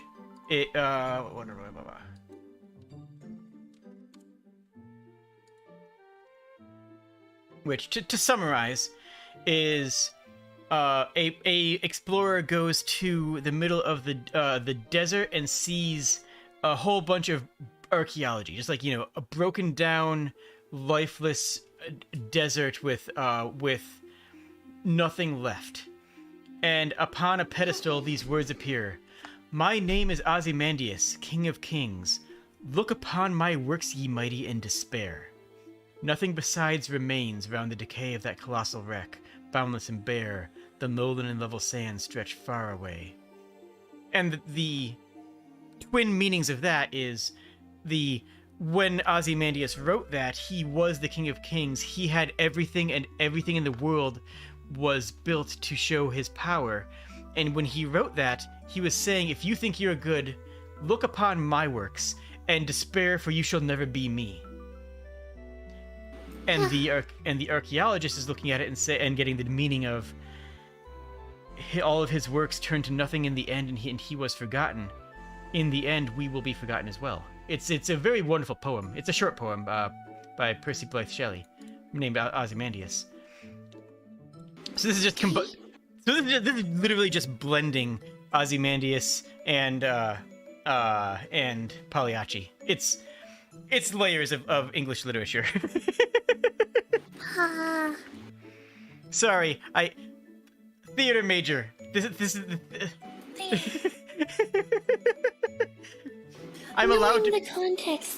Knowing the context, I feel like it would have been great. Yeah, that's kind of what it boils down to, isn't it? Look, I'm allowed to be dramatic because I'm literally a drama major. That's how it works. It's okay.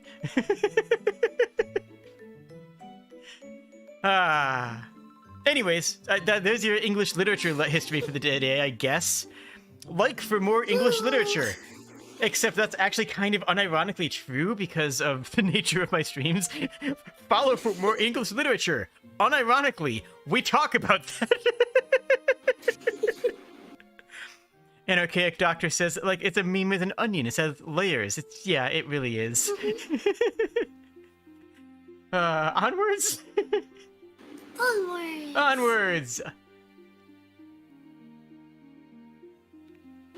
Yep. All you. I was laughing at this one earlier too when I was like putting them into the program. To all Metroid Prime 4 fans, thank you for being loyal and patient. I can't finish the game because there's a bee in the studio. Understandable. Take your time.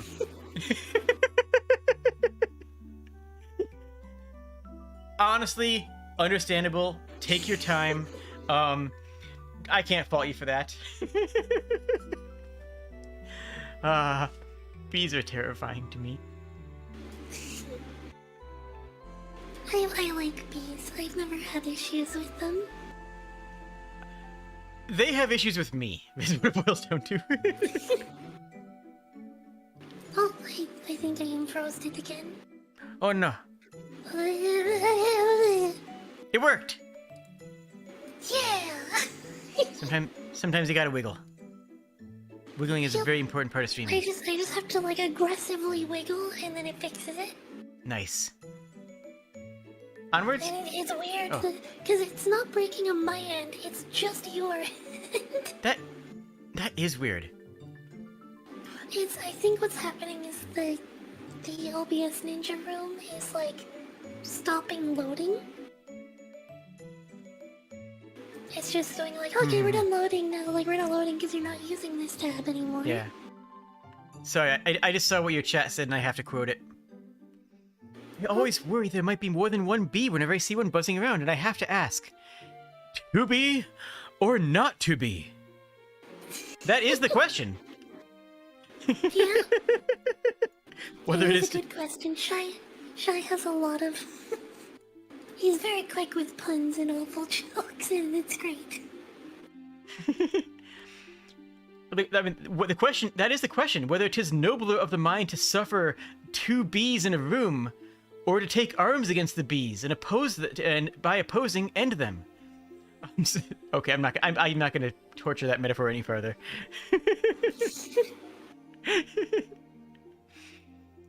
Onwards. Onwards. Onwards. Clever girl. Yep. Girls desire more feminine, girly things. Go out there and get yourself something girly. You're too boyish, and that's not right.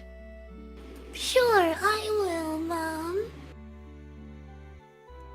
Mom, look! I got something very girly. A girlfriend! Look how girly she is. Aww. She is very girly and adorable, frankly. The look on the girlfriend's face, just like, she's so excited to be a part of this bit, and honestly, I respect that. Yeah.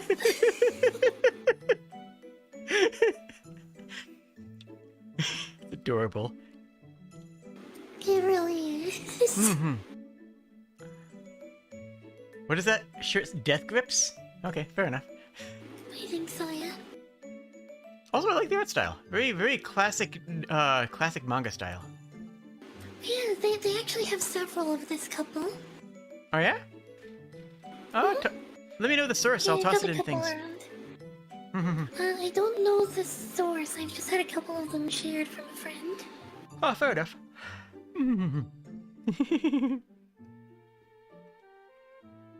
Adorable. Onwards? Yeah. We're almost done. We've got like 5 left. Sorry, I just thought I would see if I could find one. Oh, no, that's fine. So my brain, smooth, no wrinkles, cute, can't think equals no sad. Your brain, bumpy, weird, gross wrinkles, ugly, thinks equals sad.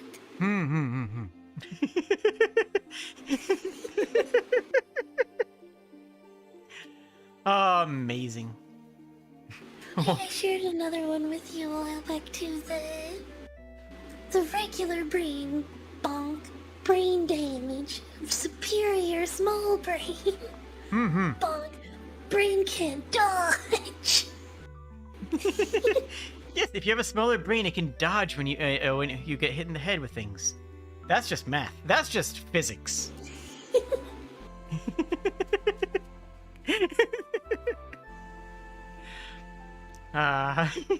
Onwards. Smooth brain looks like chicken breast. I think it's koala brain, actually. Oh, that makes sense, actually. Koalas are very dumb. Yep.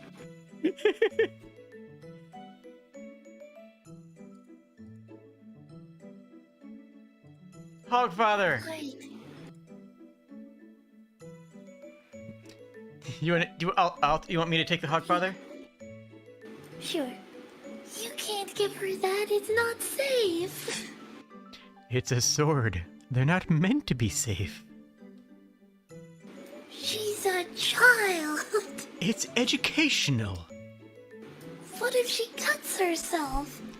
That will be an important lesson. Rest in peace, Terry Pratchett. You were an absolute smith of words. Absolute legend. Go read Discworld. Everyone in general. I stumbled on a thing a little while ago about Terry Pratchett, actually. When he was knighted, apparently he went out of his way to learn how to blacksmith and forged himself a sword from a meteorite ore. Nice. So someone mentioned in the comments on like this picture, just, like this is Terry Pratchett and his star metal sword. Now I'm making a post-apocalyptic RPG campaign, and Terry Pratchett's star metal sword is definitely a legendary item. Absolutely.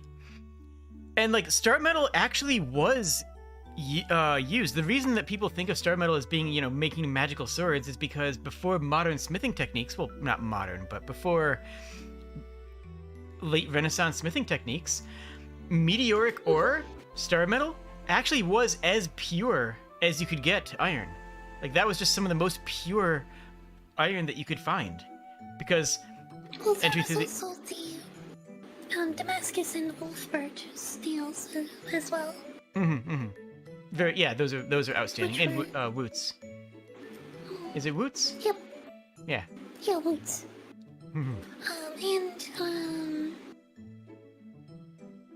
Oh my goodness, I'm forgetting the word right now. Japanese steel as well.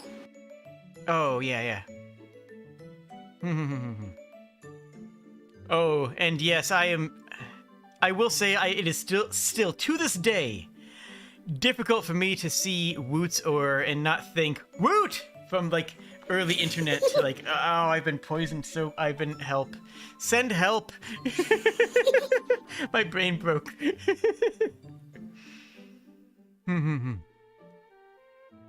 But yeah, Japanese forging stuff is very interesting. Woots or folded 1,337 times.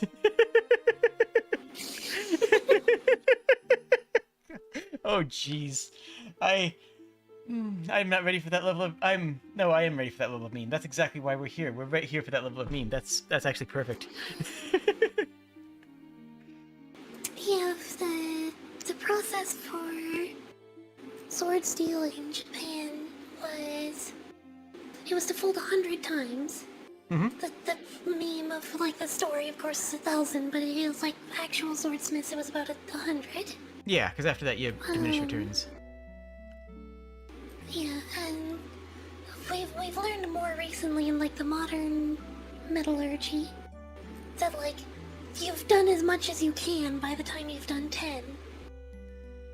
Beyond that, you're just like losing steel to scale. Yeah. And even then, when you reach 10, you've already gone well beyond the point you actually need. Just 2 folds is also great. That's also using modern smelting techniques. That's an important factor, though. Yeah. Without modern smelting techniques, then you do need to fold it more. Like back then, their ore was a lot less pure than just our casual ore that we have now. So, yeah, and the Tengutie says Japanese iron was terrible and very impure itself. So yeah, they did fold it a lot more.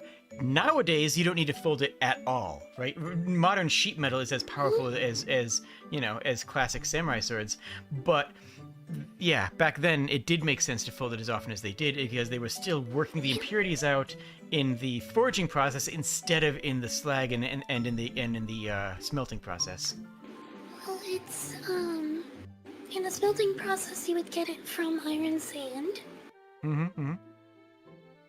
And then you would you basically smash the slag with a hammer and pick out all of your cast iron pellets. Yep, and then do that like 3 more melt times. those back down. Then you'd melt those back down into an iron, and then your iron was hammered and folded and hammered and folded. Mm-hmm. But you might need to smelt it multiple times if you had really poor quality, or fold it and work out the impurities in the forging process instead of in the smelting process. Mm-hmm. Yeah, exactly. Yeah, because it's like you couldn't get a perfectly clean smelting process because you're doing it from, like, charcoal and iron sand, basically. Mm-hmm. Mostly charcoal, right? Yeah. Onwards. This has been smithing facts. Follow for more smithing related content. Oh, I am actually an amateur bladesmith. Yo, awesome! I didn't. Did you mention that before? You might have mentioned that before. I forgot about that. That is awesome. Get losers, nap time. Yo. That is amazing. I mean, I'm just flummoxed at how chill they are, right? Mm-hmm. I don't know if they're sedated or not, but I think they're just vibing, and it's like, that is amazing. Mm-hmm. Some sort of a rescue thing, I'm assuming. I assume it must be. Yeah. Because most people don't casually have 7 deer in their car, you know. Most people don't. Some do. Whoever owns that car has Disney syndrome. True. In bad case of Disney Princess Syndrome.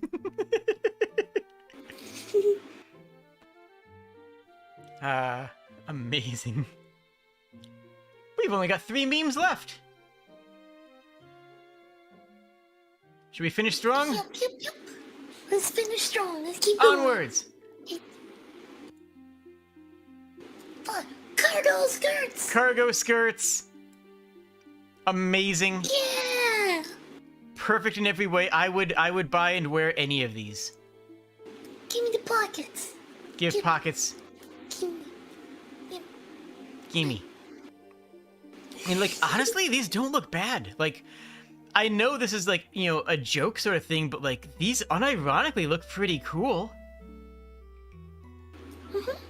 Like, that bottom left one that has a whole bunch of pockets on it, like, heck yeah. Yeah. Fashion. The middle left and the middle right actually stand out to me as like looking pretty good, but also have like really big pockets. Yeah. Center bottom has like a ton of storage space in it. Mm-hmm. And center top actually still has a really fashionable cut to it. Mm-hmm. These are all amazing. And the bottom right one has 3 legs. That's fine.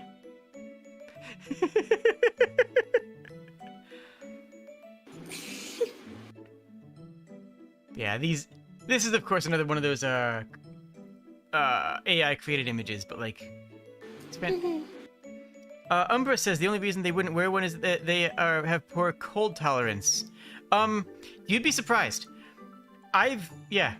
When you're wearing a kilt, the shape of the kilt traps all of the heat underneath it, so you can actually wear it in a lot colder weather than you would expect. So, like, I think for a skirt like this, it would really depend on the fabric and the material. If it was made closer to the, not necessarily the shape exactly, but more in the material style of a kilt, it actually could be really warm, even in winter. Yeah, like a flannel style. Yeah, be awesome. And honestly, everybody should wear a kilt. It's like a long skirt like this. I would love that. Mm-hmm. Sapphire Lake's the top left. I don't know. I don't know if I can get behind the skirt style of it. Yeah, that one looks more like shorts with an apron. Yeah, one of those skirt short things. I think they all look fantastic, though. Onwards? Much better than you would usually expect from an AI generation. True, though. True, though.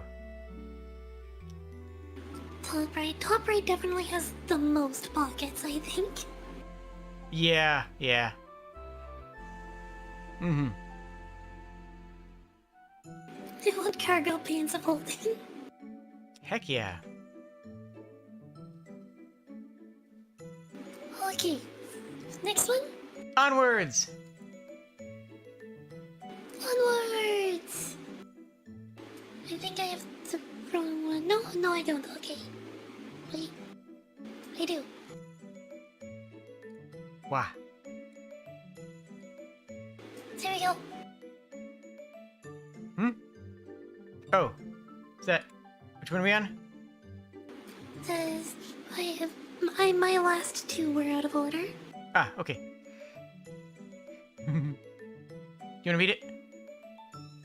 You call that a meme? Where's the irony? Where's the postmodern dismissal of well-established societal ideals and rejection of what is traditionally known as humor? Where is Big Chungus? You know... I like that they include Big Chungus. Absolutely. I feel like, aside from the fact we didn't have Big Chungus show up, which, honestly, our fault, I feel like aside from that, we absolutely nailed it this. We have... This stream was all irony. It was tons of postmodernism. Societally ideals were thrown out the window. I mean, we're a couple of Kobold VTubers, so societally ideas are already way far away. Societal ideas are on the other part of Twitch. It's on the far distant side of YouTube.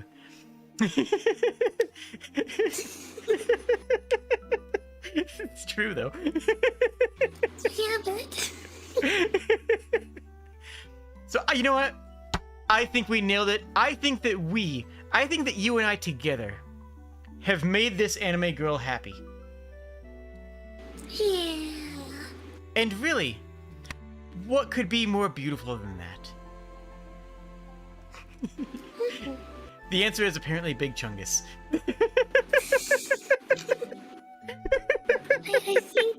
I think just from the context of the picture, though, this is like she is sharing a meme, and then it's whoever's hand that is dismissing the meme, and is very upset.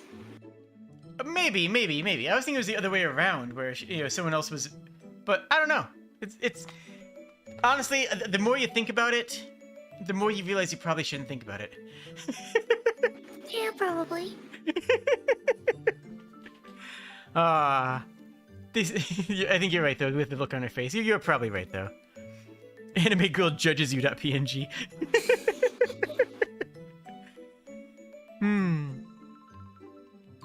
Onwards to the final meme. To the last one. The final meme.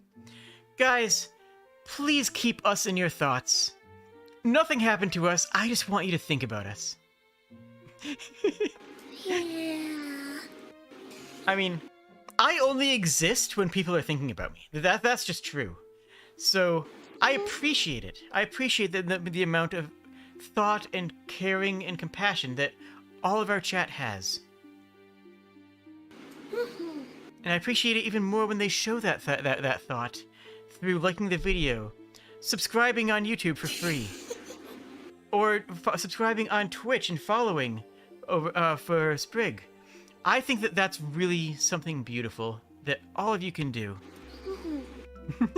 That's right, you heard it here first. Pushing buttons is beautiful. And Pushing love. buttons. Pushing engagement is my love language.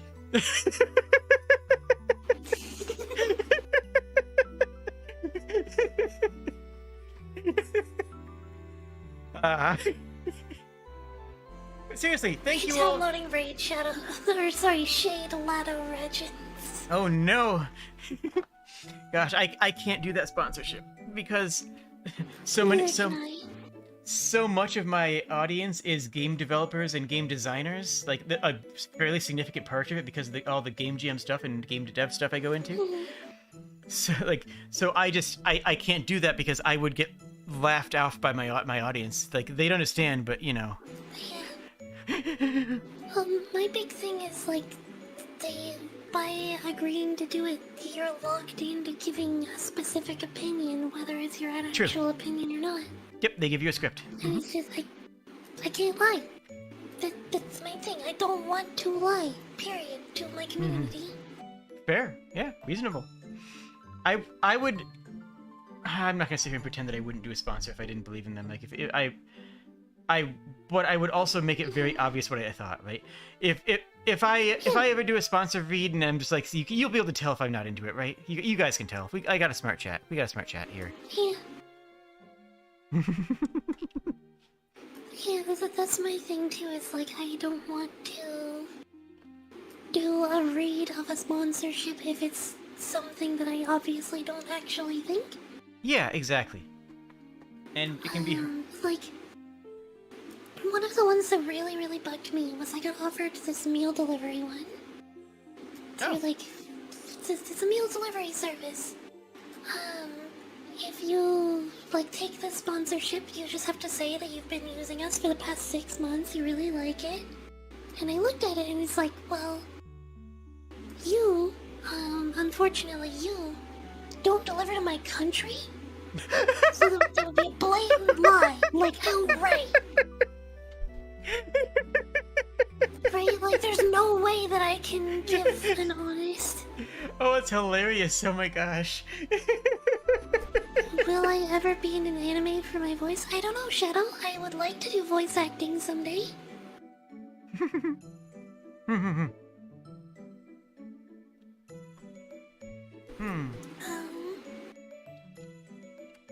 Anyways, the thing. The thing? There's a thing? Yeah, you mean to say you've been using us for the past 6 months and you really like it? And it's like, okay, well, you know, you don't deliver to my country, first off. Right. Kind of important. Second, it's supposedly this, like, delivery drivers specifically working for you thing. There are no delivery drivers where I live. Literally none. It's like nothing delivers in my town. Literally nothing. Even the pizza places don't have delivery. Yeah, same here. There is one pizza place that does delivery, and you know how they do it?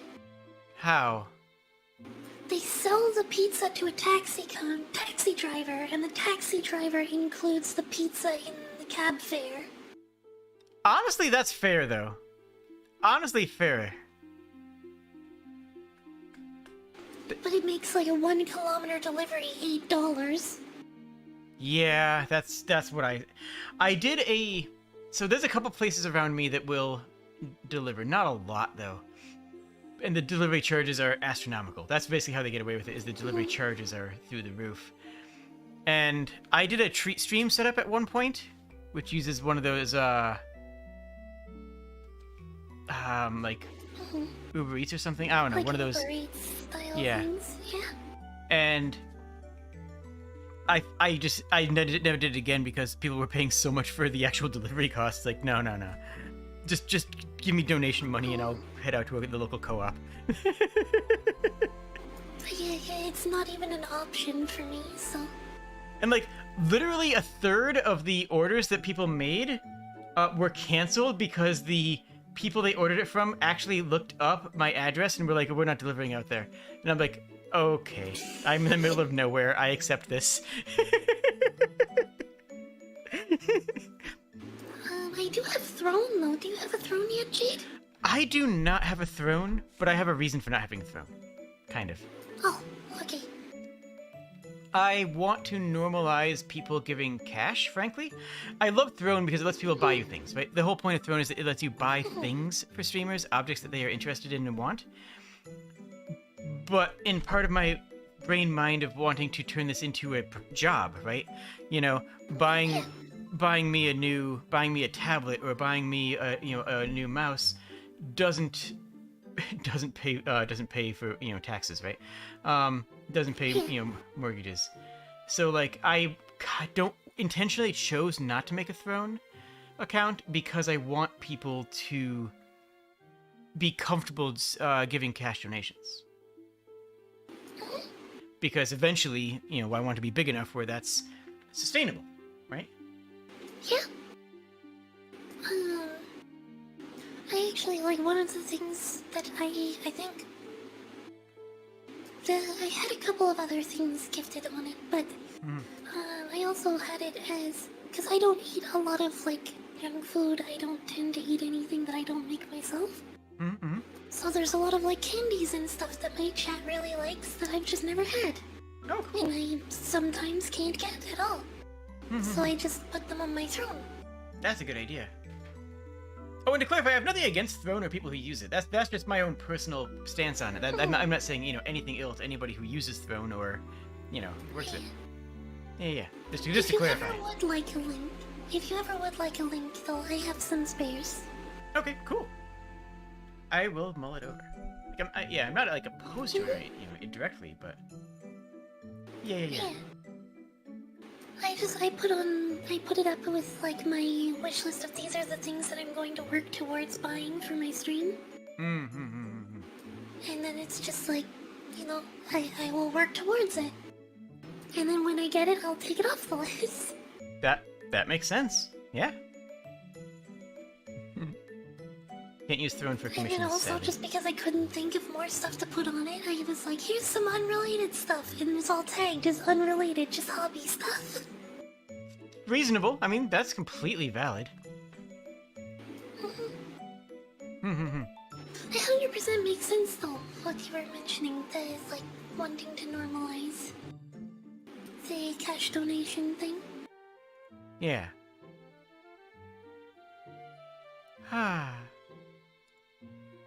So I think this is That does get into the realm of, like, way more complicated discussion, too.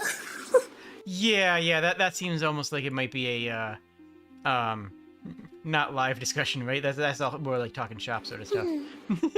Yeah. Favorite cookie is Oreos? I haven't had a cookie in a long time.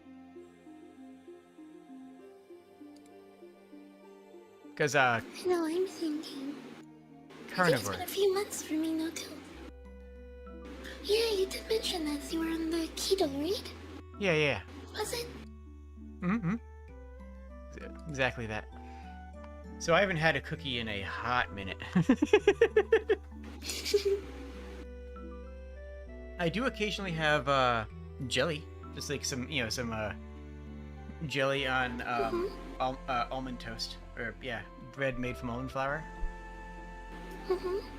That's tasty. Speaking of which, I should probably eat today. I forgot. Yeah, that would be a good plan. Oh well, too late now.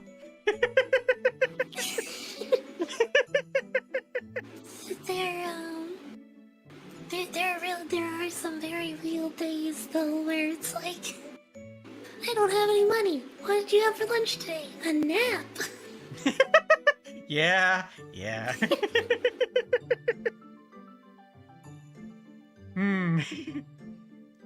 What do you have for lunch? Salt.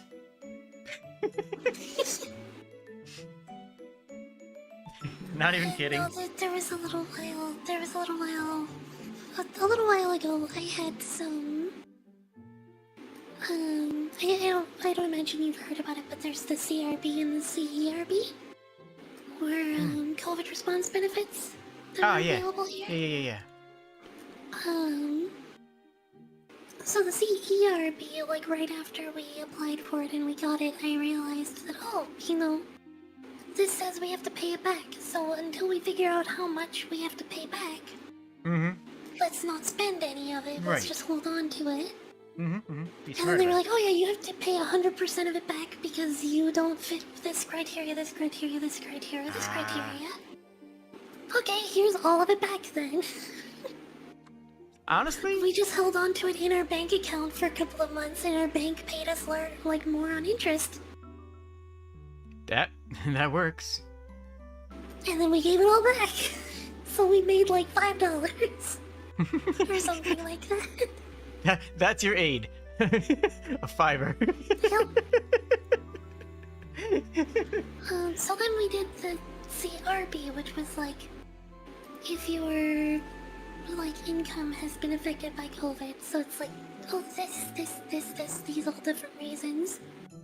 And one of the reasons that was listed on it is if your income, like your personal income, has been reduced by 50% or more since last year. So, for me, I stopped working at McDonald's, so my income went down to 0.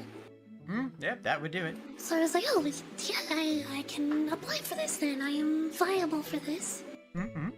And I applied for it, and I got it, and they paid me out for a few months. And then, at the end of it, like, I tried to apply for a new one, and it's like, oh, you need to call the phone line to finish it, because the websites are all, delayed for months, basically. Yeah. Mm-hmm. Okay, so I called the phone line, and they're like, oh, yeah, you're not eligible for this. Oh. I'm sorry, what? You're not eligible for this, and we're taking all of the money back right now. Oh my, no. So we suddenly were in debt, and I didn't have money for a food bill, or, like, for groceries or anything for, like, a couple of weeks. Oh, that bites. So there was a day there that I was talking with a friend, and it's like, what did you eat today? I didn't get to have anything today. I don't have the money. I get to eat tomorrow. Mm-hmm. And then the next day, I had 2 crab apples. Oof. From the tree in my yard. Well, in the front of the building that I live in anyway. And you're more. It's good that you're more stable now, right? That's super rough though. I am much more stable now. Yeah, that was just like an out of nowhere. Here, you're in debt now. Oh no. Thank you for the government support on this time where we had no money.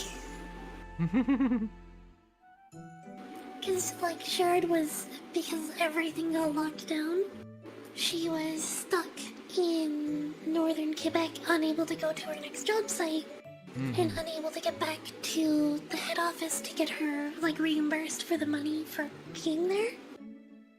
So, like, we were just paying out the nose for the hotel that they forced her to stay in. Jeez. While she was up there. Memes! Oh. Memes! Got sidetracked there a bit.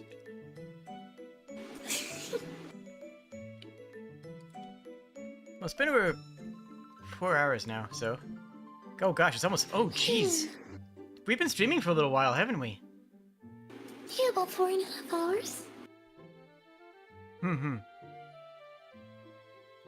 Yep, it is very near to the end of my normal stop time now. My streams Some are more only a couple days? hours long. Oh, Well, shall we call it here then? it seems like a reasonable spot. Yeah. Thank you all for Sorry being... to, like, kind of go on to a downer note at the end. No, I'm glad that things... You know what? I'm just gonna say this to everybody in chat. There are rough patches, but things do get better and things will work out. And even though it doesn't seem like it at the time, it'll be okay. That was kind of the point I was pushing towards with my story, actually. It's like, that was a very rough time. But, like, in streaming now since then, Mm-hmm. because I started streaming in the June of 2020, I have, like, found a place where I am able to provide entertainment and also make a little bit of income at the same time. Yeah. And actually, the past little while, I've even been making more than my dream goal. My financial dream goal with streaming when I started was to make enough to cover rent for the month. Mm-hmm. And you're rocking it. Woohoo! And you should be proud of that, because you're awesome. Yeah, I am. I am very proud of that. Mm-hmm. Well, I hope that everybody has a wonderful evening. And big hugs for everyone, and you too, Jade. Big hugs for everybody. Oh wait, I need a comments question. What do we put? We need a question for the comments to answer. for on YouTube. Oh, What's our comment question? I don't know what the comment question. I don't know. I don't do these. What is the comment question? You know what? Let us know what your favorite What- tangent what- is. We went on a dozen. I got it. You got it? an idea. You got it? What do you think the world would look like if 10 plus 9 equaled 21? True. What is the biggest advancement that you would see immediately if 10 plus 9 was 21? Let me know in the comments section, and I want to see how beautiful things could be. All Now right. that's a callback. Nailed it. All right. Cheers, friends.